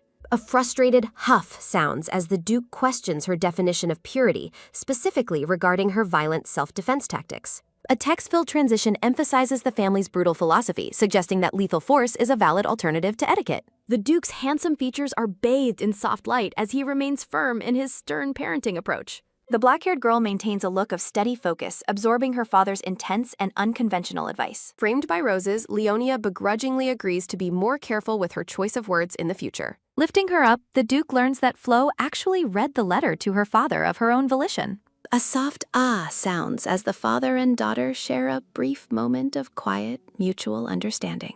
The maids watch with wide eyes as the Duke asks Leonia where she learned such graphic metaphors. Leonia explains the tragic premise of a classic fairy tale, attempting to justify her harsh critique of the characters. An illustrative panel shows an angel ascending to the heavens while a grieving woodcutter watches from the forest below. The Duke continues to question her vocabulary, clearly concerned about the darker origins of her speech. Leonia casually mentions her time at the orphanage, causing the Duke's expression to turn cold and murderous. Carrying his daughter down the hall, the Duke announces that a guest will be arriving in a few days. Leonia wonders if the visitor is the Marquise, but the Duke suggests it is someone far less welcome. A soft puffed sounds as Leonia reacts with amusement to her father's blatant disdain for his upcoming guest. The black-haired girl looks up with curiosity, wondering about the identity of her father's mysterious old friend. The scene shifts to a grand, snow-covered estate nestled among high mountains under a clear blue sky. A man with light hair sits at a desk, acknowledging someone's arrival with a polite and welcoming tone.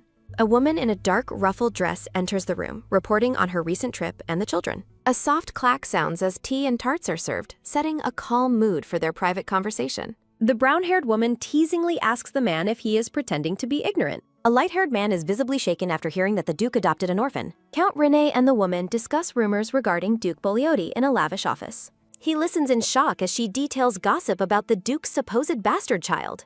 The brown-haired woman continues her explanation, noting her husband's lack of prior knowledge. A soft drop sounds as the light-haired man realizes he was kept in the dark. Slumped over his desk, Count Rene is consumed by a dark and dramatic aura. Tears stream down the man's face as he struggles to process the sudden news. A festive transition features the main characters in traditional attire, wishing the audience well. Leonia stands regally in a black and white frilled dress, looking unimpressed by her new attire. The maids swoon with delight, though Leonia's grumpy expression suggests she feels quite different. A magical shala sound accompanies the young girl as the maids beg for a twirl. Leonia strikes a pose, prompting the maids to cheer at her overwhelming cuteness. A rhythmic clack echoes as the black-haired girl descends the stairs in her heavy dress. Leonia spots her father waiting below, his tall frame cutting an imposing figure in white. Filio asks if the maids treated her like a doll, and she begrudgingly admits it. He lifts her up, noting that the dress suits her despite her personal distaste for it. A soft smooch follows as Filio encourages his daughter to dress up more often. Leonia stares ahead with a look of intense, quiet focus as they prepare for guests. She reveals the maid's advice about not losing to their upcoming visitor's daughter. Filio is confused by the mention of Count Rene's daughter, questioning what she means. A series of lush landscapes illustrate the Rene family's history and their ties to nature. Historical notes detail the family's success in expanding their territory through southern trade. The Rin house's emblem sits amidst gold coins, marking them as one of the empire's wealthiest. A solitary carriage makes its way through a dense snow-covered forest toward the Duke's estate. Count Rene remains slumped in the carriage, still brooding over his friend's secrecy. His children excitedly watch the snowy landscape while the mother observes her husband's mood. Findot and Upira Rene are introduced as they marvel at the falling snow outside. The brown-haired mother agrees that the snow is beautiful compared to the capital spa. Upira asks when they will arrive, her excitement clashing with her father's silent misery. The mother urges the children to be patient during their first journey to the north. Upira wonders if her father has visited before, but receives only a somber silence. The mother gently explains that their father is occupied with very serious thoughts right now. A close-up highlights the Count's inner turmoil, noting how sensitive his personality can be. A memory shows the Count sobbing over drinks, feeling deeply betrayed by the Duke's silence. His wife looks at him with pity, recalling how hard he took the news earlier. She asks him what exactly is weighing so heavily on his mind during the trip. Count Rene admits to his wife that he feels genuinely betrayed by his old friend. He worries about being petty while his children happily snack on cookies nearby. A soft pat sounds as the mother places a comforting hand over her husband's. The couple shares a quiet moment of connection as she tries to ease his worries. The mother laughs, reassuring him that his hurt feelings won't damage their long-standing friendship. Count Rene remains pensive, still unable to shake the sting of the Duke's omission.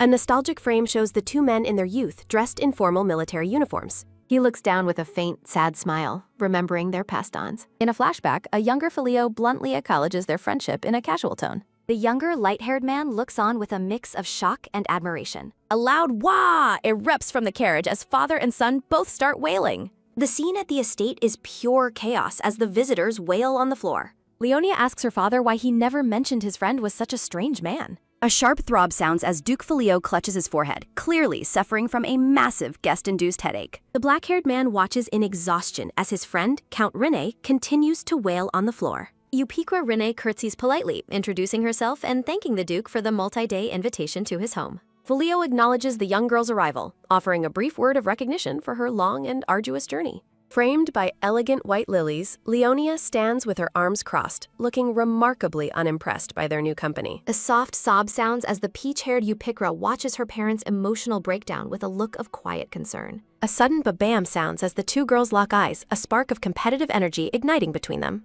Eupiqua breaks the silence, questioning if the black-haired girl is truly the daughter of the high-ranking Duke Buglioti. Leonia responds with a defiant smirk, challenging the girl's inquiry with a bold and entirely unbothered attitude. The peach-haired girl announces her future plan to marry the Duke, leaving Leonia visibly confused by the declaration. Leonia recalls the maid's competitive advice while her father holds her, reminding her not to lose to others. The black-haired girl stares blankly, realizing that the maid's warnings about a rival were more literal than expected.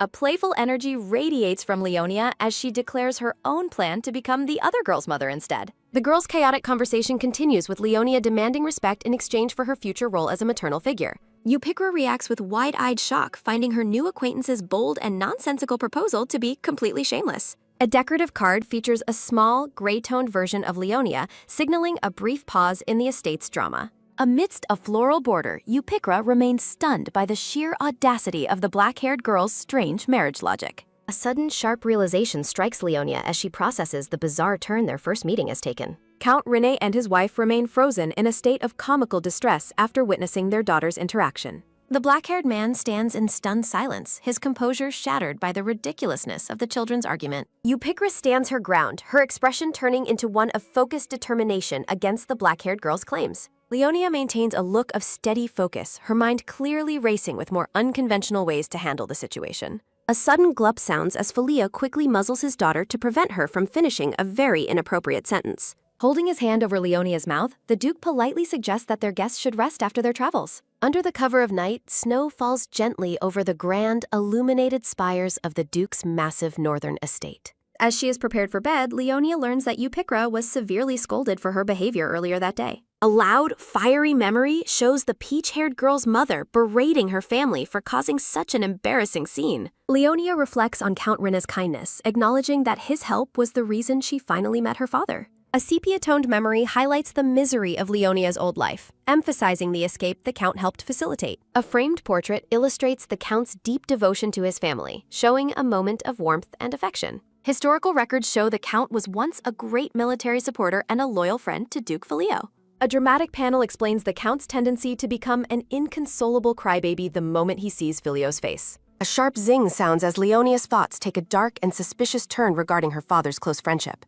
Clutching her face in shock, the black-haired girl questions if the Count has romantic feelings for her father. From her bed, Leonia argues with her maid about the suspicious nature of the Count's overly emotional behavior. Leonia considers the many handsome men drawn to her father, wondering which one she should eventually choose for him. The maid reacts with frantic desperation, loudly denying Leonia's wild and inappropriate theories about her father's social life. A delicate cup of warm tea sits on the table, signaling a shift to a more formal conversation. Filio sits with the Rene couple, suggesting that the Count should be thankful for marrying such a patient woman. A soft sniff sounds as Count Rene continues to weep into his handkerchief, much to his wife's annoyance. Filio sighs in frustration, wondering how a man so prone to dramatic outbursts could possibly be his friend. Count Rene's wife sits with a look of stoic patience, long accustomed to her husband's high maintenance and sensitive personality. The group discusses the children's earlier conflict, with the mother apologizing for her daughter's lack of proper guidance. Sipping her tea, the brown-haired woman explains Eupikra's recent and intense obsession with a specific fairy tale about stepmothers.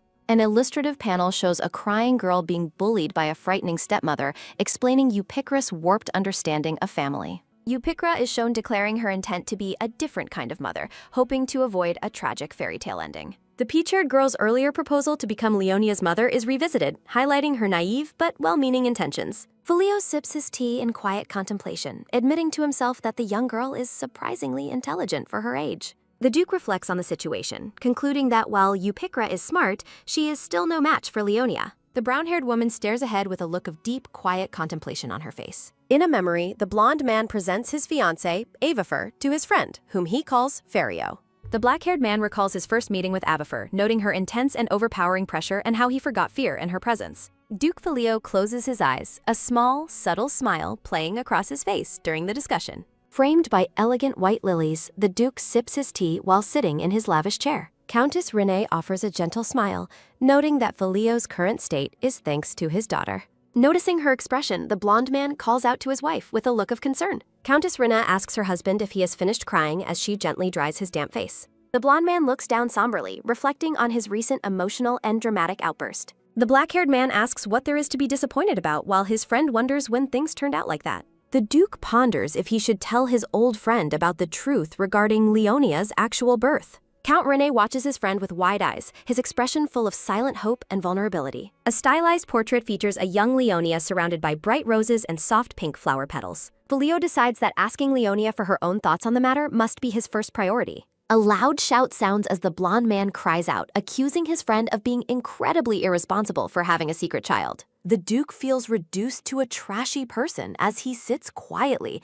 enduring his friend's dramatic and loud accusations. A close-up highlights the Duke's steady gaze as he absorbs the weight of his friend's words. A somber thought reflects on how much hardship the young girl would have avoided if things were different. The black-haired man turns his head slightly, his expression clouded by a deep sense of regret. Sitting alone in the dim room, Filio remains lost in a moment of silent introspection. The blonde man looks toward his friend with a soft, understanding gaze from across the table. The Countess recalls the day Eupikra was born as she looks down at her sleeping newborn child. A younger Count Rene stands by nervously, his eyes fixed on his wife and new daughter. A soft, repetitive drip sounds as the crying father asks to hold his baby, much to his wife's amusement. Holding the baby close, the blonde man reflects on the overwhelming happiness he felt back then. Memories illustrate Filio as a man who is always remarkably strong, yet entirely alone in the world. Younger Count Rene holds his child, wishing that his friend could eventually experience the same profound joy. The Rin family enters the grand hall, greeted by the Duke, who stands waiting for their arrival.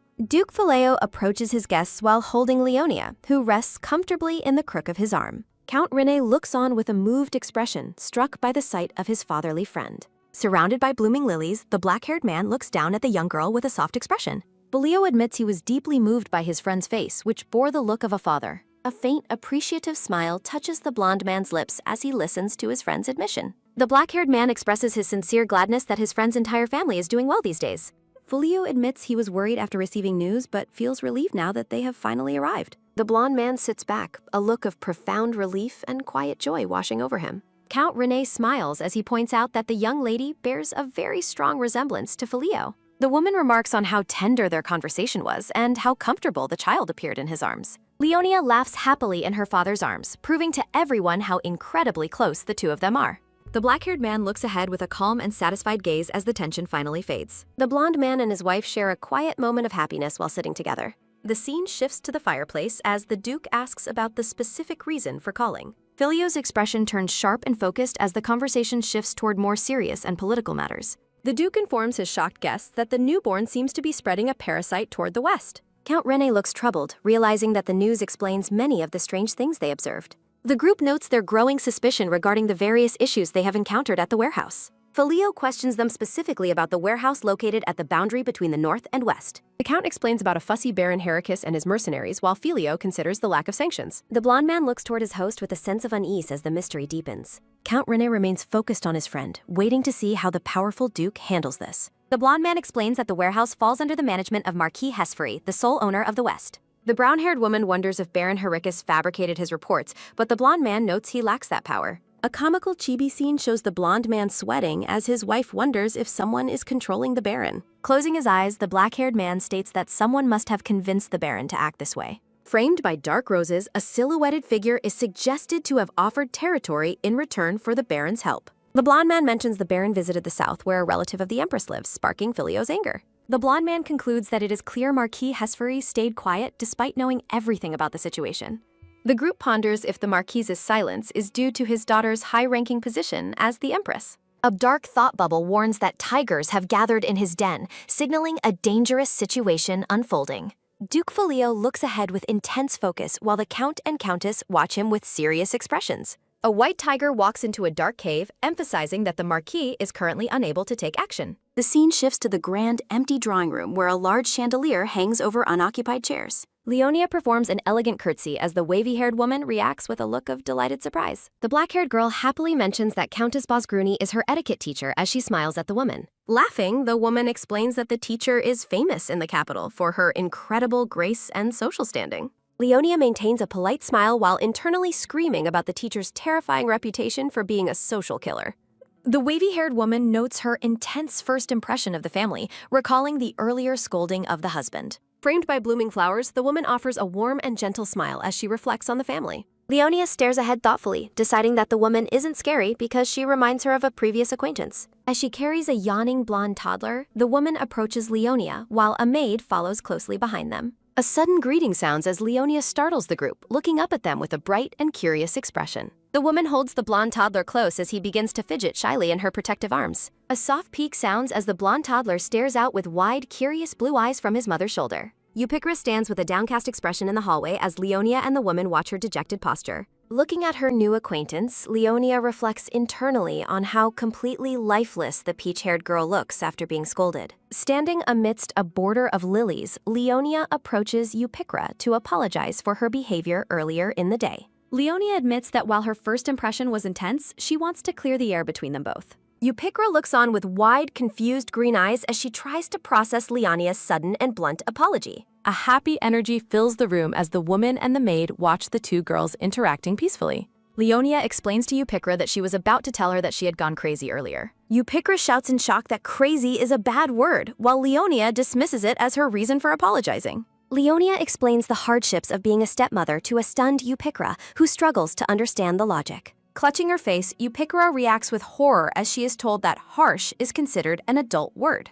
Leonia points out the 20-year age gap between the girl and her father, questioning if she understands the implications. The black-haired girl bluntly states that marrying her father would turn him into the world's worst pervert. The blonde toddler asks if mommy is crazy while the maid reflects on Leonia turning the household upside down. Eupichra shouts with fiery determination that they can overcome any obstacle, including an age gap, through their love. A sharp zing sounds as Leonia's eyes narrow with focused intensity, clearly planning her next move against Eupichra. The peach-haired girl stands proudly as her prestigious lineage as the heir to the wealthy Lynette family is highlighted. In a small chibi bubble, Leonia tells Eupichra to come closer as if she has a very important secret. Leonia smirks with a devious and confident expression, promising that she will teach Eupichra something very good. A detailed map of the Belios Empire is shown, illustrating its 5 regions and the exotic Eastern culture.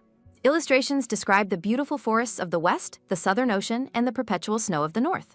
The children stand together in uniforms, noting that one of the Empire's knightages belongs to Marquis Hespery. The scene shifts to the balcony as the black-haired man in a white shirt stands before the 3 children. Duke Filio looks at the group with a calm expression, noting that the children seem to have become close. Leonia gives a confident thumbs up, looking very satisfied with the teaching session she just held for the kids. Filio asks how they bonded, and Leonia cryptically replies that she's simply taught them what life was really like. Filio offers a polite apology to the Countess, while Leonia watches with a confused and questioning look. Eupichra dramatically declares she is giving up on the Duke for the sake of everyone's first love and happiness. Count Rene runs excitedly through the archway, while Leonia watches him from the foreground. Surrounded by roses, the blonde man laughs as Leonia notes it's good he was dumped elsewhere. Standing before a bone-patterned background, Filio rests his hand on his daughter's head during a quiet moment. Filio informs the group that the Countess will be the one to instruct today's swordsmanship lesson. The young girls look surprised as Leonia asks her father about his own training plans. Framed by peach blossoms, Count Rene leans affectionately on Filio, showcasing their close friendship. Leonia tells her father to just go and train, while Filio looks down at her asking why. As the two men walk away together, Leonia watches their backs and finds the situation suspicious. The Countess holds her training staff as Leonia looks back at her with a questioning look. Amidst a starry background, Leonia notes the many men surrounding her father while the Countess agrees. The Countess invites the children to concentrate on the lesson as they prepare their wooden swords. A decorative title card announces the beginning of Countess Avifar Lynette's formal training session. Chibi panels detail a plan involving demonstrations, short explanations, and continuous practice without overexertion. A loud, echoing shout pierces the air, drawing the attention of the training group in the courtyard. Clutching her practice sword, Leonia looks toward the source of the noise with a bewildered expression. The Countess explains that the men must be in the middle of a serious sparring match. A flurry of action panels depicts a fierce sword fight between Count Rene and Duke Filio. The two men lock eyes with intense focus as their blades clash in a shower of sparks. Shocked expressions cross the children's faces as they witness the raw power of the high-speed duel. The Countess reveals her husband is a famous knight while the kids cheer for their fathers. The Countess explains that while he may not be one now, he was a talented Lavu swordmaster. She notes that in terms of swordsmanship alone, her husband is comparable to the powerful Duke. Sparks fly as the clash intensifies, and Leonia watches with a strangely focused, glowing gaze. Internal thoughts describe the challenger as a dog wagging his tail before the fangs of a beast. Sweating from the effort, the blonde man maintains his stance while Leonia watches with a devious smirk. A loud cheer for victory sounds as the duel reaches its peak intensity in the courtyard. Leonia screams for her father to rip his opponent apart, shocking the Countess with her ferocity. Count Ren asks what Filio taught his daughter, while the Duke claims she was born that way. The Count suggests Filio needs parenting lessons, while the Duke responds with a silent, glowing stare. Filio tells his friend to shut up and lunges forward as the Count frantically tries to block. The blonde man asks why he's rushing after a little nagging, but Filio tells him to hush. Leonia yells encouragement, suggesting her father should aim for his opponent's lower body as well. The children shout for their fathers while the Countess watches the chaotic scene with visible distress. Count Rinna grinds his teeth as he struggles to hold back the Duke's overwhelming physical strength. Duke Filio stares ahead with a cold, unwavering focus as he exerts pressure on his friend's blade. The fight culminates in a decisive strike that sends a sword spinning away from the combatants. A loud, metallic whack sounds as a sword hits the ground between the two exhausted men. Breathing heavily, the black-haired man pauses to recover his breath after the intense physical exertion. A sudden huff sounds as the blonde man catches his breath, sweat dripping from his chin. In a stylized chibi scene, the family and the teacher watch the duel's conclusion with various reactions. Upikra and her little brother cheer loudly, celebrating that their father won the fierce match. Triumphant and glowing with happiness, Count Rene smiles broadly amidst a background of yellow roses. The blonde man laughs while hugging his two children, while a silent Filio dries himself nearby. A soft walk sounds as the group move together, leaving the courtyard after the duel concludes. Filio and Leonia walk side by side, trailing behind the happy Rene family as they depart. Leonia looks up at her father's profile with a serious and contemplative expression as they walk. Filio asks if she noticed, and the black-haired girl replies with a confident and knowing look. Back in the drawing room, Filio states that they will require the full cooperation of the West. Count Rene and the Countess agree that involving the West makes their cooperation a matter of duty. The blonde man hesitates before asking for a favor, leaving Filio and Leonia looking quite puzzled. Duke Filio considers offering mines or trade items, but Leonia rejects any traditional assets. Count Rene pleads with the Duke to let him win a single sword-fighting match. The black-haired man is speechless at the request while the blonde man stares in shock. Surrounded by white lilies, Count Rene appears dejected following the awkward conversation with his friend. Although he lost, a tired Filio confidently claims he remains the world's most powerful warrior. Leonia maintains a blank, unreadable expression while processing her father's prideful declaration about his strength. The black-haired man closes his eyes with a faint, knowing smirk, satisfied with the day's outcome. Filio kneels to comfort his daughter, a gentle pat sounding as he reaches for her head. Leonia boasts of her greatness, while her father claims intentional defeat, though she remains skeptical. Filio explains he will be busy, noting that the previous duel was merely a payment. Focused closely on her face, Leonia contemplates the mysterious implications of her father's choice of words. Internal reflections highlight Marquis Pardis and Count Rena as the Duke's most vital political supporters. Sensing a hidden agenda, the black-haired girl asks her father if something important is happening. Filio dismisses her concerns, stating that certain problems are meant only for adults to resolve. A sudden realization strikes Leonia as a quiet "ah" escapes her during their serious conversation. Leonia abruptly questions the age of the first prince, catching the black-haired man off guard. A decorative frame highlights that she is finally seeking the answer to a long-held question. Filio reveals the prince is 11, making Leonia realize they are years ahead of the novel. The black-haired girl urgently offers her help, questioning if there is a role she can play. In a tender moment, the father reaches out to hold his daughter's small, reaching hands. Filio calls her name softly, reassuring her as he takes her hands into his own. A firm squeeze sounds as the Duke promises there is nothing he cannot handle himself. A sudden lift sounds as Filio hoists his daughter into the air during their heartfelt talk. Filio declares that Leonia's only responsibility is to simply eat, sleep, and play happily. Narration describes the residence as the safest sanctuary for Leonia to live her best life. A soft smooch sounds as Leonia plants a kiss on her father's cheek in gratitude. Text emphasizes that being happy is her most crucial duty as a member of the family. Count Rene smiles warmly while pulling his two children into a tight, loving embrace. Framed by roses, the Duke carries Leonia through the courtyard, enjoying a peaceful moment together. A close-up reveals the blonde man's content expression as he cherishes his time with his family. Leonia spends several joyful days playing with her new friends before the Count's family must depart. To honor his guests, Filio prepares formal invitations for a tea party at the Boglioti estate.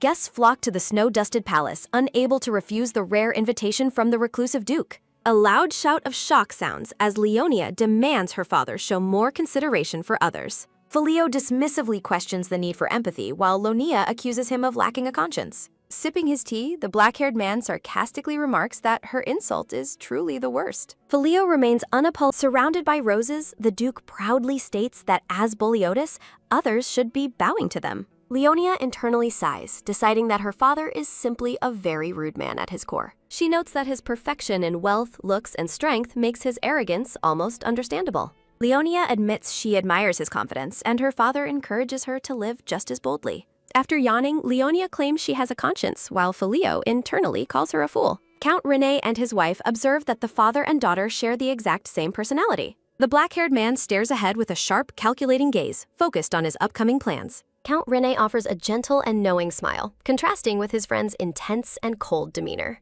Dark text reveals that the upcoming tea party serves as a prelude to an impending purge. Blue carriages arrive at the Grand Palace entrance as the sun shines over the snowy mountains. Elegant guests gather in the courtyard, arriving in style for the Duke's highly anticipated social gathering. Inside the lavish hall, nobles mingle and gossip while waiting for their host to officially appear. Brimming with excitement, Leonia opens her arms wide, ready to welcome the guests to her home. Inside the palace, Leonia warmly welcomes Eupicra, asking if her journey through the cold was difficult. Her eyes filling with tears, Eupicra trembles while gripping someone's hands in a moment of distress. Leonia angrily demands to know who made her friend cry, immediately suspecting her father's cold behavior. Framed by roses, the black-haired Duke looms as a cold, intimidating presence in the young girl's memory. In a darkened room, Eupicra stammers a nervous greeting while facing the Duke's towering, shadowed figure. Fearing his potential displeasure, Eupicra kneels in gratitude as the Duke formally acknowledges her presence. Surprising the young girl, the black-haired man kneels before her to offer a more personal greeting. Radiant among white flowers, Eupicra smiles brightly while confessing that she no longer feels any fear. Leonia proudly pats her friend's back as a maid watches the sweet interaction with visible exhaustion. A brown-haired girl questions Leonia about the unexpected number of children participating in the formal banquet. Leonia introduces Eupicra with great pride, confidently stating that she was invited as her best friend. The two girls exchange a silent and intense stare as they assess each other during the party. Leonia begins to worry internally, questioning if the high society gathering will truly remain peaceful and all right. A sudden, decisive raise sounds as a hand lifts a glass of amber liquid into the air. The chatter in the lavish hall dies down as the guests turn in silence toward their host. Looking visibly annoyed, the black-haired Duke thanks everyone for attending his sudden and very rare invitation. A gray-haired man with a mustache observes the Duke, noting he doesn't seem genuinely thankful. Standing atop the grand staircase, Filio admits he neglected the northern region during his capital stay. With a cold, piercing gaze, the Duke vows to take care of everyone as much as he neglected them. Several guests recoil in fear, their faces shadowed as they sense the dangerous weight of his words. Narration explains that the powerful Boglioti family is typically disinterested in the affairs of the wider world. Dark text describes the Duke as a cornered beast who has gathered the nobility for his own purposes. Blood spatters across a gleaming sword as text reveals the banquet is essentially a grim death sentence. A text box notes that every noble present is acutely aware of the Duke's fearsome reputation. A sharp tsk sounds as a voice notes some fail to recognize their place before it's late. Anticipating turmoil, the gray-haired man offers a dark smirk while watching the unfolding social drama. Lifting his glass, the Duke coldly expresses his hope that the guests enjoy the coming events. The grand hall is shown in its full, opulent glory under the warm glow of gold chandeliers. Dressed in elegant gowns, the faceless guests mingle and gossip within the corridors of the Duke's residence. A brown-haired noblewoman notes that the crowd has split into the guilty and the innocent. Count Ermarty laughs boisterously while praising the Rene family for their assistance to his county. Standing behind the boisterous man, Count Rena maintains a polite but clearly strained and annoyed expression. A firm clench sounds as Count Rene acknowledges the business transaction between their two families. Beneath their laughter, the two men exchange sharp insults regarding their respective territories and financial status. A squeeze sounds as they shake hands, while the Countess discusses the high-quality reindeer leather. Surrounded by flowers, Countess Abifer beams while noting how much northern goods help their county. Stylized frames introduce Count Carnus as the whip and Countess Abifer as the rewarding carrot. Despite being an unusual pair, the couple is described as perfectly harmonious in their political maneuvers. Wealth and trade are shown flourishing in the West, explaining the region's current prosperous state. Count Ermarty watches with a side-eye as a new character approaches to gain the Duke's attention.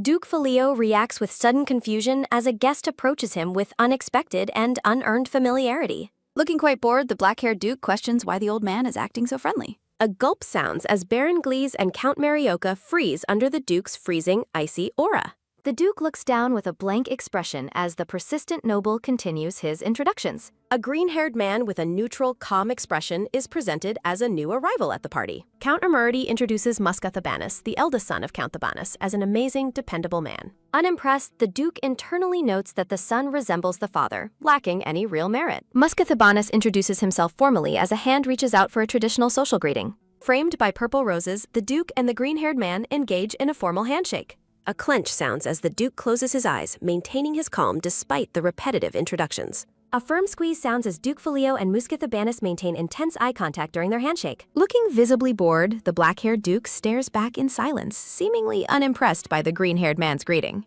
Observing from the side, Count Rene offers a dark and knowing smirk while framed by deep purple roses. A vibrant title card features Leonia and Filio alongside credits for the series' translation and distribution teams. Musca Thebanus narrates how he seized authority while his father was away at the distant imperial palace. He explains that he expanded his influence by forming a crucial alliance with the emperor's favored Allure family. Red slashes strike through a lion emblem as text declares that everyone is ultimately a subordinate of the emperor. Filio looks ahead with a blank, neutral expression, completely indifferent to the green-haired man's ambitious internal monologue. Musca notes the Duke's hand is trembling, incorrectly interpreting the subtle movement as a sign of deep fear. Count Rene smirks, thinking the Duke's presence is a success if it makes these baby monsters quake. A pained irk sounds as the green-haired man recoils from the Duke's crushing and overwhelming aura. A pensive sigh sounds as Filio internally dismisses the nobles as being nothing more than bothersome flies. Count Rene sarcastically praises Musca's passion, while a chibi Filio notes he was being sarcastic 5 times. From high above, the guests are shown mingling in the opulent, brightly lit ballroom of the Grand Palace.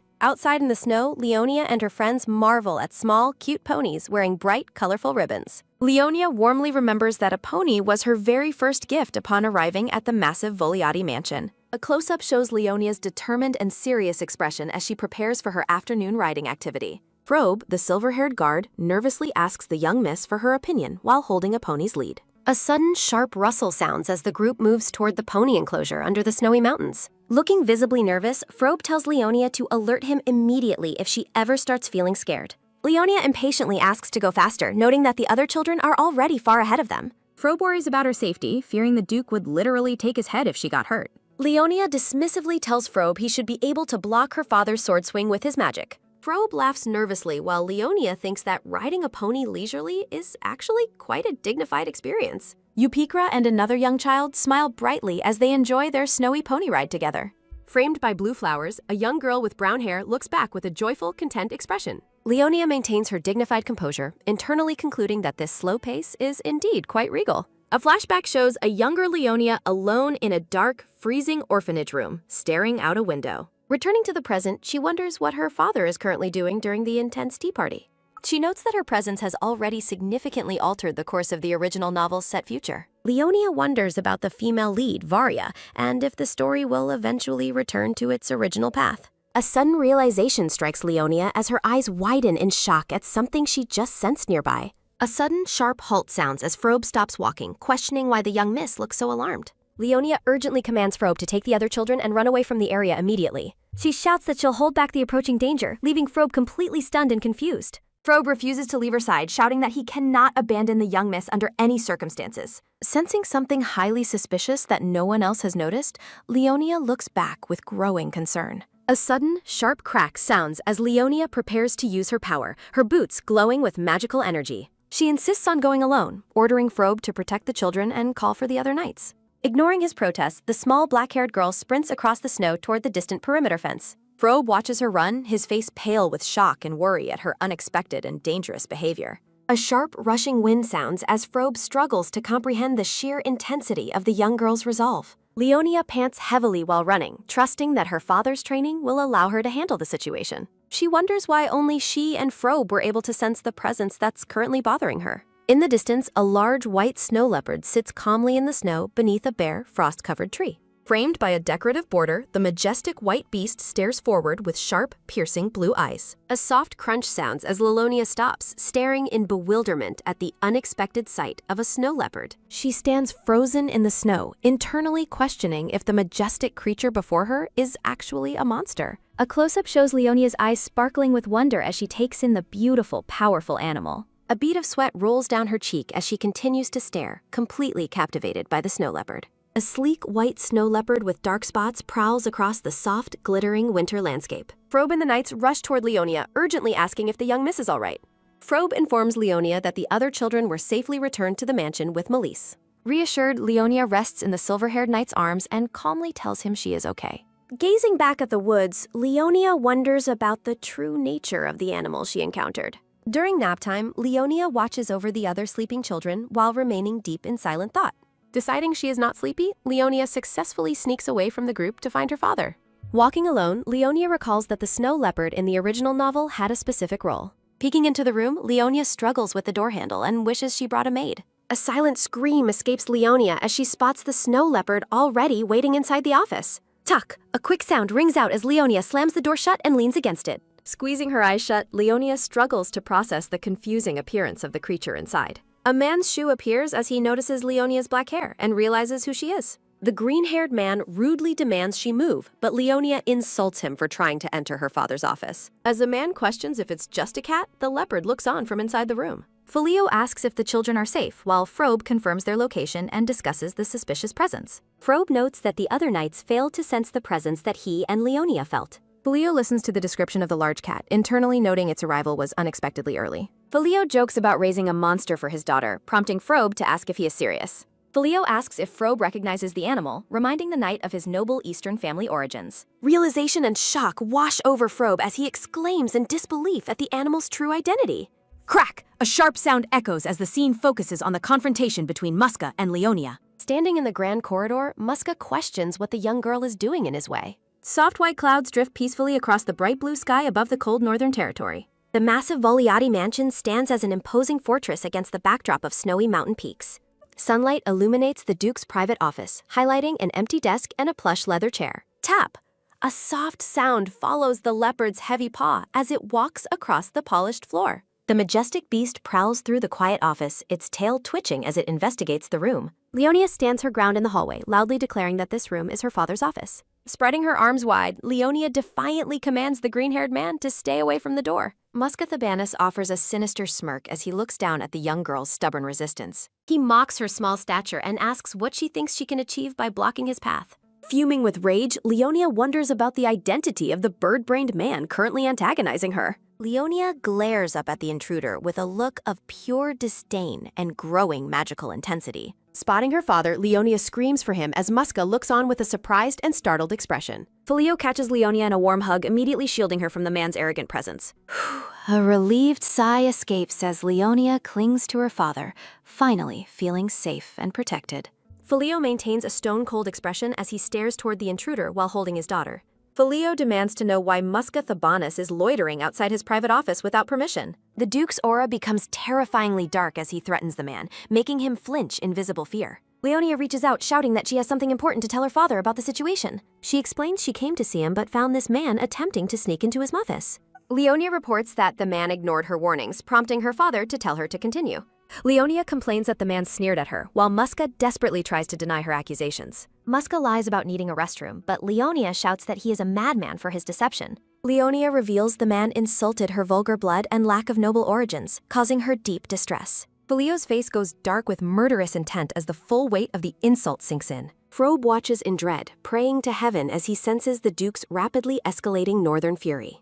Chilly. A freezing aura radiates from the Duke, settling over the hallway like a heavy winter shroud. Filio stares ahead with a cold, silent gaze that promises a swift and brutal end for Muska. Trembling in visible fear, Muska Thabanis stands before the Duke's overwhelming and chilling presence. Filio suggests the restrooms are near the ballroom, while Muska flinches and stammers in terror. Shaken and silent, the green-haired man is escorted away through the mansion's ornate corridor. Looking up with curious eyes, Leonia asks her father if he is currently feeling mad. Filio confirms his anger, but Leonia reveals she only waited to tattle on him. Filio admits he thought Leonia was being too soft on her former etiquette tutor. Leonia looks annoyed, internally wondering what the green-haired man was plotting in the office. Filio asks which way he should rip him up while Leonia critiques his self-censorship. A sudden sharp creak sounds as the office door slowly swings open into the darkness. Entering the room, Filio apologizes for making someone wait while staring ahead with calm eyes. The majestic white snow leopard sits regally in the center of Filio's private office. Marquess Ortio explains she arrived early and mentions Muska's insults toward the young lady. A sudden quick clack sounds as the elegant woman mocks Muska's clever way of social suicide. Filio notes she looks cold and decides not to import her dress style for Leonia. Dressed in a leopard shawl, Marquess Ortio thanks the Duke for the northern welcome. Filio stares ahead seriously, questioning why she put it upon herself to kindly visit. Sunlight glitters off the ornate wheels of a large carriage parked in the snowy garden. Leonia energetically gives her friends travel advice regarding the bathroom and avoiding car sickness during departure. The group of children and adults happily shout their agreement as the visit concludes successfully. A blonde man notes Leonia's mental age of 30 is quite a realistic estimate. The blonde man and woman bid farewell, wishing the young lady well upon their departure. Leonia performs a graceful curtsy, wishing her departing guests a safe and pleasant return trip. Conrad stares at Leonia with wide, admiring green eyes, captivated by her sudden formal display. Kneeling to hold her hand, Conrad shares a tender and quiet parting moment with Leonia. Leonia beams with a joyful, wide-mouthed smile, happy that Filio is truly her father. Conrad watches the carriage leave with a soft blush and a gentle, blushing smile. Looking content, the blonde boy is certain that Filio shares his daughter's deep joy. The grand palace stands behind them as Filio pats Leonia's head with stoic affection. Two ornate carriages travel through the mansion gates toward the distant, snowy mountain peaks. Leonia looks back with a focused gaze while her father watches her with quiet care. Leonia admits to feeling lonely, but Filio questions if it isn't freeing without noisy children. Staring down at his daughter, Filio admits it isn't lonely because she is there. Surprised by his honesty, Leonia looks up while her father continues to pat her head. Leonia shouts that she is also not lonely at all as long as they're together. Filio lifts Leonia into a warm embrace, both smiling happily in the snowy palace hallway. Through the mansion window are seen sharing a quiet moment of fatherly love. Pink roses bloom across the frame alongside a caption about someone feeling seriously annoyed. Leonia clings tightly to her father's neck amidst a beautiful border of pink flowers. A close-up shows Filio's calm eye and dark hair near a bright green branch. Filio and Leonia share a warm, loving hug as the first season's story reaches its end. Relaxing with hot drinks, the father and daughter invite readers to meet again in Season 2. Recruitment information for translators and editors is presented by the Scanlation Group alongside a chibi. A sudden, sharp whip sounds as a hand slams papers onto a desk in anger. Furrowing his brow, the man demands Viscount Katara explain why delivered goods decreased again. An oppressive red aura surrounds the Duke's silhouette, noted for his frequent frustrated expressions. A sudden gasp sounds as the man in the white vest slams his hand onto the desk. Pressing his forehead, the mustachioed man explains that reindeer breeding season decreases leather production. Viscount Katara pleads with Thabanis to listen, citing a surge of monsters this past winter. The gray-haired man admits there were damages on their side too, with a nervous look. House Katara's lies about monster damage follow the orders of the mysterious Lord of the North. The green-haired man looks weary while asking how much more time is needed for the task. The mustache man explains the timeline depends on the fawns being weaned from their others. An ominous red energy swirls around a promise that House Karada will face no damages within a week. Remembering their encounter, the man regrets meeting the dark-haired girl who blocked his path. Fuming with silent rage, he considers the young lady just as irritating as her father. A sudden, sharp knock sounds on the door, making the green-haired man react in surprise. The blonde mustache man and his attendant enter the room to discuss a worrying matter. The green-haired man stares down at a broken mess and a red stain on the floor. He gives a quiet nod and dismisses the incident as nothing important to worry about. Clenching his hand, the mustachioed man reports that they have finally received word from the city. A close-up shows a large hand firmly gripping a red envelope sealed with heavy wax. Surrounded by dark blue roses, the red letter carries a message of anticipation for coming events. A sinister smile spreads across the green-haired man's face as he looks toward the light. Dark, jagged patterns erupt across the frame, signaling a shift in the story's tense atmosphere. The massive Boleati mansion stands regally among the mountains, framed by soft white flowers. High above the training grounds, the father and daughter appear as small figures in the arena center. Filio stands with his hands on his hips while observing his daughter's training progress. Looking stoic and focused, Filio watches the young girl with a calm, analytical gaze. Leonia lets out a strained, low as she puts all her effort into concentrating her power. Filio stands perfectly still while his daughter continues her intense struggle to manifest her abilities. In a simplified view, Leonia remains hunched over with effort as the training session continues. Her face flushed red, Leonia lets out a heavy while clenching her fists in desperation. With a sudden, energetic haya, the young girl starts hopping around as a golden light flickers. Repetitive shouts of haya echo through the vast, empty training hall as Leonia continues her vigorous exercise. A heavy silence falls between them as Filio stares at his daughter's unusual display. Filio jokes that her display was at least amusing, prompting an annoyed Leonia to demand he stop teasing. A frustrated Ha escapes Filio as Leonia defends her desperation and threatens to swear next time. Looking stubborn, Leonia explains her strategy for creating her abilities one at a time. Filio manifests a glowing aura, explaining that the god-tier beast's fang requires full control of one's inner beast. Leonia internally grumbles about the author's blatant favoritism while admitting she benefits from the power. Filio mentions that Leonia resembles Regina, causing the young girl to pause in surprise. Filio explains Regina also struggled with the beast's fang, but Leonia worries she might be slow. Resting a hand on his head, Filio reassures her that consistent effort will lead to success soon. Reinvigorated and shouting with determination, Leonia vows to work hard and master her new power. Her hand feels a sudden firm clench as Leonia insists her previous outburst was not on purpose. Leonia notes her father's dense way of showing affection and wonders about his upcoming meeting with Varia. Filio grows suspicious of her thoughts while Leonia hopes Varia doesn't lose to her stubborn father. A maid appears in the hallway, offering a formal greeting to both the master and the miss. Leonia stops in her tracks, her eyes widening as she suddenly remembers a specific detail. Looking down from above, the maid questions if Leonia truly wants to go through with the plan. Radiating confidence, Leonia loudly reminds everyone that she is now the lady of House Boleati. Dressed in a magnificent blue gown, Leonia strikes a heroic pose to show her readiness for the event. Filio gives a gentle wave and bids his daughter a safe trip as she departs. Arriving at the party, Leonia is warmly greeted by noble ladies and offers them a clever compliment. The scene shifts back to the green-haired man who grinds his teeth while looking at a window. A sudden, violent shatter sounds as he smashes a glass in a fit of uncontrollable northern fury. His face twisted in rage, the man curses the person he believes is currently looking down on him. Slumping at his desk, he admits things haven't been working out and refuses to be disrespected. Clutching his forehead, he traces the beginning of his misfortune back to the day of the tea party. The memory reveals a crowded gathering where noblewomen sit together, shifting the focus to a past social event. A woman with lavender hair explains to her peers that some things simply cannot be accepted. Surrounded by tea and cookies, the noble ladies agree that the situation is truly quite pitiful. A fork picks up a piece of strawberry cake while someone thinks this place is the best. Leonia chews her food with immense delight, her satisfaction level reaching its absolute maximum during the party. The gathering is described as a candid meeting of noble madams intended to promote social friendship. A formal notification clarifies that the main topic of their current discussion is nothing but gossip. A hand sets down a teacup with a quick clack as a woman brings up her son. Countess Bosgruni fumes as she explains her son intends to abandon his child and leave for the capital. Looking intensely angry, the Countess questions if anyone would believe her son expects to reclaim his title. Leonia watches as the ladies complain that raising children is useless since they lack any gratitude. The women suggest erasing the son from the family register while the green-haired woman tries to speak. Countess Tedros hesitantly mentions a specific method she learned from her mother back in the East. Holding a jam knife, she describes how to cut a throat silently, potentially using magic to prevent bleeding.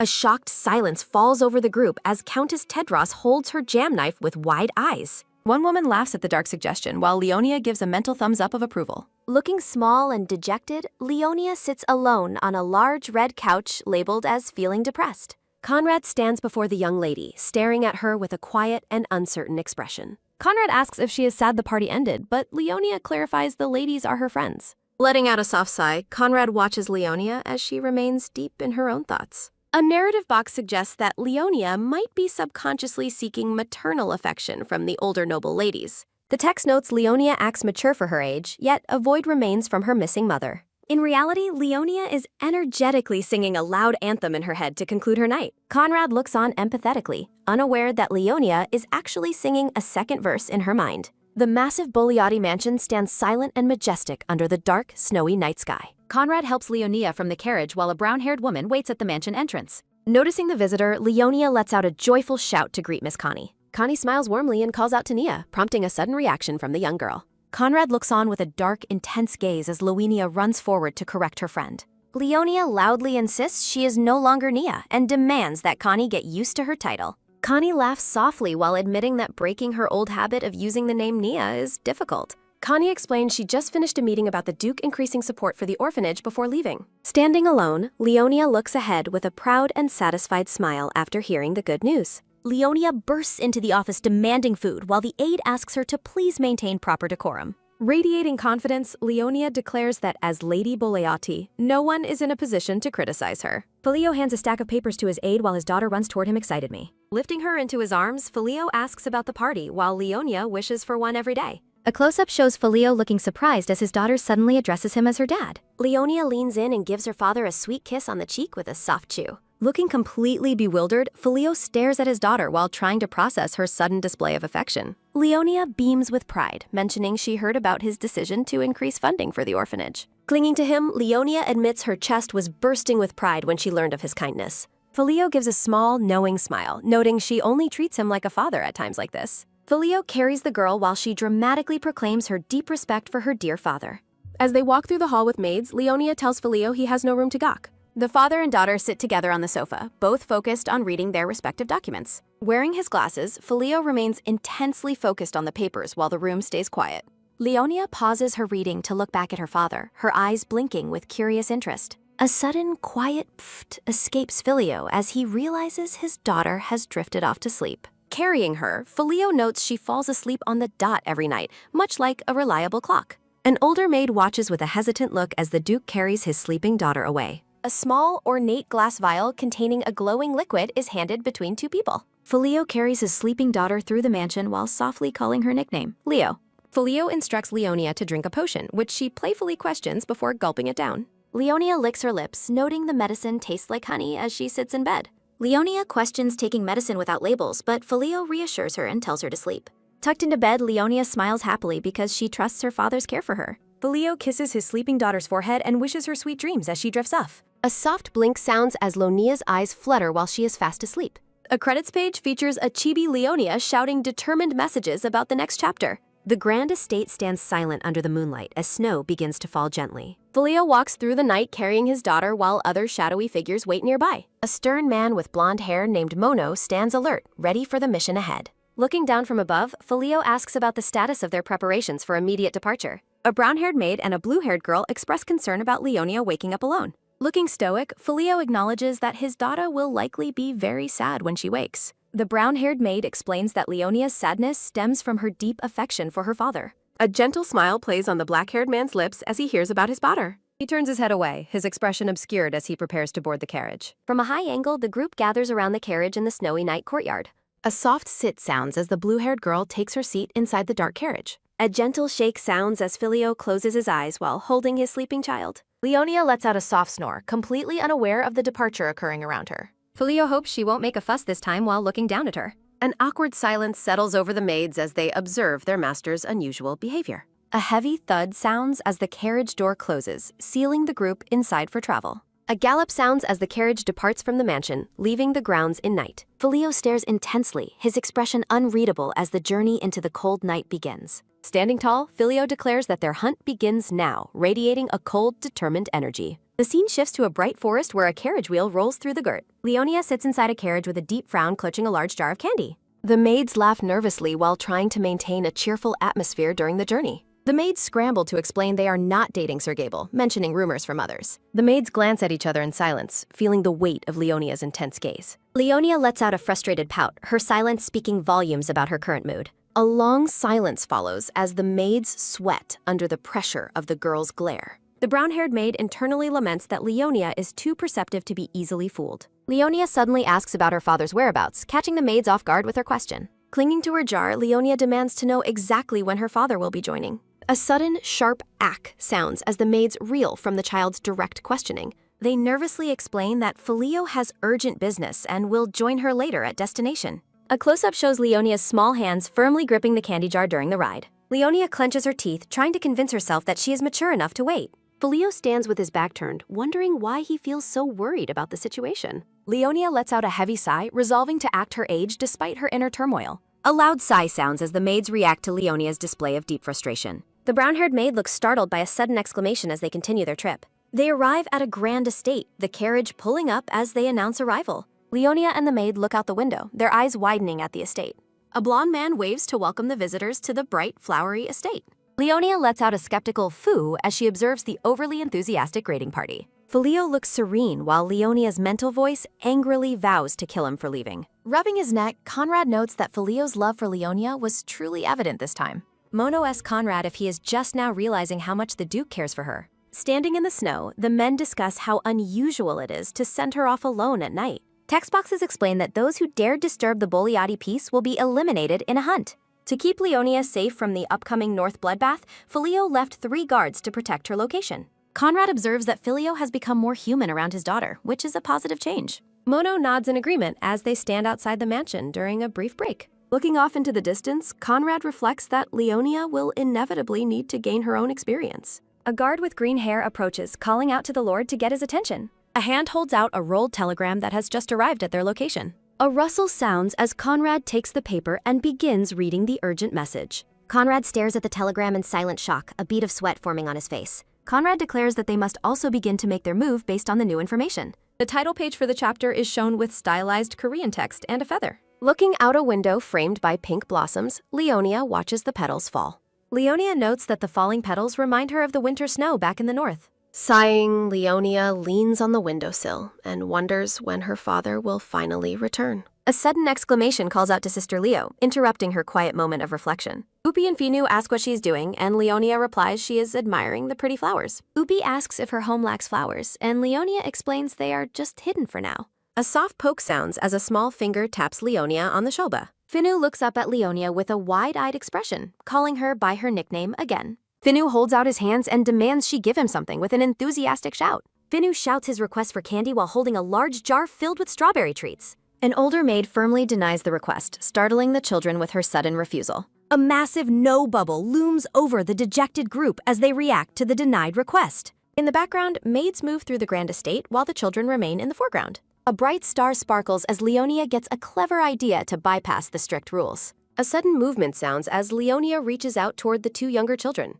Leonia secretly hands over small bags of strawberry candy to her 2 new friends. Warning them to be quiet, Leonia tells them not to get caught while they cheer excitedly. Leonia beams with a smug, satisfied expression after successfully distributing the forbidden snacks. The older maid turns around with a neutral look, continuing her duties in the large room. Letting out a tired sigh, she tells Finu he is forbidden from eating any candy. Leonia thinks to herself that she isn't lonely despite being away from her home. Narrative boxes explain that while they were apart before, this time feels significantly worse. Looking out the window, Leonia honestly admits to herself that she simply misses her dad. She remembers that during their first meeting, she only saw Filio as an uncle. A memory shows her hugging him, noting that he has now truly become her father. Leonia's thoughts are interrupted as a woman's voice calls out to find her. A brown-haired woman in a white gown agrees that the view from the window is nice. The woman tells the children it is time for their class to begin. She tells Leonia to ask if she needs anything, and Leonia politely thanks her.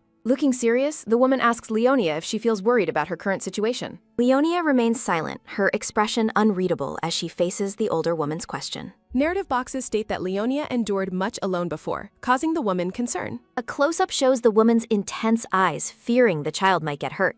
A memory of Filio holding his daughter highlights how perfect they looked as a family. Final text boxes explain that parting is difficult because he is her first dependable parent. Leonia sits quietly while a narrative box describes her as a child who behaves maturely for her age. The brown-haired woman gazes at Leonia with a hesitant, wide-eyed expression as she prepares to speak to her. Leonia requests books on revenge, but the woman laughingly refuses to fulfill the dark reading request for a child. The lady suggests it is better to think of her father, though Leonia playfully doubts it would help her. Leonia tries to act pitiful to get her way, but the woman bluntly rejects the manipulative tactic with a smile. The woman adds that she believes the Duke is currently more deserving of sympathy than the young girl is. Resting her chin on her hands, Leonia gloomily admits to the woman that she simply misses her father very much. Sitting on the bed, Leonia's maturity is noted for allowing such deep, adult-like conversations to occur between them. A comedic scene depicts the lady's internal distress as she imagines how annoying a truly mature child could be. Leonia asks if any news has come from her father, her expression filled with a mix of boredom and longing. The lady comforts the young girl, reassuring her that a message from the Duke will arrive very soon. She reflects internally on the Duke's strict instructions to limit the child's trips outside the walls of the estate. Standing by the window, the lady and the dark-haired girl share a quiet, contemplative moment in the soft sunlight. The scene shifts to a grand, sunlit building where many people in formal attire gather near large arched windows. Leonia compliments the lady's beautiful clothes, prompting a modest and surprised response from the older woman during their walk. The silver-haired girl cheekily suggests that many men must have cried when the elegant lady finally got married. With a sly wink, the lady whispers that even Count Lenine cried, confirming Lenia's playful and observant suspicions. A close-up captures the lady's serene and graceful expression as she enjoys the outing under her yellow umbrella. Leonia walks with a renewed sense of confidence, seemingly relieved to finally be outside in the fresh city air. The silver-haired girl beams with genuine happiness, her joyful smile highlighted by a radiant background of blooming pink flowers. Leonia declares her ambitious goal to become a wonderful lady who makes countless people cry in sheer admiration. A sudden, sharp ting sounds as the group enters a grand building, welcomed by a bowing attendant at the door. Inside the boutique, the lady asks Leonia if this is her first time visiting a shop to dress herself. Leonia explains that her father usually has tailors come to their home, making this boutique visit a novel experience. From a high angle, the lady notes the unique beauty of visiting the bustling city streets in person today. The lady tells Leonia to browse while she takes her measurements, and the silver-haired girl happily agrees to look around. Leonia wanders towards several mannequins displaying elegant and elaborate floral dresses, her curiosity piqued by the various colorful designs. Leonia stops to examine a specific dress, noting that its design feels very similar to her own personal taste. A striking red dress with gold floral patterns and dark sleeves stands on a mannequin before the interested girl. Leonia considers the dress, noting how its specific aesthetic makes a strong and memorable visual impression on her. Imagining her father's happy face, the girl feels like a dutiful daughter as she picks out the beautiful new attire. A sudden sharp ring sounds as Leonia's attention is pulled away from the dresses by a movement nearby. Beyond the boutique's displays, a young boy in a brown cloak and hood is seen quickly slipping away through the corridors.